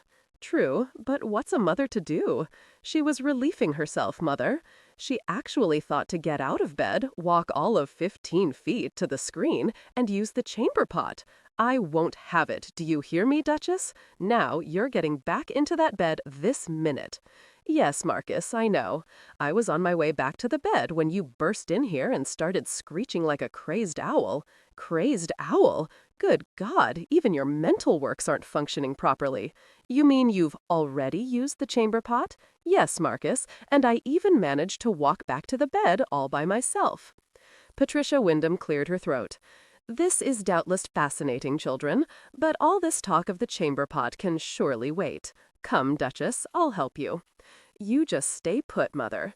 He very carefully angled the Duchess so he wouldn't touch her side, lifted her some 2 inches off the floor, and carried her the remaining 3 feet to the bed. Once he'd gotten her into bed again, on her back now, for the pain in her side had lessened quite a bit during the past 4 days, he said, "There, now don't move or it will go badly for you." "That sounds quite intriguing. Just what will you do, Marcus? Sounding a bit testy, are we? As to what I'll do, I don't know, but whatever it is, you will like it immensely, and so will I. I hardly think that's a threat to convince me to obey you. My dears, surely you don't wish to contemplate marital themes just now. No, certainly not. Such subjects aren't best fashioned for a mother's tender ears. You, my darling son, are still my little boy. Thus you are bathed in sunlight and purity. Yes, at last you're both quiet. Badger told me to inform you that he's sending up luncheon. Shall we all dine together and enjoy a comfortable prose? Good God, Mamma, a comfortable what? Prose, my dear. Ladies of more advanced years speak in that fashion, you know. It's soothing. Bosh, Marcus said, and pulled out a delicate French chair from the last century for his mother. You're about as advanced as that hussy maid of the Duchess's. Ah, Maggie. Isn't she an interesting sort? Spears said from the doorway. Perhaps Madam will be so kind as to tell her son why she was lying on her back in the middle of the Aubusson carpet in the green cube room. I would have expected a minimal degree of discretion from you, Spears. You have gravely disappointed me. No, Marcus, my body positions don't concern any of you at the moment. Bosh, Marcus said again, looking harassed. What the hell were you doing on your back? Some new meditation? My dear boy, it's none of your business. The Duchess laughed. Ah, thank you, ma'am. You've diverted his fire away from me. His blue eyes came again to rest on her pale face. He leaned down and kissed her mouth. If you eat your luncheon, nap a while, then I'll allow Maggie to wash your hair. What about the rest of me? I'll wash the rest of you. No, Marcus, no, you can't. Be quiet, Duchess. Patricia Wyndham rolled her eyes. So much for my sunlight pure boy. She knew he would be thorough. Marcus never did anything in half measures. As for the wound in her side, she knew he wouldn't hurt her, that he'd be gentle as a sliver of sunlight through the summer maple branches. But she couldn't help but be embarrassed because she was still bleeding and there were cloths between her thighs. Perhaps he would leave that part of her alone. He did begin well enough, treating her as he'd treat a stick of wood or a doorknob, but when he'd uncovered her breasts, all his good intentions began to unravel. His fists clenched, his mouth tightened, and his beautiful blue eyes darkened. I'd forgotten how utterly acceptable you are. That is, I've dressed and undressed you, looked at you and held you, wiped you down with icy water, but it's different now. You're better, and you're looking at me while I'm looking at you. It's unnerving. Now, don't move. I'll try to keep my hands on the straight and narrow, wherever that could possibly be, since your body is nothing but delight for me. He didn't manage to find any sort of straight and narrow, of course, but he did try, and when he was lightly washing her belly, carefully avoiding her banded side, he drew in his breath, closed his eyes, and went lower with the soapy washcloth. Please don't, Marcus. It's very embarrassing for me, and I don't... He ignored her. It doesn't bother me at all that you're bleeding. Thank God it's normal bleeding, and I don't have to worry that you'll die on me. No, just be quiet, Duchess, and trust me.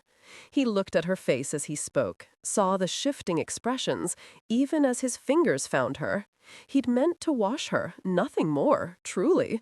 He'd not thought about anything remotely sexual, surely. Well, all things sexual he'd thought about were spiritual, or perhaps they were just sexual themes in the abstract, theories, nothing more. But his fingers were on her, and his eyes were looking at her, and his hand was shaking. It had been a long time, too long a time. He became aware that her breathing had changed, had quickened. Her eyes were wide and questioning on his face, her cheeks flushed. He smiled at her and thought, why not? His fingers gently molded themselves to her flesh, but still, at first, her soft flesh was unwilling. But he was patient, and he loved her, and wanted to give her pleasure. There'd been so much pain for her, too much damned pain. Why not pleasure, just for this once? Finally, when she tensed, her back arching, he came up beside her and kissed her until she cried out her release into his mouth. Oh dear, hold still, Duchess. I still have your lovely legs and feet to wash. Once done with a bath the likes of which she'd never imagined in her life, he folded clean cloths and pressed them against her, then dressed her in a clean nightgown. Stop looking at me as if I were a brute. I'm your husband. Your body is mine, and I'll thank you not to forget it. I wouldn't ever allow George Raven to touch you like this, to look at you with lust as I do. Just me, and always just me. So don't be embarrassed. I forbid it. It's difficult, Marcus. I trust you. I surely do. You're my husband. But I've always been so private, and surely things that are only female should be kept private. No, that's silly. Obviously, you don't trust me enough. I know what I'm talking about. Now, you've got some color in your cheeks, no doubt from the pleasure I just gave you. He paused, tossed the towels and other clothes on the floor, then turned back to her, suddenly serious, his expression very intent. He looked down at his hands as he said, Actually, Duchess, as my wife, you should tell me everything you feel, everything you think. You don't have to keep anything from me, be it physical or something you've done. Not anymore. Not ever again. You can even continue to yell at me, to hit me, whenever I unwittingly chance to say something you dislike. To his horrified surprise, she began to cry. She didn't make a sound, just let the tears gather, pool in her eyes, and slip down her cheeks. Oh, sweetheart, don't cry. Please don't. She turned her face away from him. He saw her hands had fisted on the covers at her chest. He reached out his hand to touch her, then drew it back. You know, he said finally, his voice deep and calm, I've been a great fool, perhaps so great a fool that even you won't be able to forgive me this time. And I know you've forgiven me more times than I can begin to count since we were both children. He had her attention. He saw it in the lines of her body, tensing now, alert, waiting. But she didn't turn back to face him, just waited, and he knew she was afraid. And he understood that well enough. In Paris, I was ready to strangle you. I was so furious at you for taking matters into your own hands, for taking away my choices. And here I was the brave man, the man who was enjoying his rage, his bitterness, wallowing in self-pity. There's just something about being a man and having a woman take away control. It makes all of us a bit crazed, unreasonable, perhaps even irrational, though a man hesitates to believe such a thing about himself.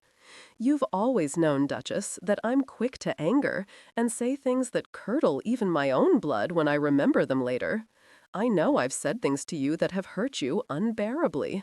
I've spoken like a fool and then proceeded to believe what I'd said to you. I wounded you deliberately because you were your father's daughter, and God knows I still detest that old bastard for what he did, not only to me but to you as well. And so I punished you because he was dead and beyond anything I could do to him. Try to forgive me just once more. Well, it's bound to be dozens more in our future together if you'll have compassion for your fool of a husband. Have babies with me. Let's fill Chase Park's nursery with babes. And you remember how large that nursery is. Our children, just yours and mine. And your father be damned for his own bitterness, for his own despair. For he has nothing to do with us now, nothing to do with our children, with our future. She turned slowly to face him. She raised her hand to lightly touch her fingertips to his cheek. Do you really want to have an heir, a boy child, who will be the future Earl of Chase, a boy child who will carry my blood and your blood, and thus my father's blood? Yes, and he must have brothers and sisters. But why, Marcus? Is it because you feel pity for me since I lost my babe? You feel somehow guilty? Yes, but that's not the reason. What is the reason? I love you more than I ever imagined a man could love a woman. I want no more distrust between us, no more wariness, because you'll never know what I'll do next. In the future, when I berate you or send curses flying about your head, feel free to cosh me with a fireplace poker. On the other hand, if you pull one of your boots off to hurl at me, I'll be laughing so hard, just perhaps you'll forget you want to kill me and laugh with me. I love you. Now, does that satisfy you? Do you believe me? Will you forgive me? For a moment, she was the old Duchess, silent, aloof, looking at him intently, assessing him, apart from him. And he hated it. He realized how much he wanted her to scream at him, if she wanted to, that or kiss him and tell him he was wonderful. But at least now, at this moment, she was utterly silent, just like she used to be. I'll even let that damned young George Raven bring our children into the world, though I distrust him and his motives when he's with you. Now stop being the old Duchess. Hit me. Yell at me. All right. She raised her hand, palm flat. He eyed her, took her hand in his, and drew it back down. He leaned down and kissed her very lightly on her mouth. All right, what? He asked, his breath warm on her mouth. I'll hit you next Wednesday, yell at you on Friday. But right now, Marcus, tell me again. I love you, and I still distrust George Raven. We will have to find him a wife. It will divert his lust from you. She laughed, and he felt intense, heady warmth spread like brandy to his belly, or was it his heart? And you, Marcus. I've probably loved you since I was too young to even know what it was. I deceived you into marriage, not just because I knew I had to put things right after what my father had done, but because I wanted you for myself. You were so angry, I didn't think you'd ever change. I had to do something, Marcus, so that the colonial Wyndhams didn't get what was rightfully yours, rightfully ours, rightfully our son's and his son's son, and on it goes far into the future. Yes, oh yes, please understand. I couldn't let you not have what was yours. And when you came to me on our wedding night, was it just to keep me from going off like a maniac and annulling our marriage out of misguided spite? Yes, but perhaps not all. I didn't know what happened between men and women, so I had no idea how wonderful it could be with you. It was probably more that than any other motive, but it's true. I was so dreadfully afraid you'd do something stupid that I came to you. And now, why would you come to me and seduce me?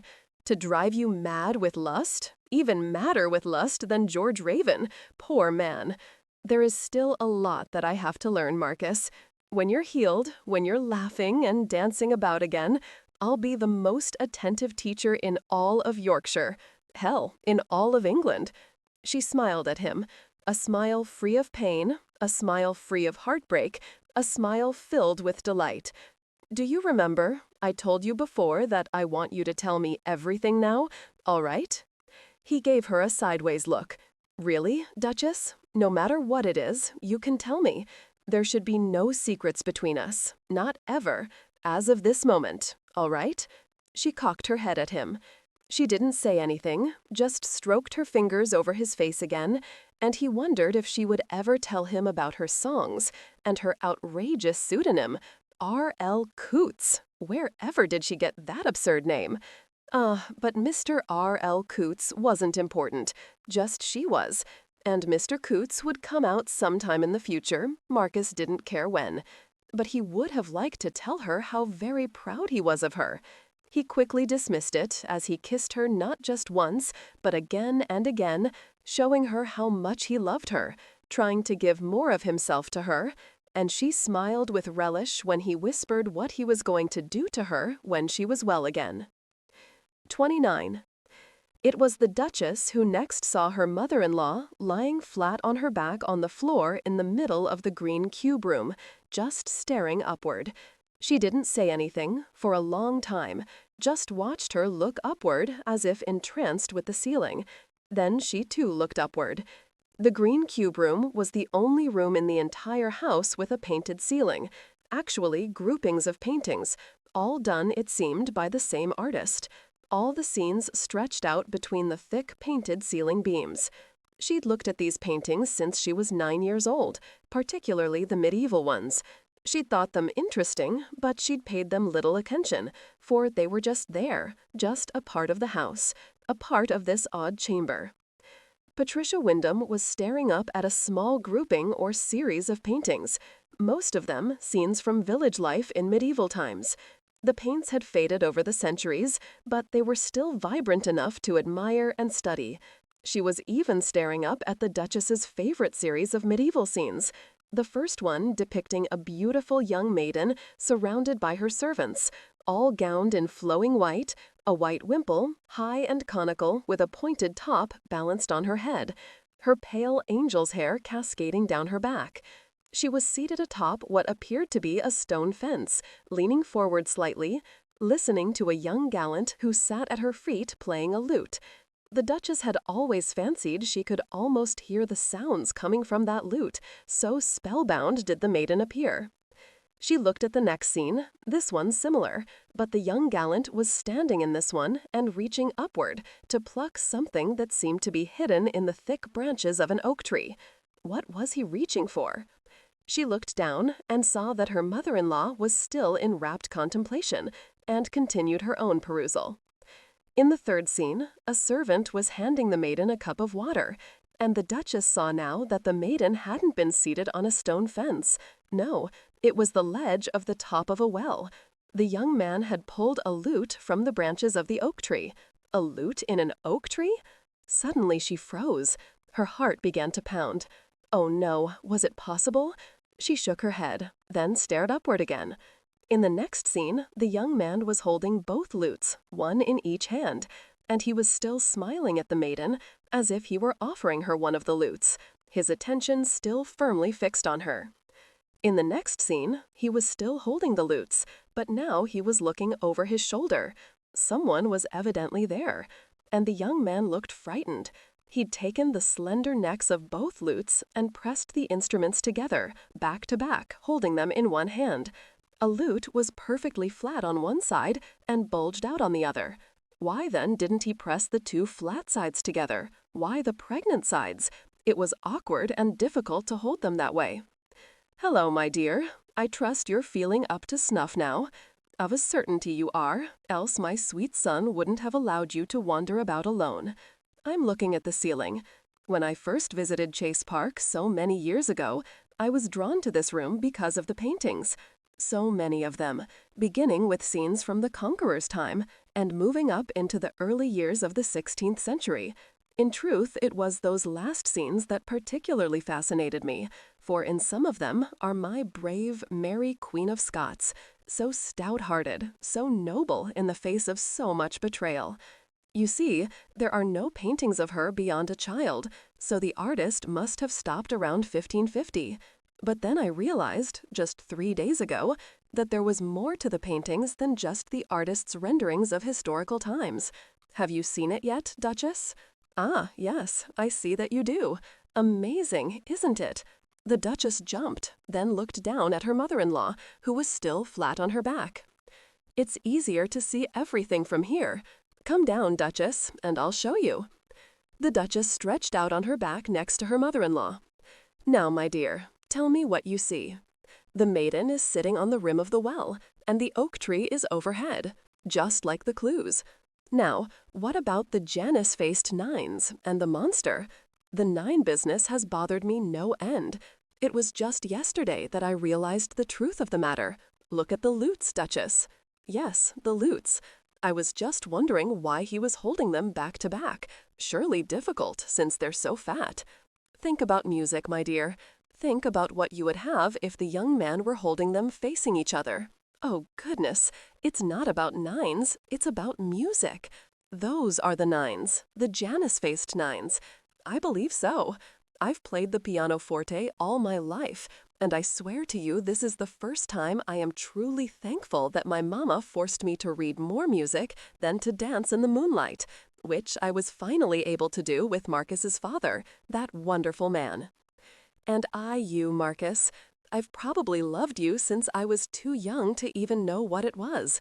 I deceived you into marriage, not just because I knew I had to put things right after what my father had done, but because I wanted you for myself. You were so angry, I didn't think you'd ever change. I had to do something, Marcus, so that the colonial Wyndhams didn't get what was rightfully yours, rightfully ours, rightfully our son's, and his son's son, and on it goes, far into the future. Yes, oh yes, please understand. I couldn't let you not have what was yours. And when you came to me on our wedding night, was it just to keep me from going off like a maniac and annulling our marriage out of misguided spite? Yes, but perhaps not all. I didn't know what happened between men and women, so I had no idea how wonderful it could be with you. It was probably more that than any other motive, but it's true. I was so dreadfully afraid you'd do something stupid that I came to you. And now, why would you come to me and seduce me? To drive you mad with lust? Even madder with lust than George Raven, poor man. There is still a lot that I have to learn, Marcus. When you're healed, when you're laughing and dancing about again, I'll be the most attentive teacher in all of Yorkshire. Hell, in all of England. She smiled at him, a smile free of pain, a smile free of heartbreak, a smile filled with delight. Do you remember? I told you before that I want you to tell me everything now. All right? He gave her a sideways look. Really, Duchess? No matter what it is, you can tell me. There should be no secrets between us. Not ever. As of this moment. All right? She cocked her head at him. She didn't say anything, just stroked her fingers over his face again, and he wondered if she would ever tell him about her songs and her outrageous pseudonym, R.L. Coots. Wherever did she get that absurd name? But Mr. R.L. Coots wasn't important, just she was. Do you know music, Duchess? Yes, she said, so excited she could barely speak. Holding the lutes that way doesn't refer to nines, but to bass clefs, back-to-back bass clefs. Oh, goodness, they look like nines. I've looked at these paintings since I was a child, yet I've never really looked, if you know what I mean. Even after knowing the clues, it simply never occurred to me that these paintings... Oh, goodness, yes, indeed. The paintings are so familiar to everyone, but they were painted for a reason. At least these medieval scenes were. Now, look at the next scene. The young man is looking at someone who frightens him. The monster. Yes, the monster, Patricia Wyndham said with a good deal of satisfaction. The young man is now pointing to the lute. At what, I wonder? The bass clef, that's what he's trying to tell us. See, he's pointing into the lower tree branches, then at the second lute. Ah, ma'am, we've been so very blind. The clues were here all the time, here for centuries, yet no one has ever thought, ever dreamed, except you, ma'am. I believe you're quite the smartest person I know. Thank you, dear child, but we don't have that wretched treasure yet.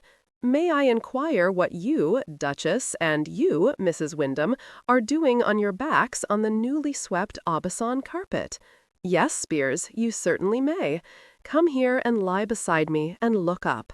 You, my dear man, are in for a revelation. You asked me if I knew anything, and yes, I most definitely know something now, as does the Duchess. Some 10 minutes later, Badger looked into the green cube room, looking for Mr. Spears. He blinked. Mr. Spears, the Duchess, and Mrs. Wyndham were stretched out on their backs, all staring up at the ceiling. Esme, the Earl's cat, was sprawled atop Spears' chest, quite at her ease. What in the name of the devil and all his minions is going on here? Mr. Badger, just excellent. Mrs. Wyndham doesn't know everything, but she's very close. Come here and lie beside me, and we'll tell you. When Marcus strolled by a few moments later, looking for his wife, he heard Spears saying, "But who is the monster?" He looked into the green cube room and stared. The Duchess said, without moving, "Marcus, do come here. We've nearly got the Wyndham treasure solved. Come and lie here beside me." He obliged her and stared up at the paintings. Good God! I've looked at all those scenes over the years, admired them and the brilliance of the paint, the skill of the artist or artists, but I never really looked at them, never even thought to. I know, the Duchess said. Me neither. Even if we'd known about the Wyndham treasure, I doubt we'd have connected it up with these paintings. But your mama did. That's why she was lying here 3 days ago. She realized there just might be a connection between the treasure clues and these paintings. Do you know how old this room is, Marcus?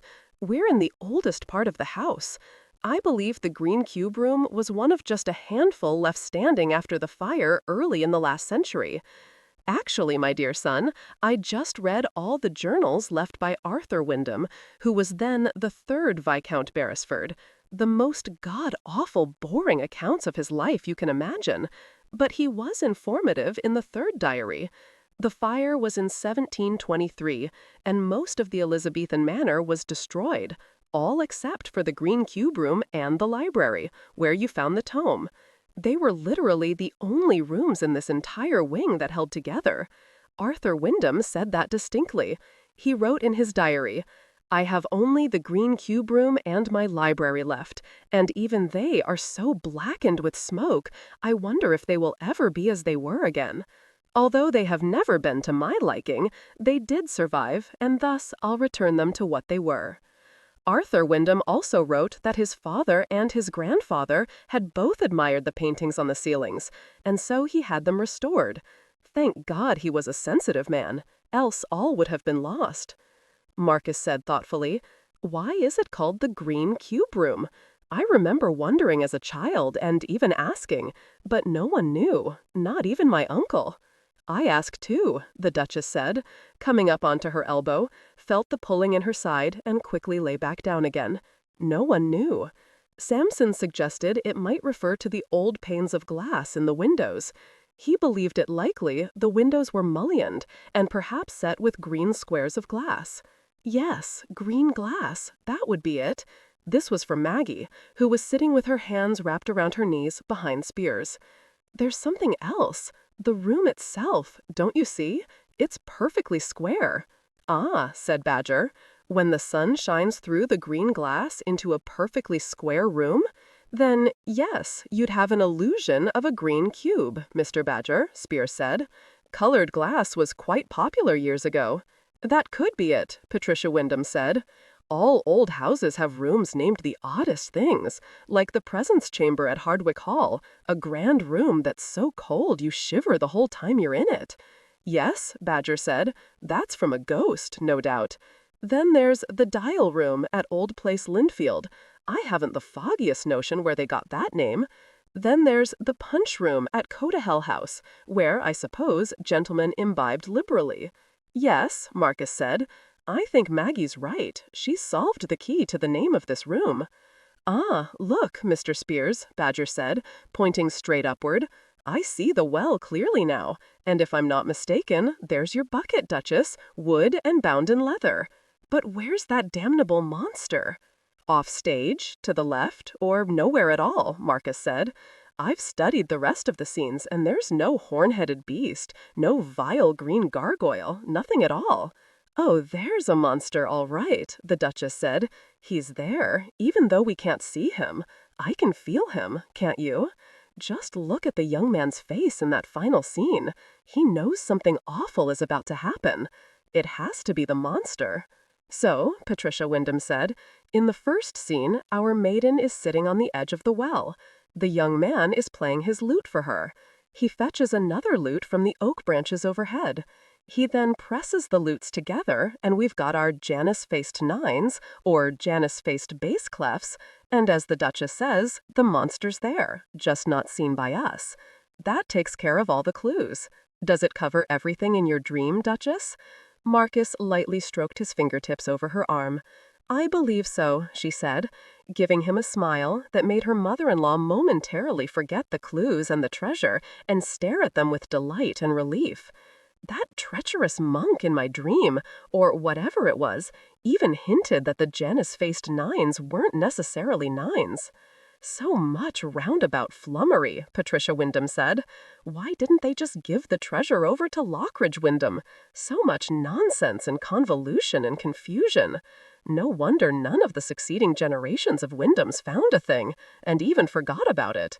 I dare say, madam, Spears said, that the monks weren't alone in determining the disposal of the treasure. The Wyndham ancestor was certainly involved in hiding it, in providing clues to its whereabouts. Obviously, he couldn't show himself with sudden boundless wealth, or the king and Cromwell would have heard of it. Given the uncertainty of the times, they would have most certainly removed the treasure, and quite probably his head along with it. I'll wager, Badger said, that old Lockridge Wyndham died before he could tell his children where the treasure was. Surely they must have known about it. It just got lost in succeeding generations. And the monks wrote 2 separate books about it, Marcus said. One of them doubtless given to Lockridge Wyndham, and the other given to Home. Well, we'll never know. At least it did end up with Burgess. Others read it probably, but didn't realize what it was meant to say, Maggie said. Now, this is all well and good, and a bloody wonderful history lesson, Mr. Badger. Spears, but where's the Wyndham treasure? There must be a small, hidden space, Marcus said. That small space, my friends, must somehow be attached to this room. Of course, we haven't a single clue what the treasure actually is. Or the treasure could be above the room, Badger said. He pointed upward. The clue was to reach overhead for the nines, which the young man did. Then there's the well, and that's where the monster is, and perhaps the treasure. But a well goes down, not up, Patricia Wyndham said. Then the Duchess said, rising to her feet, unconsciously holding her side, the hidden room or space is directly below the oak tree and the well, under the floor. Not quite, Patricia Wyndham said. To be precise, and I believe that precision is quite the key here, we must look right beneath those Janus-faced nines. Good God, Marcus said. Sampson, fetch Horatio. Oh, yes, Mr. Sampson, do hurry, Maggie said. I'm so keen to find the bloody treasure. The Aubusson carpet was rolled neatly against the far side of the room. All the furniture was moved away from a large area right below the medieval paintings. Horatio, a carpenter with magic in his hands, was on his knees, his ear close to the wooden floor, lightly tapping his hammer. Suddenly, he raised his head and grinned, showing a wide space between his 2 front teeth. My lord, there's no support beam running all along here. I think I've found the empty space. He carefully began prying up the thick wooden strips of oak. Maggie was fidgeting, wanting him to hurry, cursing him and his persnickety ways. Who cared about the damned floor? Who cared if it got scratched? Wasn't it covered with that huge old carpet anyway? But Spears shushed her, saying, "Perhaps you could accelerate your hammer's momentum just a bit, Horatio. It isn't a sacred burial mound you're digging up after all. It broke the tension, but just for a moment. Now, I've got to go easy. I don't want to splinter this old wood. Ah, yes, there it comes up, all clean and tidy. Quickly," Patricia Wyndham said. "Bring candles, Samson." The space was made large enough for a man to ease down through the opening, which Marcus did, since he was the Earl, though there was much grumbling, particularly from the women. "It's filthy and black down here, Mother. You'd hate it. There are more spiders than you can imagine. And you, Maggie, you would have ripped your gown for certain and gotten nasty spider webs in your hair. As for you, Duchess, you just keep your mouth shut. You're not well enough yet to fight with all the myriad gloom and bugs down here. Maggie, hand me down a branch of candles. I can't see a bloody thing with just one." Then there was silence. "Do you see anything, Marcus?" He looked up briefly to see his wife's face peering down into the dark space. "Son, speak up, or do you want your old mother to expire from unrequited silence?" The space was long and narrow, but very confined, not more than 4 feet high. He had to bend over almost double. The space seemed to stretch on endlessly, perhaps the entire length of the green cube room. He held up the candles and clearly saw the floor beams. There didn't seem to be anything else, just blackness, choking dust, spiders, and enough cobwebs to smother a battalion. He continued searching, hunched over like an old man. Then, the space ended after about 20 feet, obviously at the end of the green cube room above. There was something leaning against a wall.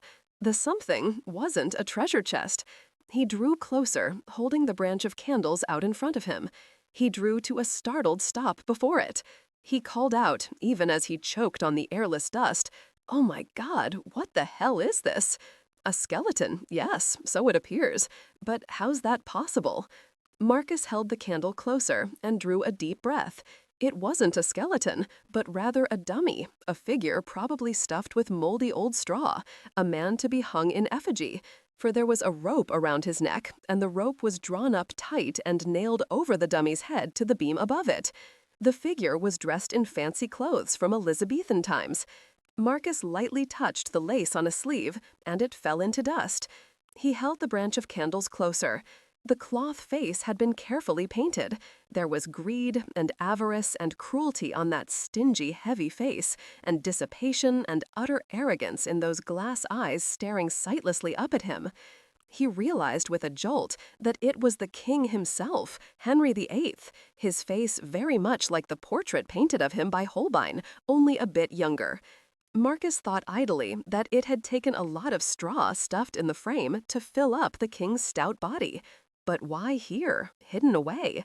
He heard voices above him, all of them demanding, yelling, calling out, even the Duchess's voice, and she sounded very testy. He grinned, saying, "The skeleton is really a man, probably stuffed with straw, Henry VIII to be exact, all ready to hang in effigy with a rope around its neck. Just a moment, there's more. Hold on." It was at that moment he realized the fat figure, all outfitted in purple velvet and ermine, and a ruff that was wider than a wagon wheel around the fat neck, was too fat. It wasn't stuffed with straw. No, it was stuffed with something else. He gently reached inside an opening above the ruff at the neck and pulled out a long string of the most exquisite pearls he'd ever seen. He pressed his hands against the rotting material and felt the shape of more jewels, coins, even several outlines of rosaries, a scepter. His fingers made out the curve of a gold coin plate and a chalice. There was also the heavy outline of a book, probably the Bible, its cover no doubt embedded with jewels. There were most likely other precious church relics as well, stuffed in that fat figure of King Henry VIII for well over 300 years. "I think, Spears," he called up, "that you need to send down some sort of long, flat stretcher with ropes attached so we can pull it up. It's very heavy, so make the ropes and board stout. Our dummy here is stuffed with treasure, a veritable king's ransom in treasure." 30. Do you have any idea how deliciously decadent you look? She just grinned up at him, the luminous loop of pearls around her neck, dipping down past her navel to rest on her white belly. She wasn't wearing anything else, her husband having insisted that with the pearls lying on her flesh, nothing more was necessary. She was, he told her now, to consider it his birthday present to her, perhaps for the next 3 years, so grand were the pearls. Yes, I know you think me wonderful, and I am. I found out from Aunt Gwyneth that your birthday's in September, just around the corner, and I found out from Fanny that your birthday is in early October. Just perhaps I'll manage to find a fitting bit of jewelry for you to wear. About dear Fanny, I believe she's making you something very special for your birthday, Marcus. She'll get over this infatuation with me, or perhaps she'll go to her grave an old doddering woman still carrying a worn-out torch for me. She'll get over it, the Duchess said. Just 2 more years, and both the twins go to London. She'll see you then as a drooling old man, and dismiss you out of hand. Now, about my birthday. 3 years, you say? Yes, a good 3 years. He picked up the pearls over her stomach, looked at them closely, and said, "They're more luminous now, just for these few minutes on that white belly of yours." He then bent down and began kissing her stomach. She tugged at his hair, and he raised his head, grinning at her. She said, "Very well, Marcus. I'll dress myself in the pearls again on the 14th. I will consider this my first birthday installment. And what shall I have you pose in, Marcus? I know. I want you to wear that incredible ring with the huge ruby. Nothing else? No." When did you say your birthday was, Duchess? I believe it begins in just about 10 minutes. Actually, you've already begun it on my stomach. He laughed, leaned down and kissed her, and began playing with the rope of pearls. "Damn," he said, between kisses. "We will wait until you are perfectly well again. You're still sore, and I hate it, but there it is." "I'm not at all sore. It's been well over 3 weeks. I'm perfectly well now, even my side." He frowned at that, lightly tracing his fingertip over the still pink scar on her flank. He could still see the marks from the thread, and remembered all too clearly how George Raven had stuck the needle in her white flesh, then pulled it through, again and again. He gulped. The Duchess said, "Stop it, Marcus. It's over. I'm well. We both survived. Your hard head and your hand healed, albeit more quickly than I thought fair." He shook his head. "You're right. It's in the past. Thank God. You may be certain that I will take excellent care of you from now on. As to anything else, sweetheart, we'll wait until you're beyond perfectly well. No, don't argue with me, Duchess, though I want you to, just about more than anything, even more than Badger's splendid carbonade of beef, or his very splendid médaillon de veau poché à la sauce au porto. However do you know that French name with the poached veal? My dear wife, Badger and I did the menus together during your illness." She gave him a disbelieving look, but could only giggle. He said, "By all the gods, to hear you laugh again! Do you know I want you to want me so much in return that you'll burst into tears, swear you'll poison me unless I take you right this moment?" When she started to speak, her eyes sparkling, he put his fingers over her mouth and sighed a martyr sigh. "No, don't do it." He quickly rose from the bed again and put a good 10 feet between them. "No, I'll just gaze upon you wearing those pearls and sweat. Perhaps kiss your belly some more. But it hurts, Duchess. I hate to see a man sweat, Marcus. Hurting is quite another matter. Be quiet, Duchess. No, don't move. Just lie there like a courtesan in a sultan's bordello. But I will migrate my mind to other things. I've a strong mind. I can do it. I've been thinking that the 2 chalices, that Bible, and the other church pieces, including that relic which is some saint's finger bone, I suppose, should go to Rome. As for the rest of it, it stays here." "Yes," she said, "I was thinking the same thing. I like what you gave to Maggie, too.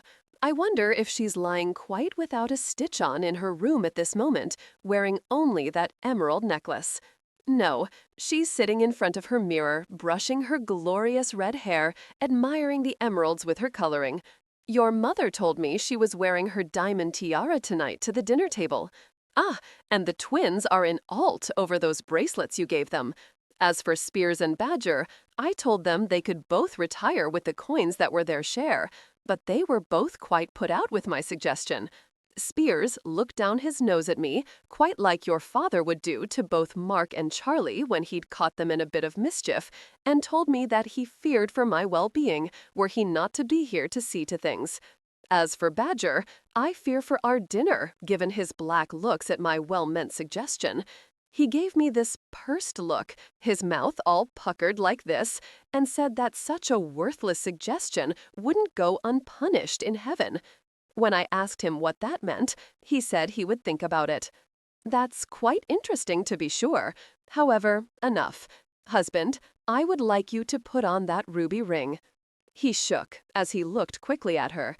I've been amusing you, he said slowly, so hungry for her that he shook even more, and all you've done is think lascivious thoughts about my tender self. Just look at you, all draped with those pearls around your breasts, and now you're lying on your side, and let me tell you, Duchess, that pose is more than wanton. Thank the good Lord. She took his hand and laid it over her breast and said very softly, Marcus. He gaped and swallowed with some difficulty, and gaped some more. He stared at his hand, hard and large, against her smooth white flesh. Listen to me, and cease trying to amuse me. I'm very well now. George said so just this afternoon. I wouldn't let him really examine you. He doesn't know. How could he? He's not a woman. Neither do you know, and neither are you a woman. However, I'm a woman, and I do know. You'll be gentle. Even when you're not gentle, it's gentle enough for me, because all I can think about is what you're doing to me and how it makes me feel. And that's all that matters. Please, Marcus, put on that ring. He muttered, gave her dark looks, and put on the ring. But she kept after him until he was quite as unclothed as she was, that large ruby sparkling in the late afternoon sunlight pouring through the window. After that, he played with her pearls, each one of them, and the white flesh beneath each one. And when he came into her, he was gentle, perhaps more than he'd ever been. And the sweetness of it filled her, until it changed, becoming more, as it always did, until she couldn't bear it. And then she was in a frenzied place, filled with light and excitement that was unbearable, yet she didn't want it to end. He was with her, and she knew, as she kissed his throat, his shoulder, her hands caressing his back, that he always would be with her. When the Duchess entered the library the following Friday morning looking for Marcus, she paused on the threshold, listening to him sing. His voice was a mellow bass, not as beautiful as Spears, but very nice nonetheless. He was singing the Bawdy Sailor song. He turned as he finished the last line and grinned at her. Isn't that a wonderful ditty? It's certainly graphic. The tune is nice, don't you think? Actually, he said, looking down at his thumbnail and worrying at it a bit, I don't much like the tune at all. I was just thinking that I could have done much better. I have a talent, you know, for music, for tunes specifically, especially tunes for bawdy words and verses. I wish I knew the man who writes these songs. We could form a partnership. It's a pity, these wonderful words and rhymes, and they must be sung with these miserable tunes. Miserable? That's ridiculous. They're superb. Well, not all of them, but most are quite acceptable, even occasionally exceptional. As for the Sailor Shore song, I've heard that it's already sung everywhere, that it's popular, nearly beyond popular, and it won't be forgotten. It will live forever in the King's Navy. There, so much for your criticisms, Marcus. Miserable indeed. It's not bad, as I said, but I doubt it will be remembered beyond next month, beyond October at the very latest, surely not after my birthday. Why, I've very nearly forgotten it already, particularly the tune. She picked up a thick tome of Tom Jones that was laid atop a marquetry table and hurled it at him. He caught it handily, remarking, Goodness, I hadn't realized that Tom Jones was so heavy. Such a light tale for so many pages. Just like those silly ditties, so very light they are. Meaningless, really. Just brief, stupid diversions. And without sharp and bright tunes to make them memorable. Such a pity I don't know the fellow who writes them. Poor thing, trying to survive without the valuable assistance of such a talent as mine. She turned red, looked about for another thick book, didn't see one, and began running at him, hopping, actually, because she was trying to pull off her left slipper. She forgot the ribbons. When she looked down and tried to pull the bow free, she succeeded only in knotting the ribbon all the more. She cursed, and he laughed.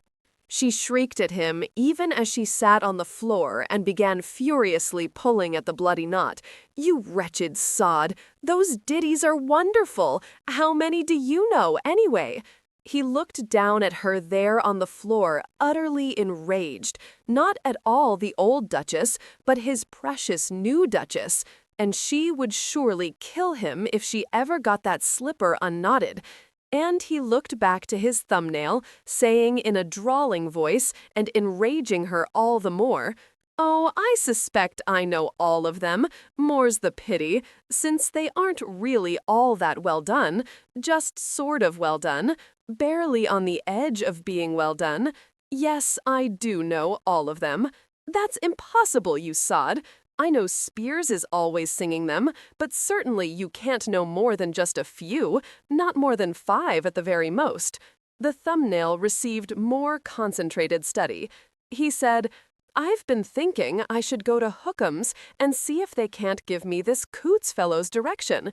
Being a man, he's probably reasonable and would look at my offer of partnership as a gift from God. What do you think, Duchess? Ah, that knot is stubborn, isn't it? Do you want me to help you? No, I see. You're going to try the other one. It's about time. Anger is just fine, but the outlet for it is more important. Without the outlet, what is anger anyway?" She'd switched to the right foot, and the bow melted apart in her fingers. She jerked off the slipper, leapt to her feet, and ran right at him. He was laughing when she began hitting his chest with the slipper. Then he gathered her against him, pinning her arms at her sides. He nuzzled the side of her neck, whispering in her ear, "Do you think I should write to this fellow Coots, inform him that I'll make him a success? Surely he's barely surviving now. What do you think, Duchess? Damn you! What if Coots isn't a man at all? I don't suppose you ever considered that, did you? Not everything that's creative or original or clever and imaginative is done by men, you witless sod." He rubbed his hands up and down her arms, but was careful not to let her free.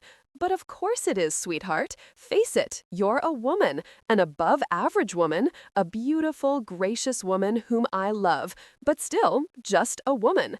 And surely you must recognize that this Coots is a man with a man's talents, woeful though they be with regard to the tunes themselves. But only a man could produce songs that actually were something." She growled, red-faced, utterly furious at him, and he began to laugh. He threw back his head and roared with laughter. Suddenly, she became utterly still. "You know." "Know what?" He laughed harder. "You know all about Coots." "Of course I do, goose." He stopped laughing, hugged her so tightly against him that her ribs creaked.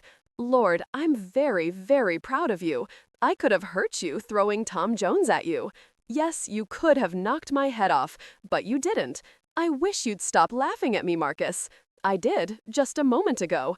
But you deserved it. You should have told me about R.L. Coots and the wonderful success you've gained. You should have told me when I first visited you at Pipwell Cottage and accused you of being kept by a man.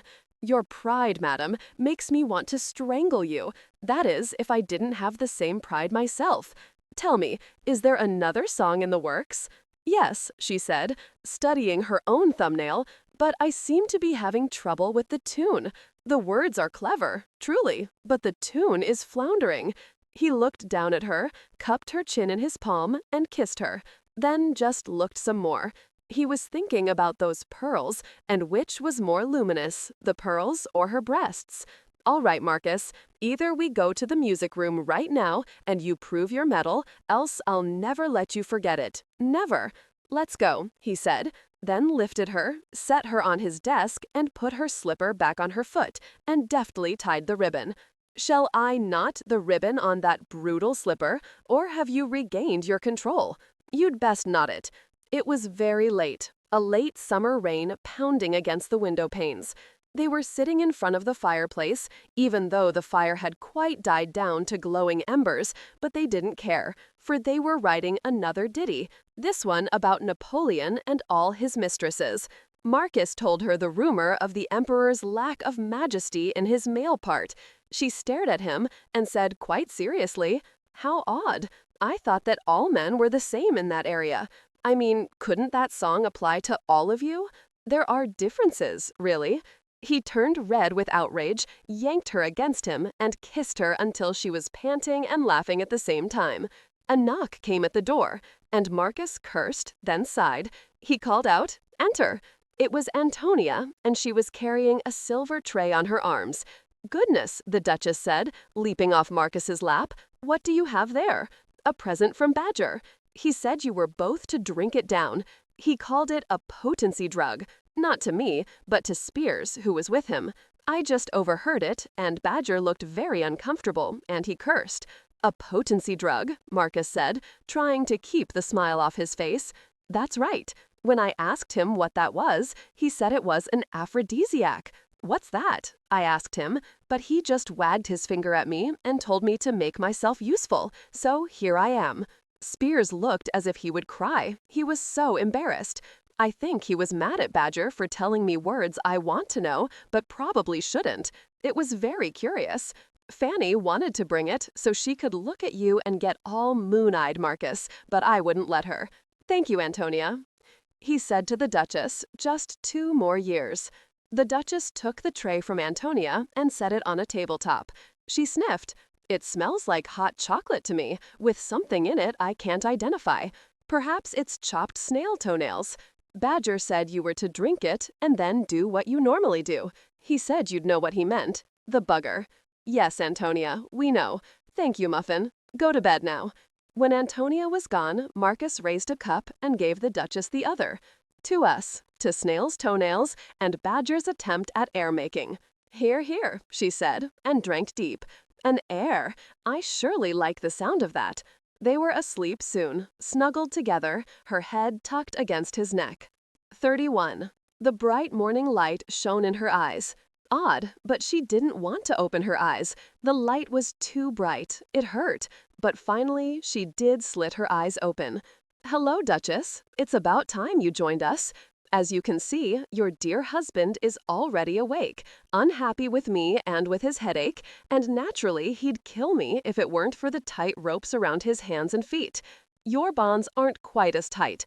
I don't intend for you to suffer. Not you. Never you." She stared in blank astonishment at Trevor. "I don't understand. Where are we? What are you doing here?" "To begin with," Marcus said, his voice so calm it frightened her, "he somehow drugged that hot chocolate Antonia brought to us last night." "Yes, certainly," she said. "Badger made it." "I don't believe it. It's not possible. Not Badger."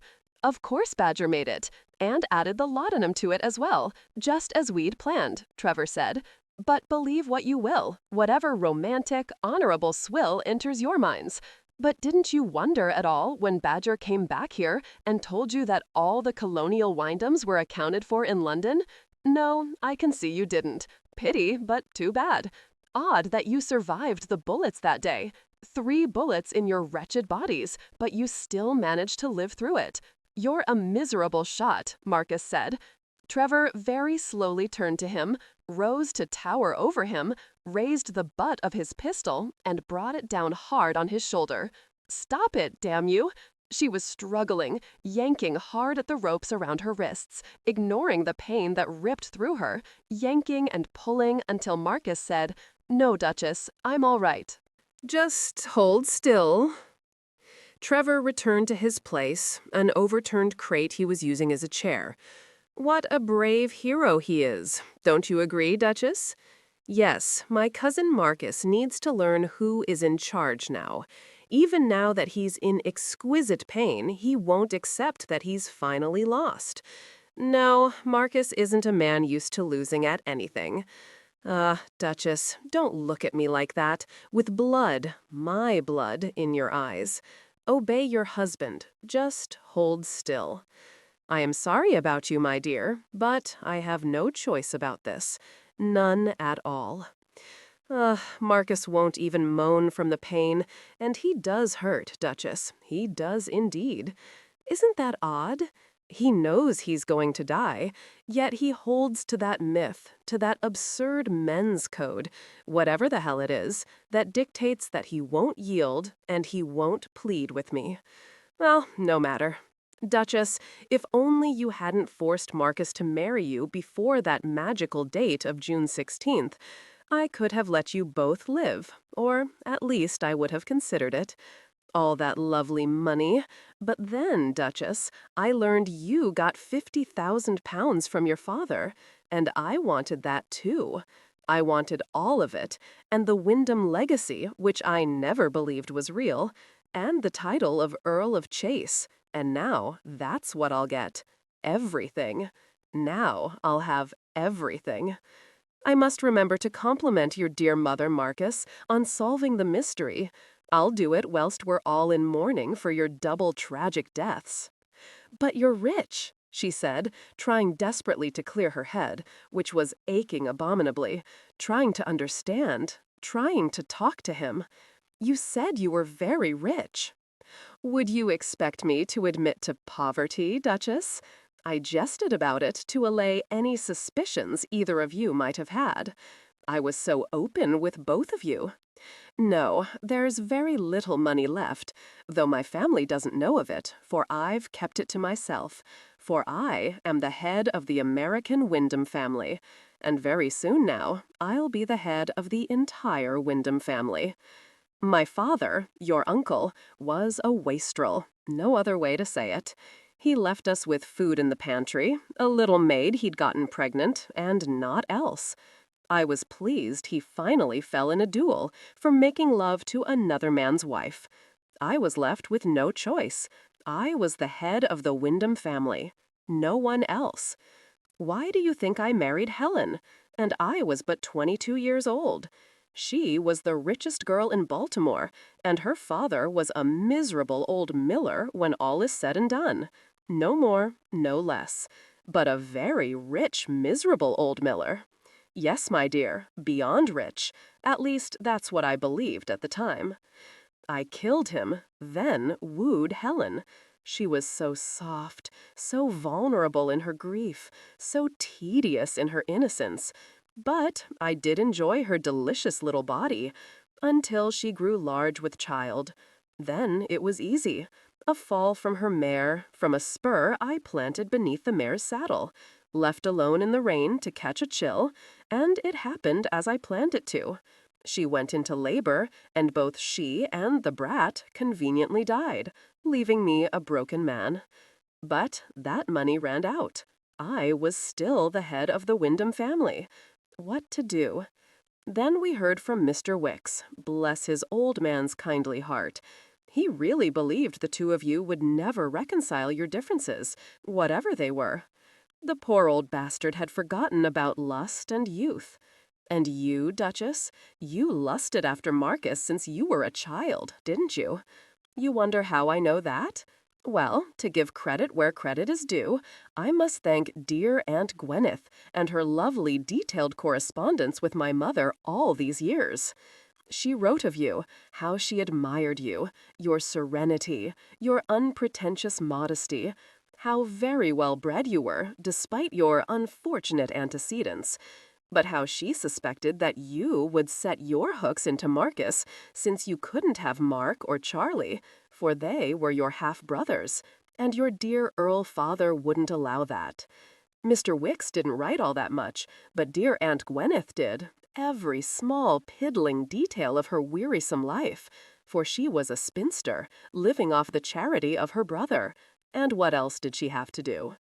I learned about everything, about the Earl's bitterness, his hatred of you, Marcus, because you didn't have the good taste to die with Mark and Charlie, and you, Duchess, the precious bastard whose mother he loved all his benighted adult life. Ah, how Aunt Gwyneth despised your mother, Duchess, for she feared the woman's influence.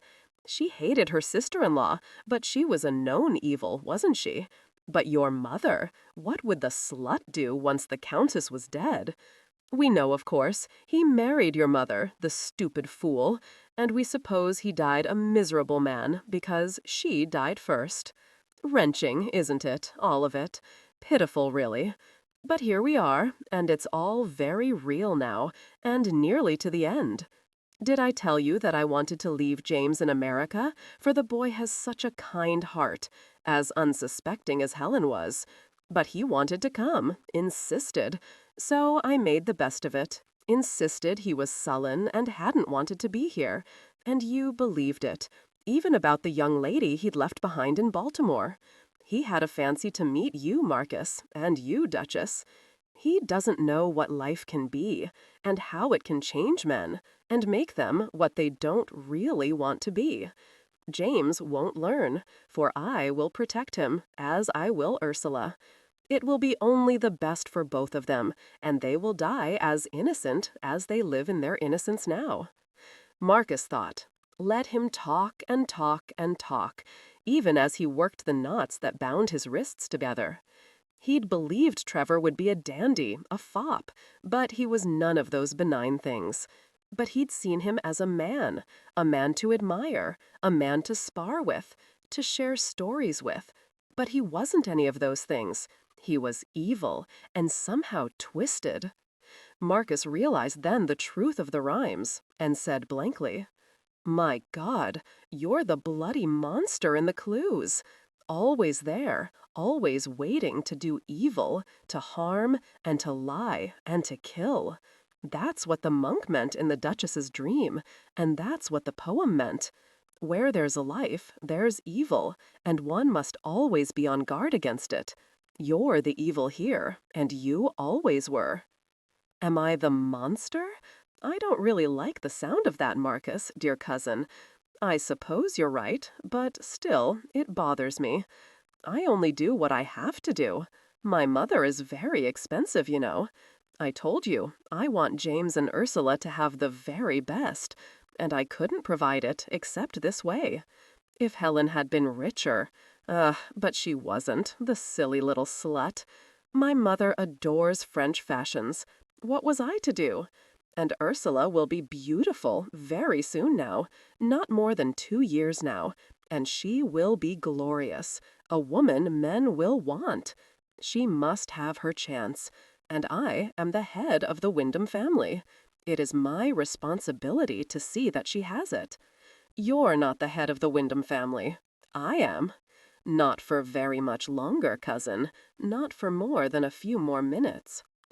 I don't suppose you would consider releasing us and returning to America, Marcus said. Trevor laughed, threw back his head and laughed deeply, his strong throat working.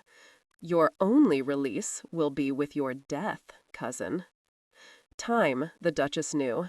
They had to have more time. The bonds about her wrists were loosening even more. He had been considerate, if such a thing could be said of him. He hadn't tied her all that tightly. He believed her a woman, thus not a threat to him. He hadn't bothered to tie her ankles. She had to keep him talking. She had to think, damn it. So much had happened, so much pain, and he'd been responsible for all of it. She looked at him until he met her gaze. His eyes softened. It scared her to death, but she said calmly enough, "So you have been planning this? For how long? And you said that Badger was your partner. How did you get together with him?" Trevor leaned toward her. She jerked back, unable to help it. He just grinned at her. I find I'm fatigued, Duchess, and quite tired of talking. I believe the two of you now understand why I'm doing this." I really don't want to kill you, Duchess. I'd much rather plow your belly until you became ugly to me. Your belly all swelled out with child. Women with child should stay hidden. They're hideous. You should have seen Helen, all white and thin, save for her huge belly. It was quite repellent. I wanted to call her a spider, but I couldn't. Not until she was lying there, thrown from her mare, and then I told her what she was, what she truly was, and she screamed. Not with terror from me, but because the child was coming, and it was ripping her apart. Her bonds were free. He was seated on that overturned crate some 6 feet from her, a pistol dangling lazily in his right hand. What could she do? Well, Marcus, tell me, dear cousin, who is the stronger? Who is the smarter? Who fooled you completely and utterly? Ah, yes, I am the head of the Wyndham family. I am fit to be the head of the Wyndham family, more fit than you. You and your asinine honor, your Englishman's code, it makes you blind, makes you gullible. She leapt to her feet and jumped at him, clawing at his right hand, madly tearing and screaming at him. Marcus jumped to his feet and threw himself at Trevor. But his hands were tied, his feet were hobbled, no more than a couple of inches between the ropes that bound his ankles. Trevor knocked him off easily enough, then whirled about and threw the Duchess to the straw-covered floor. He fell on top of her. But he was looking at Marcus, who was standing, just barely, and he was ready to charge again. Don't move, cousin, or I'll put a bullet right in her lovely mouth. She felt the hard metal against her lips. He pressed harder until her mouth was open, and she tasted the cold metal, felt it press against her teeth. Marcus took several clumsy steps back. Sit down. Marcus sat. Trevor looked down into her white face. I enjoyed dressing you last night. You have a very lovely body. A woman's body, but lithe and slender, curved so very nicely. Odd, but Marcus looks like me. But we're cousins, aren't we? So it makes sense. Large men, dark, well-made men, fashioned to impress other males and seduce women. Did I tell you that little Helen couldn't get enough of me? She loved to touch me, to kiss me all over. Of course, I taught her how to kiss a man.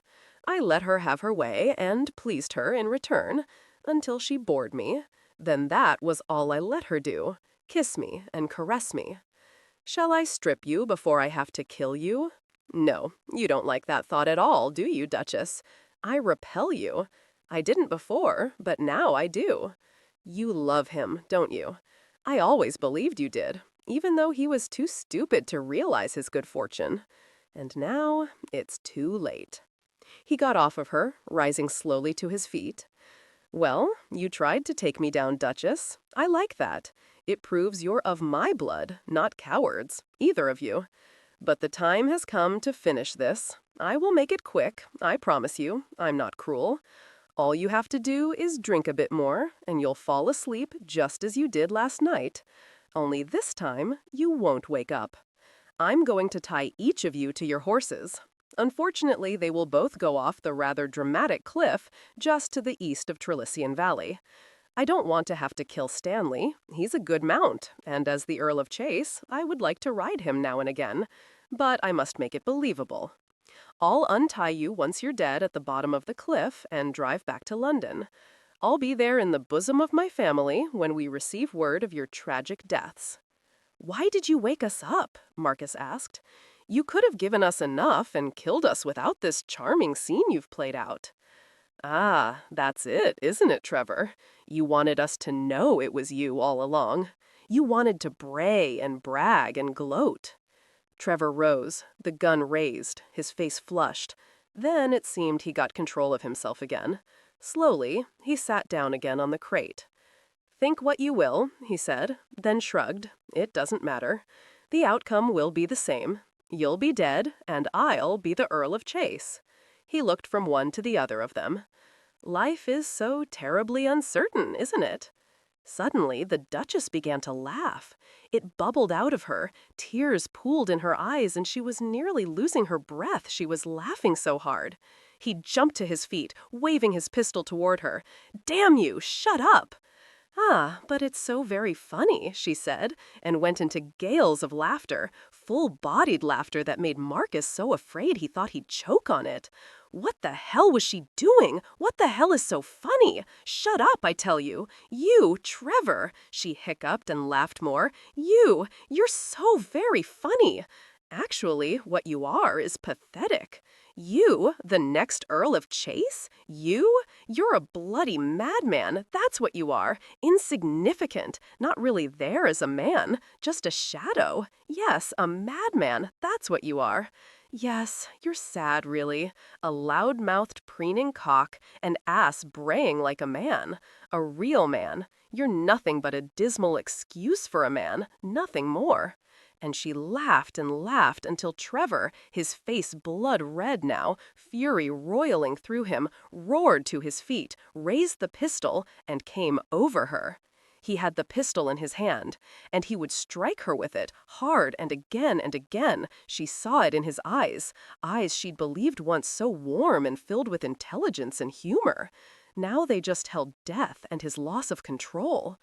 Just as he was coming down over her, she drew her legs back to her chest to give her leverage and power, and she kicked him in the groin. She kicked him so hard that for an endlessly long moment, he just hung there over her, poised to strike her with that pistol butt, doing nothing now, not breathing, just staring down at her, disbelieving. Then he screamed and screamed, falling backward onto his back, clutching his groin, crying now, wailing really, the agony ripping him apart. And in those moments, he was behind them, not even aware that they were there and that they were his enemies.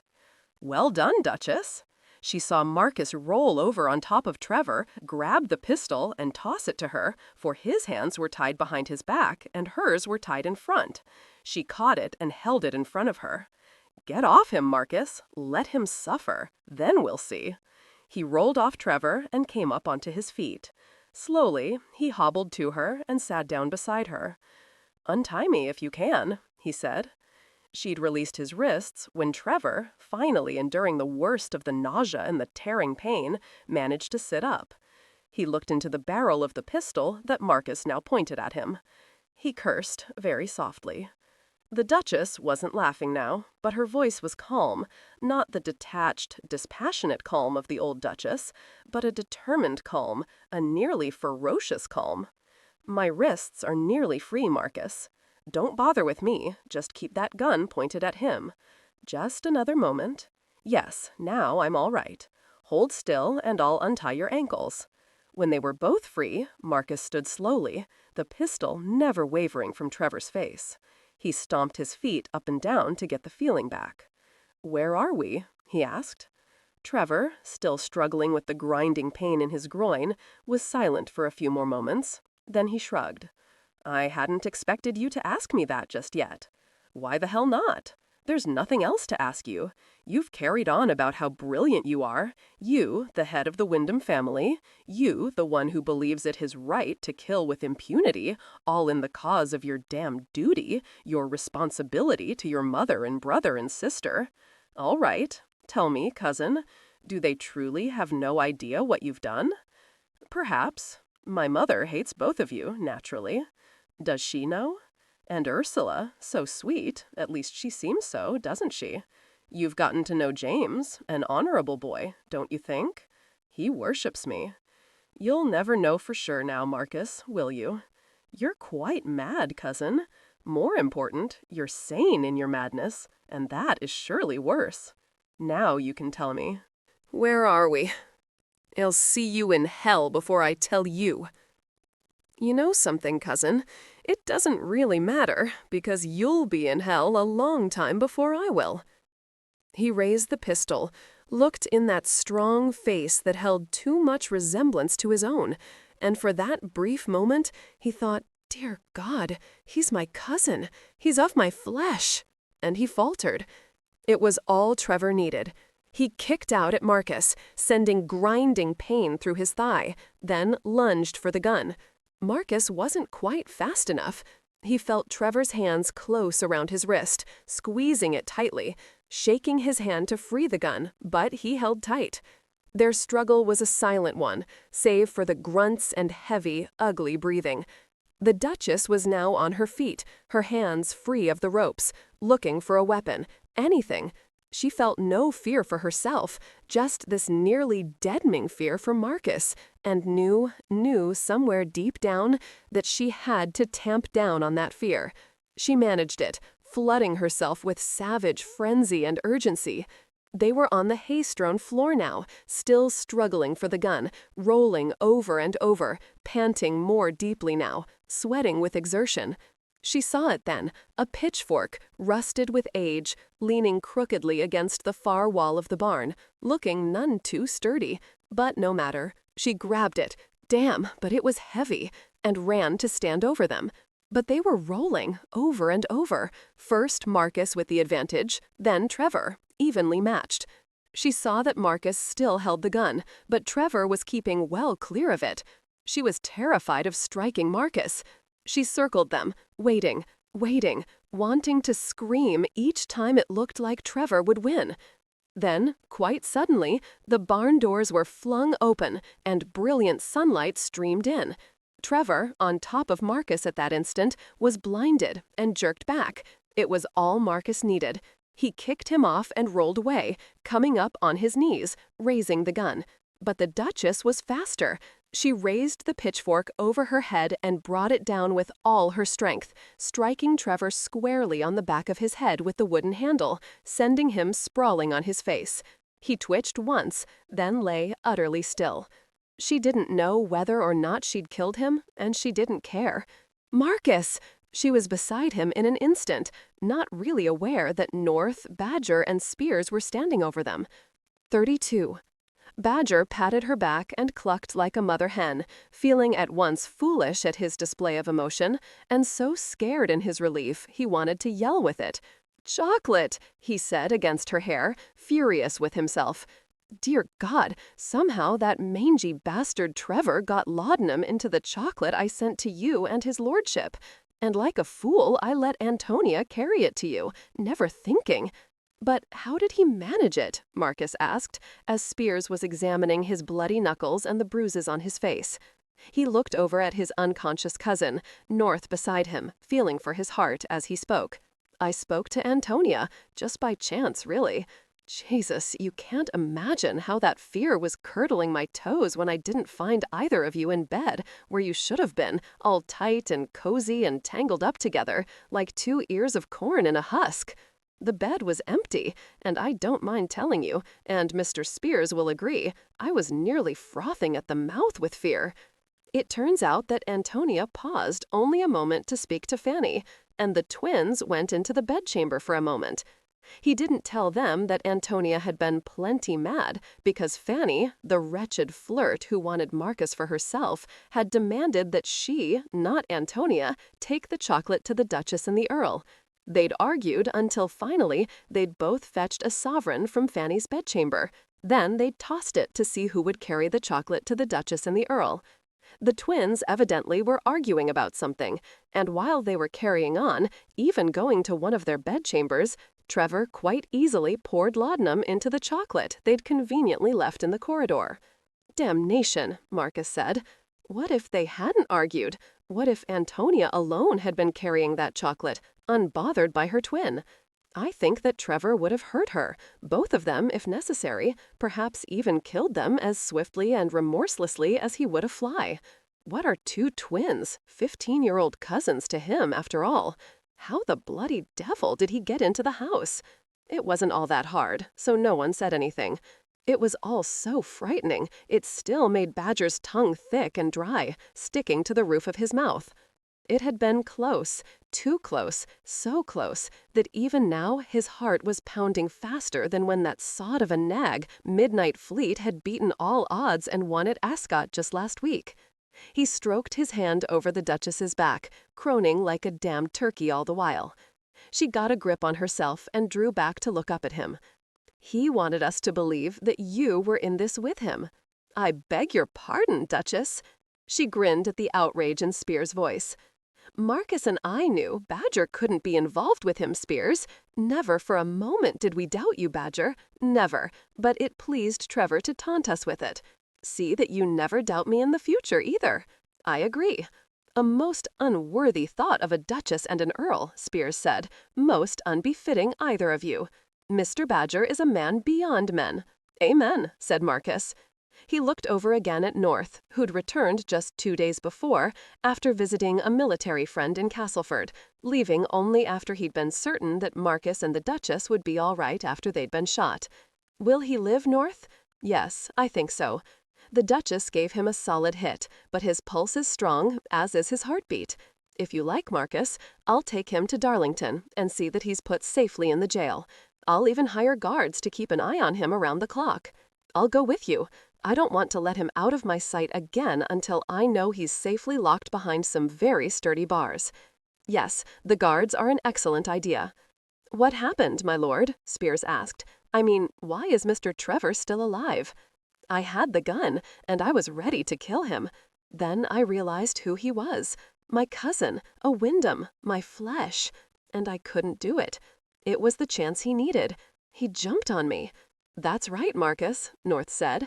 Don't flail at yourself. I'm glad you won't have his blood on your hands, either of your hands for that matter. Have him deported to Botany Bay. A wonderful place, I understand. Savage as hell itself.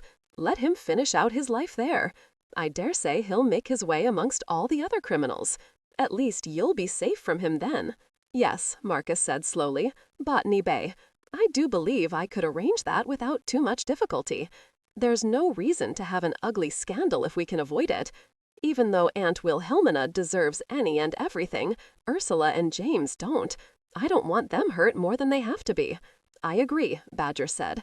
He saw that the Duchess was nodding also, then turned to Lord Chilton. At North's nod, he added, There, that's all of us, my lord. Ah, I should add that Maggie was beside herself, let me tell you, screamed at Mr. Spears and me, even at poor Lord Chilton, who surely wasn't to blame, cursing us that we wouldn't bring her with us. The picture painted with your words, Badger, quite boggles the mind, Marcus said. The Duchess managed to find a remnant of a smile, then said, We won't have to worry about him ever again. Thank God, Marcus, you're safe. You're what's most important to any of us, and even if that's not quite true, then you're what's most important to me, at the very least. Oh dear, I was so scared he would kill you, so very scared. Don't you ever do something like that again.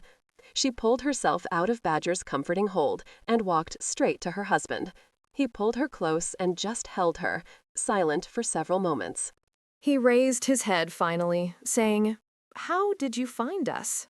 Badger said, We went to the stables after I found Mr. Spears and told him you and his lordship were gone, and what I suspected. Not that it was necessarily Mr. Trevor, you understand, just that there'd been foul play, as Mr. Kemble of Drury Lane calls it, and sure enough, both Stanley and Bertie were gone. Lambkin was fit to eat the horseshoe nails, my lord, utterly stammering he was with confusion and mental turmoil. Ah, yes, I tracked you here, he added simply, as if it were the most common ability on earth. Marcus looked from one of them to the other. You tracked us here, Badger? This is beyond what you are supposed to be able to do. You are the Duchess's valet. You are our cook. You know a lot about medicines. Now I hear that you tracked Stanley and Bertie here? Well, my lord, it wasn't all that difficult, truth be told. You see, Stanley has a strange shoe, put on by the Duchess's father some 3 years ago, a shoe in the shape of a star. Why, you might ask? I haven't the foggiest notion. It wasn't difficult, as I said, to follow you and find you here in old McGildy's barn. Poor old man, dead now, and no one cares that this barn is falling apart, and that's why Trevor Wyndham brought you here. He rode Clancy around the estate many, many hours, as I recall. North shook his head. All I had to do was follow orders, Marcus. These two had everything well in hand. I'm sorry I left, Marcus. Damnation! I knew that the danger wasn't over by a long shot. You, North, are just angry because you missed finding the treasure with us, Marcus said, and punched his friend in the arm. Alas, that's part of it, I fear, Spears said. However, my lord, having you at our side gave us additional confidence. In your anger, you wore a dark, quite menacing look that would challenge the devil himself. There suddenly came a loud shriek from the barn door. Ho! I knew we'd find you. Damn you, Mr. Spears, and damn you even more, Mr. Badger. I knew we'd find you. Ah, and Lord Chilton, well, damn you as well, you sneaking lordship. Oh, hell and the devil, all the fun's over. It isn't fair. I've missed all of it. The Duchess looked at Maggie, dragging a red-faced Samson behind her, then looked up at her husband's astonished face. How, she asked, giggling, her breath warm against his throat. How could you ever imagine that Maggie would willingly miss any of the fun? Oh, what's this? Good God, it's Mr. Trevor, and he's sprawled in a very ungentlemanly fashion on the ground. What has happened? Epilogue. It was late that night, a night of warmth and closeness and lingering fear and the weight of staggering loss, that Marcus, the Duchess, and all their friends, who just happened to be their servants, were seated in the dining room, the Earl having insisted that all of them dine together, at least this evening, despite Spiers's vehement and quite vocal disapproval. Marcus's mother, bless her heart, had hauled Aunt Gwyneth and the twins off to her own sitting room and told them that it was their own private banquet, that the Earl was a man with odd notions that must be respected since he was the head of the Wyndham family, and thus they would conduct their own private party and leave the Earl and the Duchess to theirs. She frowned at Fanny, who had the temerity to point out that Lord Chilton wasn't a servant and he was allowed at their party. When Badger's smiling kitchen minions brought out the bottle of chilled champagne, Samson, the Wyndham butler for 15 years, a man of astute judgment, reserved demeanor, and sober of mien, rose, cleared his throat, and announced, "My lords, my lady, Mr. Badger, and Mr. Spiers, I should very much like to make an announcement. Miss Maggie will be remaining here with the Duchess as her personal maid. I will also be remaining at Chase Park as butler." He paused, and Marcus frowned.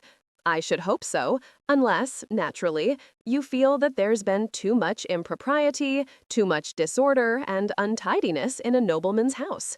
Samson cleared his throat again. "That isn't quite what I meant, my lord.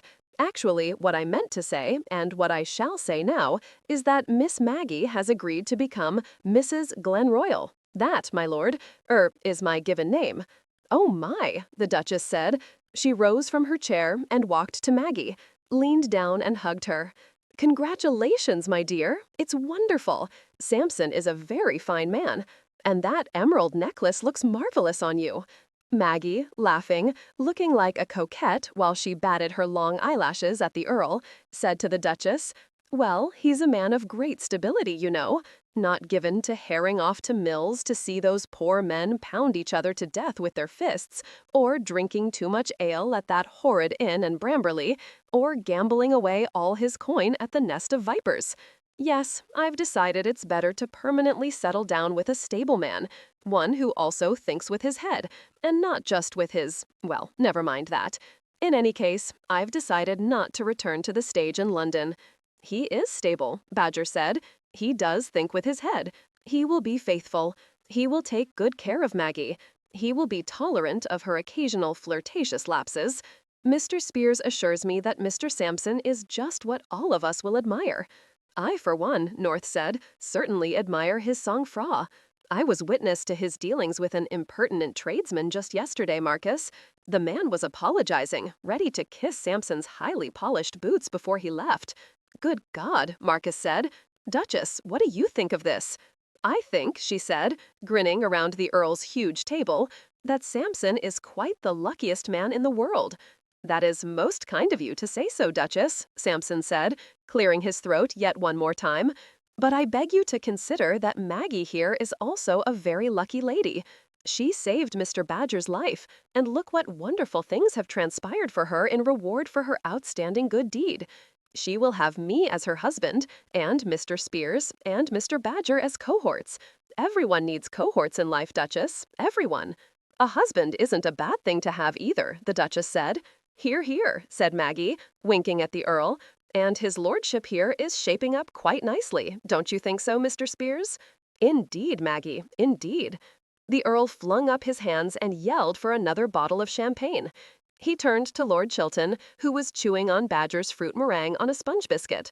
"Well, North, does all this marital bliss warm your sinner's heart? Make you want to consider some leg shackles yourself?" North took his time swallowing. He looked around the table. He smiled at the Duchess.